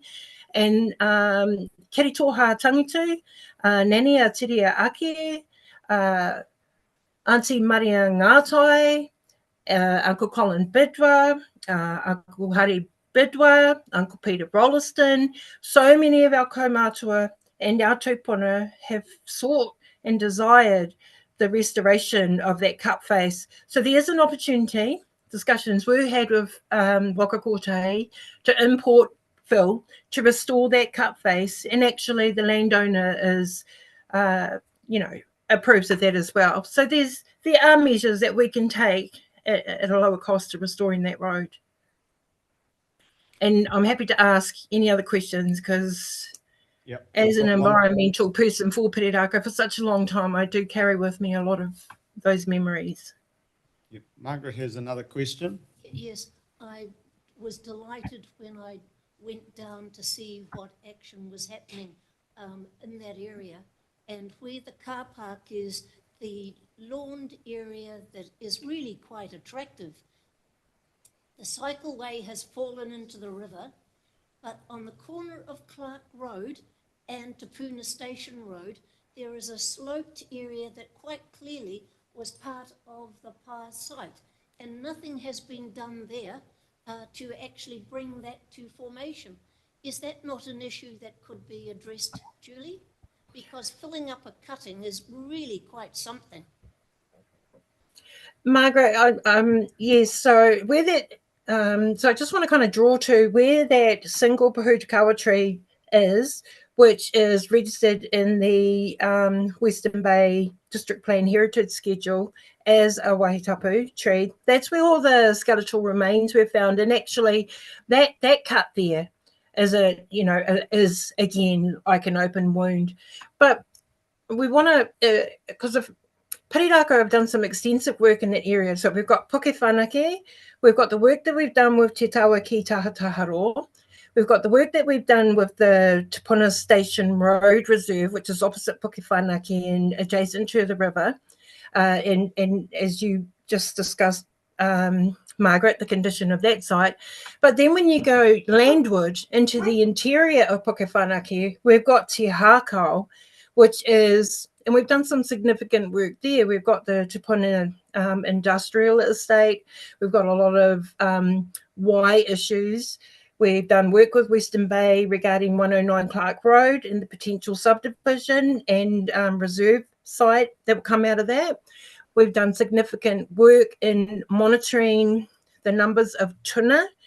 We worked with Regional Council to have an abatement notice served on a landowner that had an illegal diversion, had taken the flow away from the Hakau flow within the farm drains. And so once that abatement was issued and that diversion was closed off, the flow returned almost overnight. We were so ecstatic. So just to let you all know that Piriraka are just not, we're not just about, oh, hey, you need to close that road, there's too many cars, or we don't have a single issue. We actually probably have 20 to 30 issues much wider than that road and that footprint. And we're not going to stop. So in the interior of the Hakau, there's a natural spur that relates to 109 Clark Road, and that's why Gary Ellis, who is my most beloved favourite person of all time, because he could really truly see the needs of Piriraka and was happy to pursue these outcomes. So with that is a significant wahitapu. So we've got a natural spur that comes out behind the Te Puna Industrial Tenek site, particularly, and the Hakau goes in around the side of the Tenek site. But the natural spur, and then there's two man-made mounds in behind that. So towards State Highway 2, which has a perch culvert. So there's no fish passage beyond that point anyway. And then those two man-made mounds are significant to Piriraka for obvious reasons. They are features, and we don't really want to communicate what they are, other than, they are probably at one of the highest cultural significant matters pertaining to Puke Whanake itself. So that area has been visualised and envisaged with Gary Ellis to secure that lower plateau as a reserve area. And actually, we're doing a lot of work with your staff.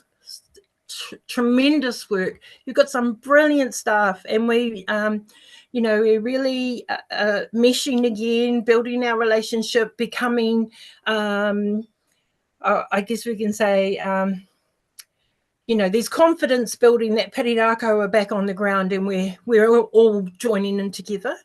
And the work that Rachel Davey, Chris Napier, Cedric Crowe, there's too many to name. We've got a lot going on. And so what I want to say to the councillors is actually, Pirirako don't want anything different than what the community wants. Aotearoa Mokoro, we talk about, retrenching our cultural identity. I can tell you that we have probably at least 4 from around the country coming to Pirirako. Hey, there's no cultural interpretation. We'd like to help you with that. We want to do that for you. But no, we're starting to engage in a much better way with Western Bay staff. And some of these things are happening. And so, I find that our community relationships are very strong. And Margaret, you're a classic example. While you might have different thoughts at times, you still are a very important relationship to Pirirako, and the same as every elected member there. I mention you, Margaret, because you've been there for such a long time, and we've taken a while to build that strong relationship. Just like you, Julie. Just Okay. like you. All right, we're going to have to wrap it up there, but really appreciate you coming on and sharing those thoughts with us. Very valuable. So thank you very much. Well, thank you very much. And James, Mayor Denia, thank you so much. We know that we've got your support, and we're heading down the right track. Thank you all very much for your time. Thank you, Julie. Thank you. All right. Bye, Rach. Bye. Yeah. So next up, we have the Regional Council, and we've got Namuta Patasi and our local councillor, Jane Nees, here to present to us. So thank you.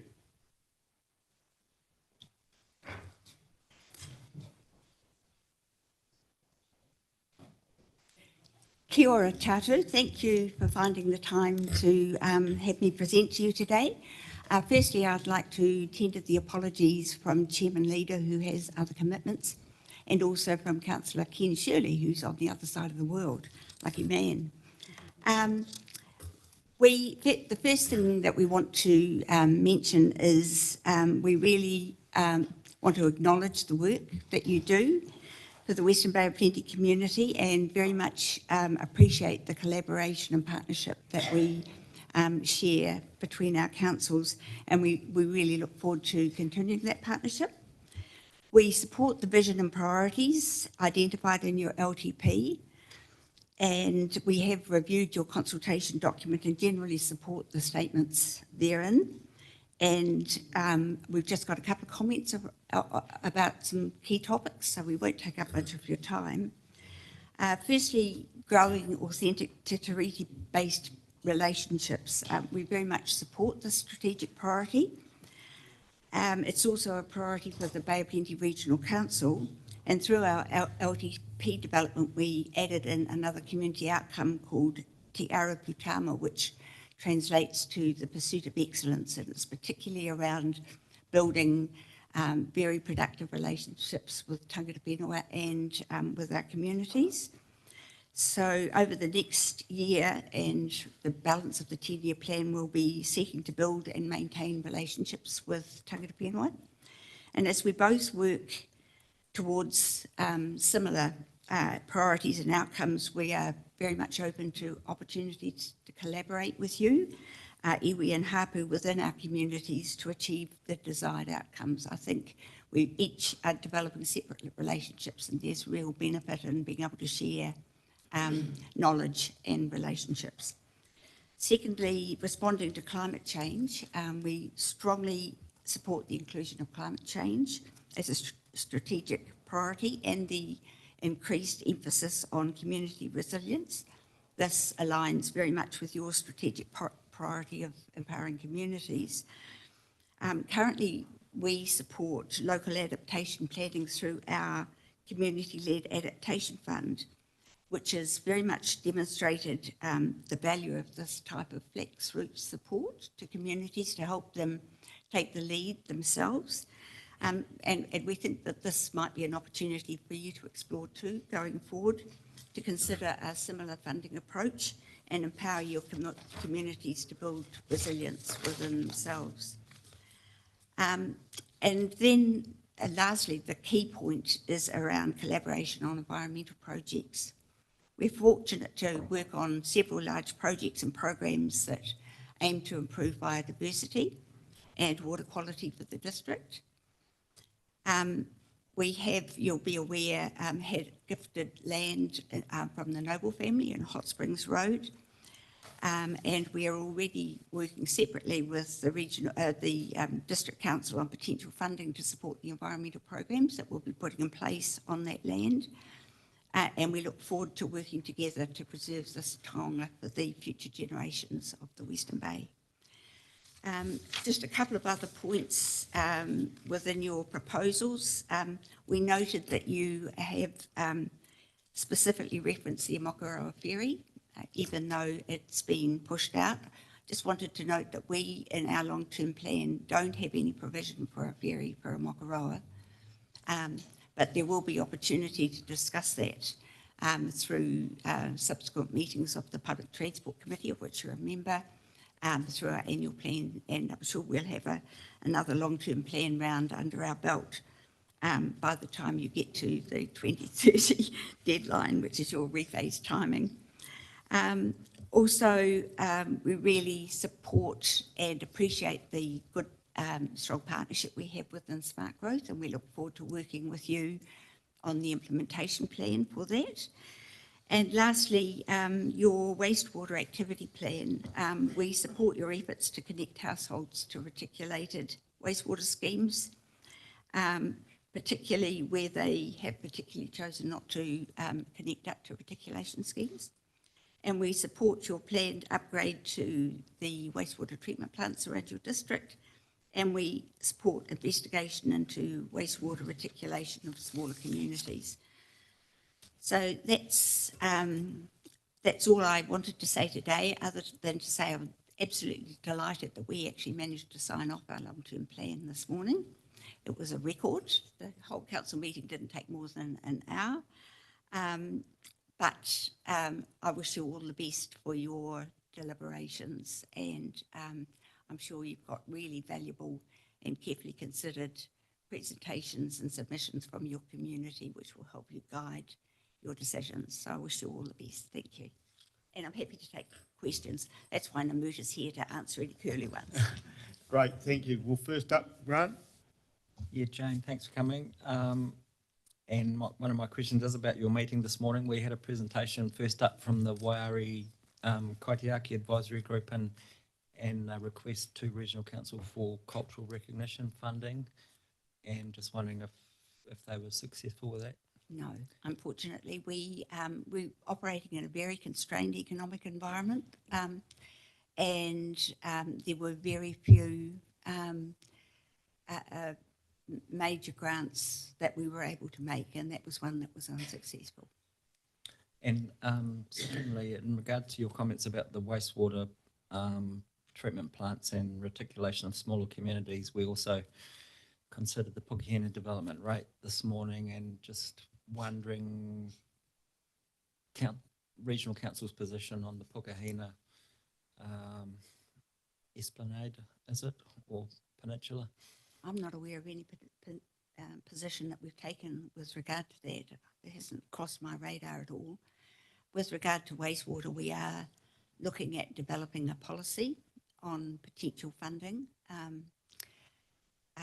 However, we have huge wastewater funding challenges across the rest of the region. You'll be aware of the issues that are occurring around the Lake Tarawera scheme, and also the East Rotorua-Rotomar scheme. And then we've got Matata coming on board. We have got suggestions from from Whakatane District Council seeking help. We need to develop a very strong, robust policy around any funding going forward. And just finally, can I quickly commend Regional Council through you two for the support of the Lawrence Oliver Park Wetland Project, which resources been provided by way of Pim DeMonchi and Jackson Efford. Thank you. Okay, James? My question's been answered, so I'm all good, thank you. Okay, thank you. Margaret? Thank you for the work you do on noxious plants and climate change. And the common sense approach you took to the ferry, which, because so many subsidies are required and ratepayers end up footing the bill, it's uneconomical. But on a negative note, I'd like you to take back to your staff that we need development out in the eastern end of our district, industrial land and also residential. And please don't let them be a handbrake on what we need to develop. Message received. Thank you. Okay, it looks like we've exhausted the questions.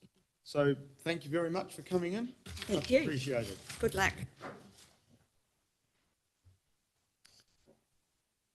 All right, so next up we have Neville Bidwa and Tehirangi Rawson. If you'd like to come forward, please.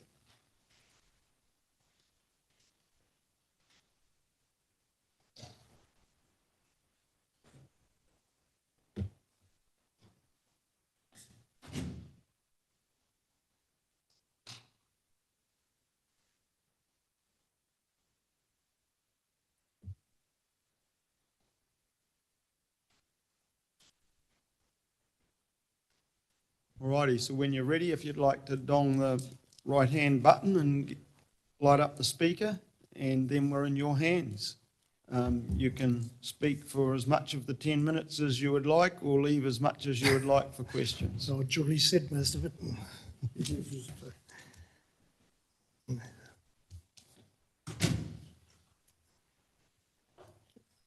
Ko takatiwi te waka, ko maua te moanga, ko taranga te moana, ko nā te ranganui te iwi, ko Pereraku te tangata, ko Pauti te rangi te marae, ko Neville Bidwa toko ingoa. Tēnā koutou.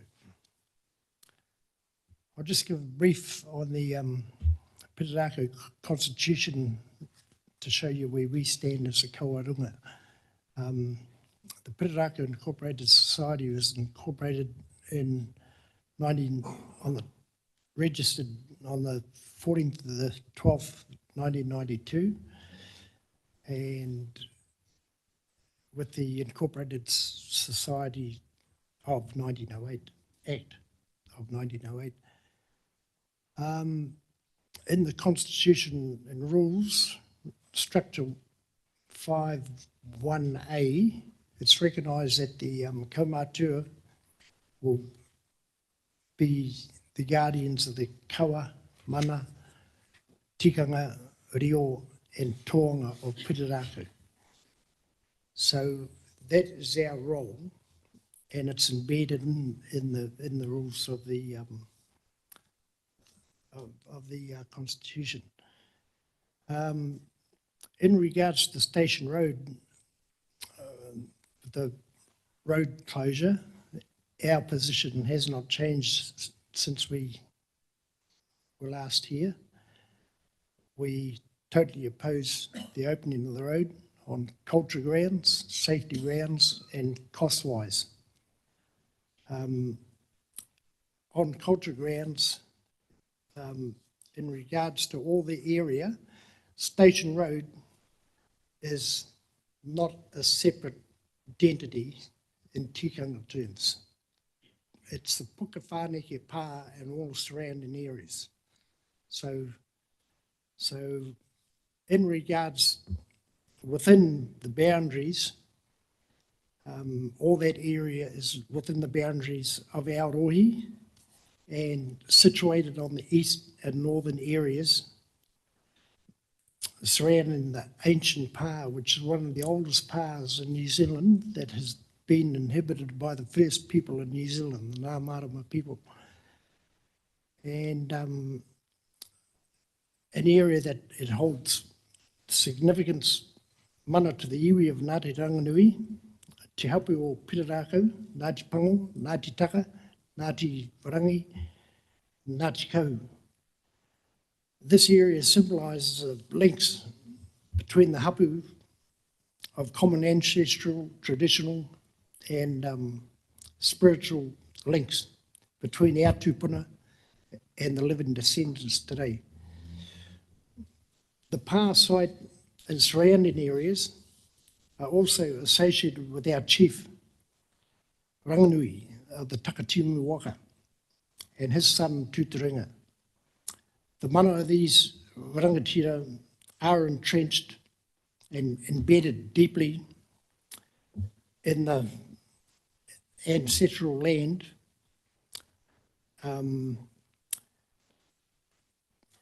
Kororo has spoken over the years about the area directly north of Pukawhaneke Pa, known as Tahataro, north of Pukawhaneke Pa, being the ancestral burial ground of the noble chief Tūtaringa. His request to be buried there so he could hear the soft murmur of the waves of the Tauranga Moana lapping on the foreshore. Evidence presented to the Waitangi Treaty Settlement claims, that's Y47, acknowledge the identity of these rangatira whose Māori, Wairua and mana remaining on the whenua. And this reinforces the iwi and mana whenua's connection to Pukawhaneke Pa and surrounding areas. New Zealand Historic Places Trust recognise it as a significant area to Māoridom, and they have protection in certain areas over the whole area. We have approached New Zealand Culture and Heritage in the last month and a half to 2 months regarding a new find of koiwi up on the southern end of the pa site. I think there was 15 koiwi uncovered and plus a pre-European village. So now that development is starting to creep into that area, and it's been proven in the last 20 years. Good examples, Omakaro, 20 years ago, development started creeping around these wetland areas, coastal areas where predominantly Māori lived, and their development is starting to unearth these things. And so that's why Julie said a lot that I was going to say, but I don't have to say it, but that's why we're so adamant in keeping the road closed to not only protect the pa site, but all the surrounding area, and to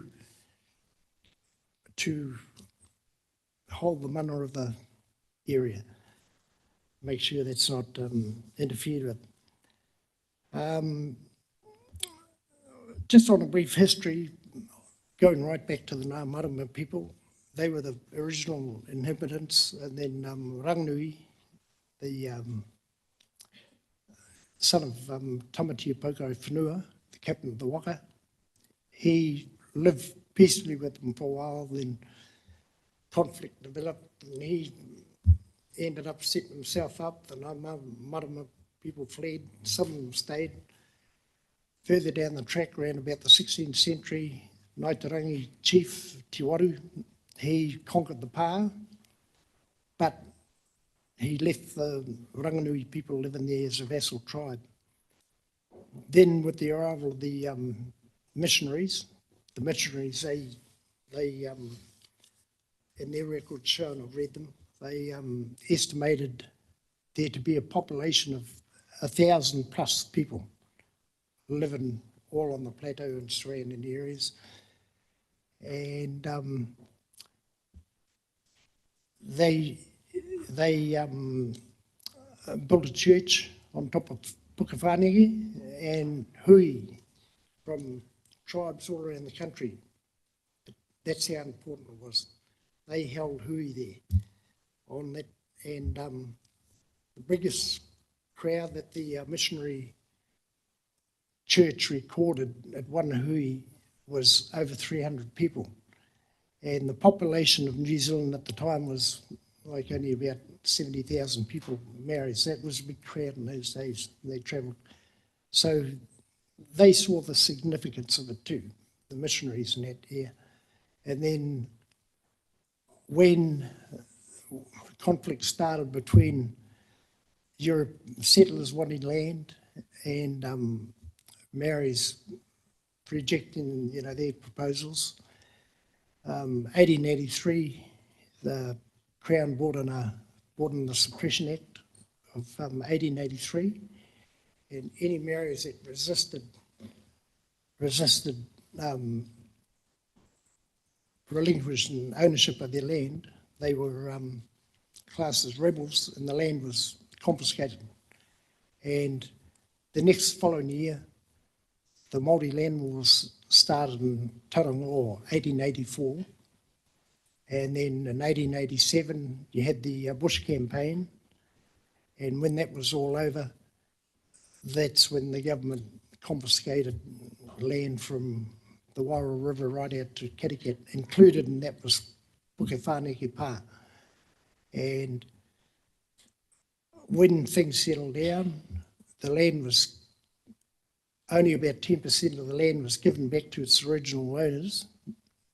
Most of it was given to Māori that supported the Crown, settlers, soldiers that fought against Māori, and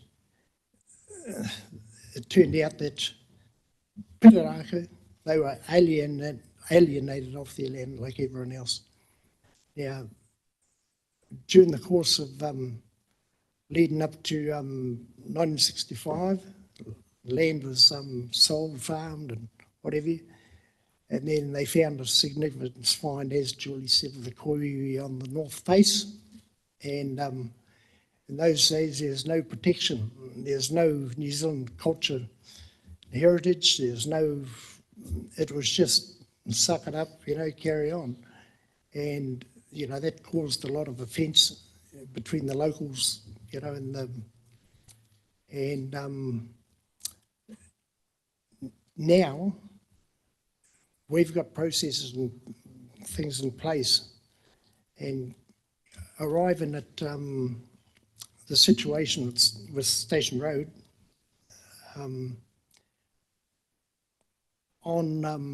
it's one of the first opportunities where really that the hapu have had an opportunity to address the problem of putting it back. Don't get me wrong, there's a lot of hapu members out there. They don't like to see it closed either, but they're putting their culture ahead of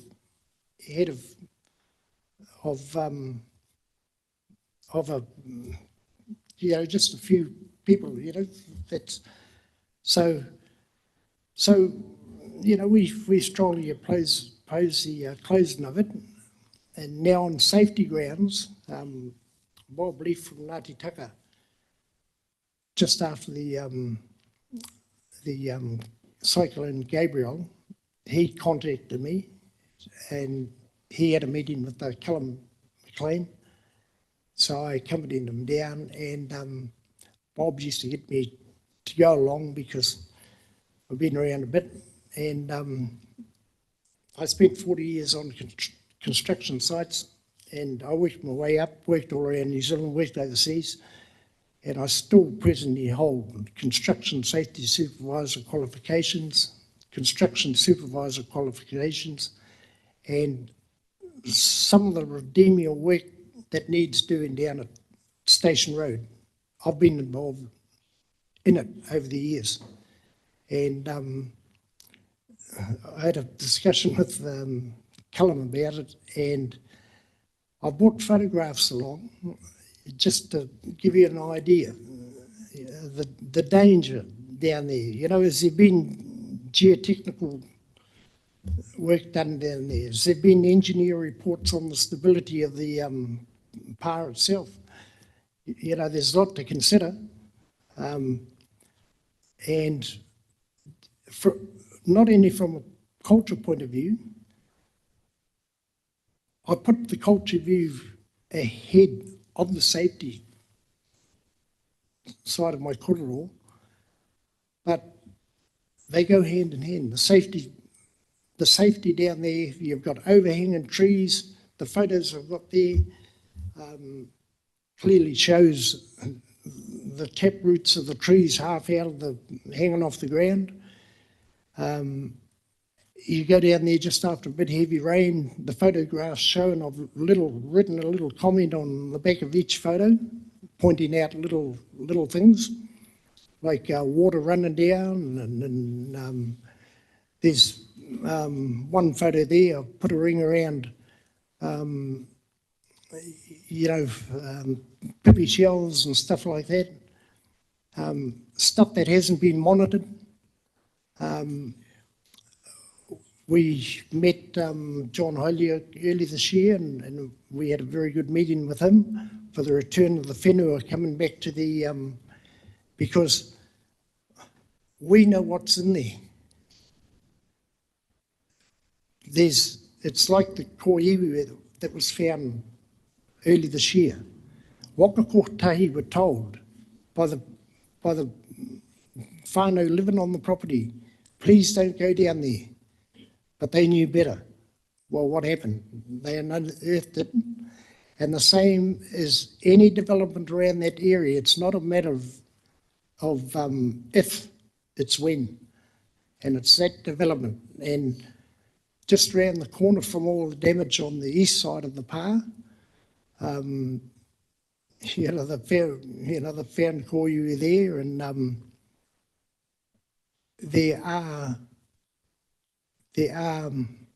there are caves with koiwi buried. I won't say where, because once people know, they get curious and go in there with their phone, which what happened in Te Mere Road. As soon as people found out that the koiwi had been unearthed, they were going in there at night, taking photographs, and that's some of the reasons why we're going back for another review, complete review on the whole area now. Yeah, and now that development is starting to creep in, because it's so basically. We perhaps can we, unless you've got some final comments, can we pause there? It's been a very valuable history lesson and explanation of the background, and it helps fill in perhaps some of the gaps as to where some of Julie's explanations earlier. So unless you've got really something pressing to say, I'll go to questions. Is that all right? Yeah. Yep, sure. Did I see Margaret? Did I see your hand go? Yes, you did, sir. Thanks, Neville. Thank you, sir, for coming in this afternoon.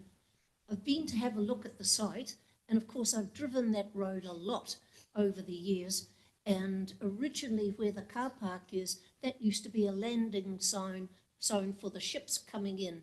And can it be opened again? Well, I understand from staff that the soil has built up, so you haven't got room to bring a launch in there anymore.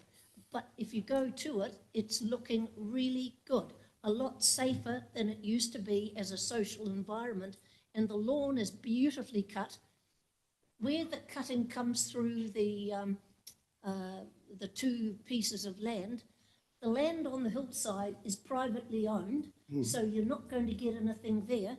And on the side, at the side of the river, it's just before that big piece that the cycleway has fallen into the river.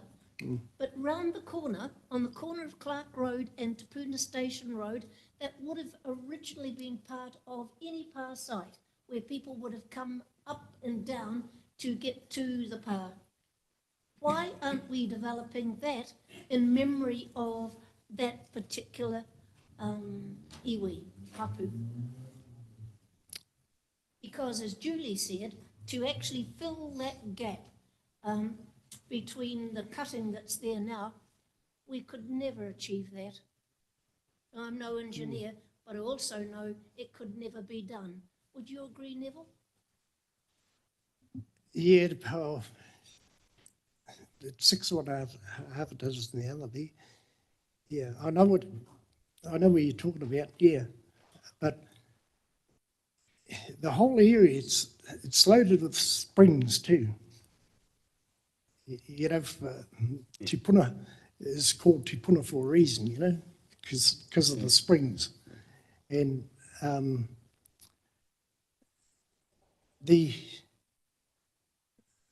don't think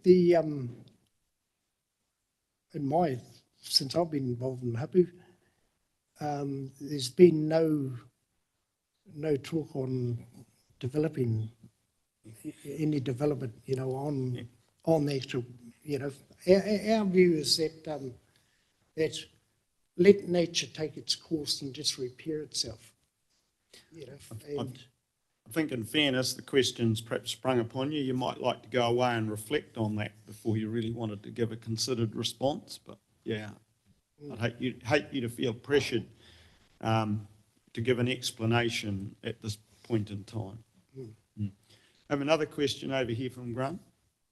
Neville, John and myself went for a walk down there recently, and those big trees that you talk about with the exposed roots, quite a few big pine trees. Are you of the view that they should be maybe felled as well, because they look quite precarious in terms of potentially falling over?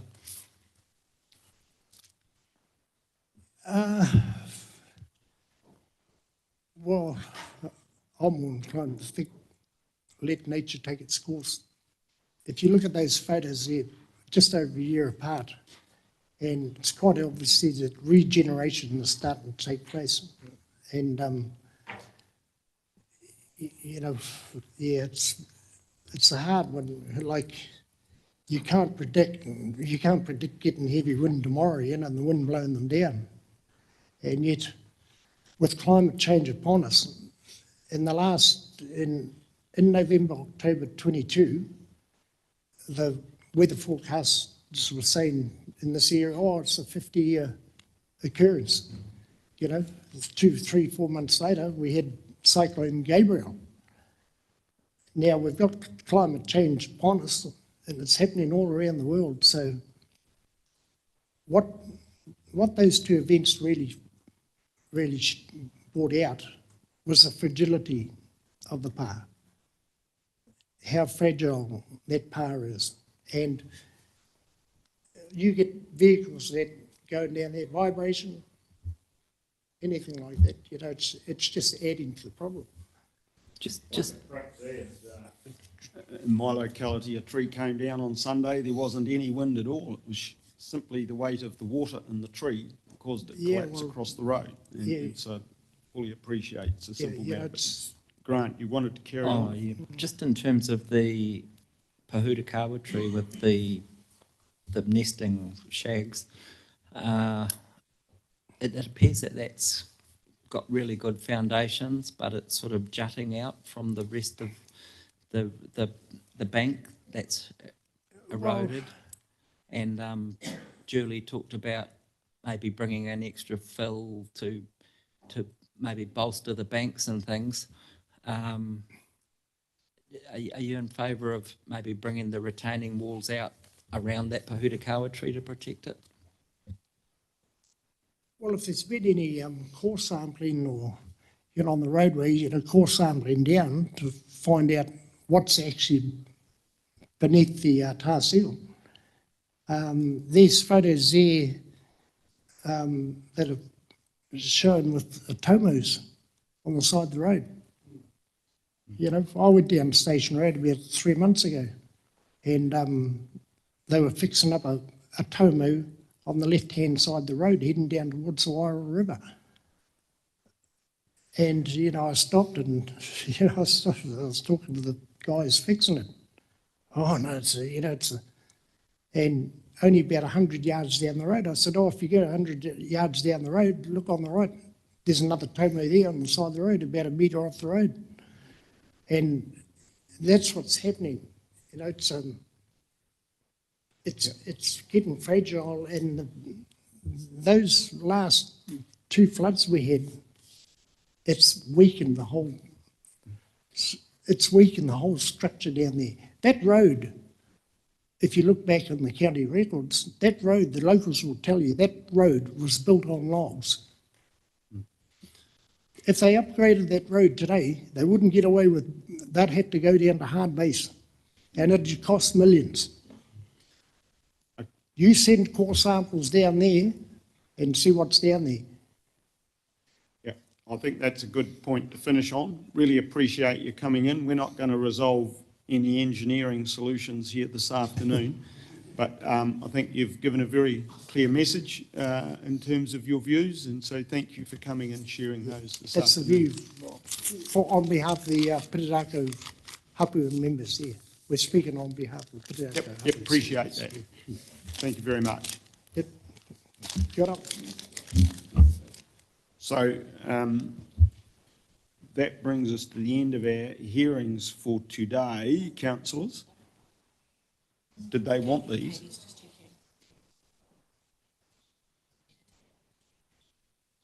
Oh, you can have that copy. Yeah, yep, you take those. So the mayor's got a gig now, so can I 5-minute break?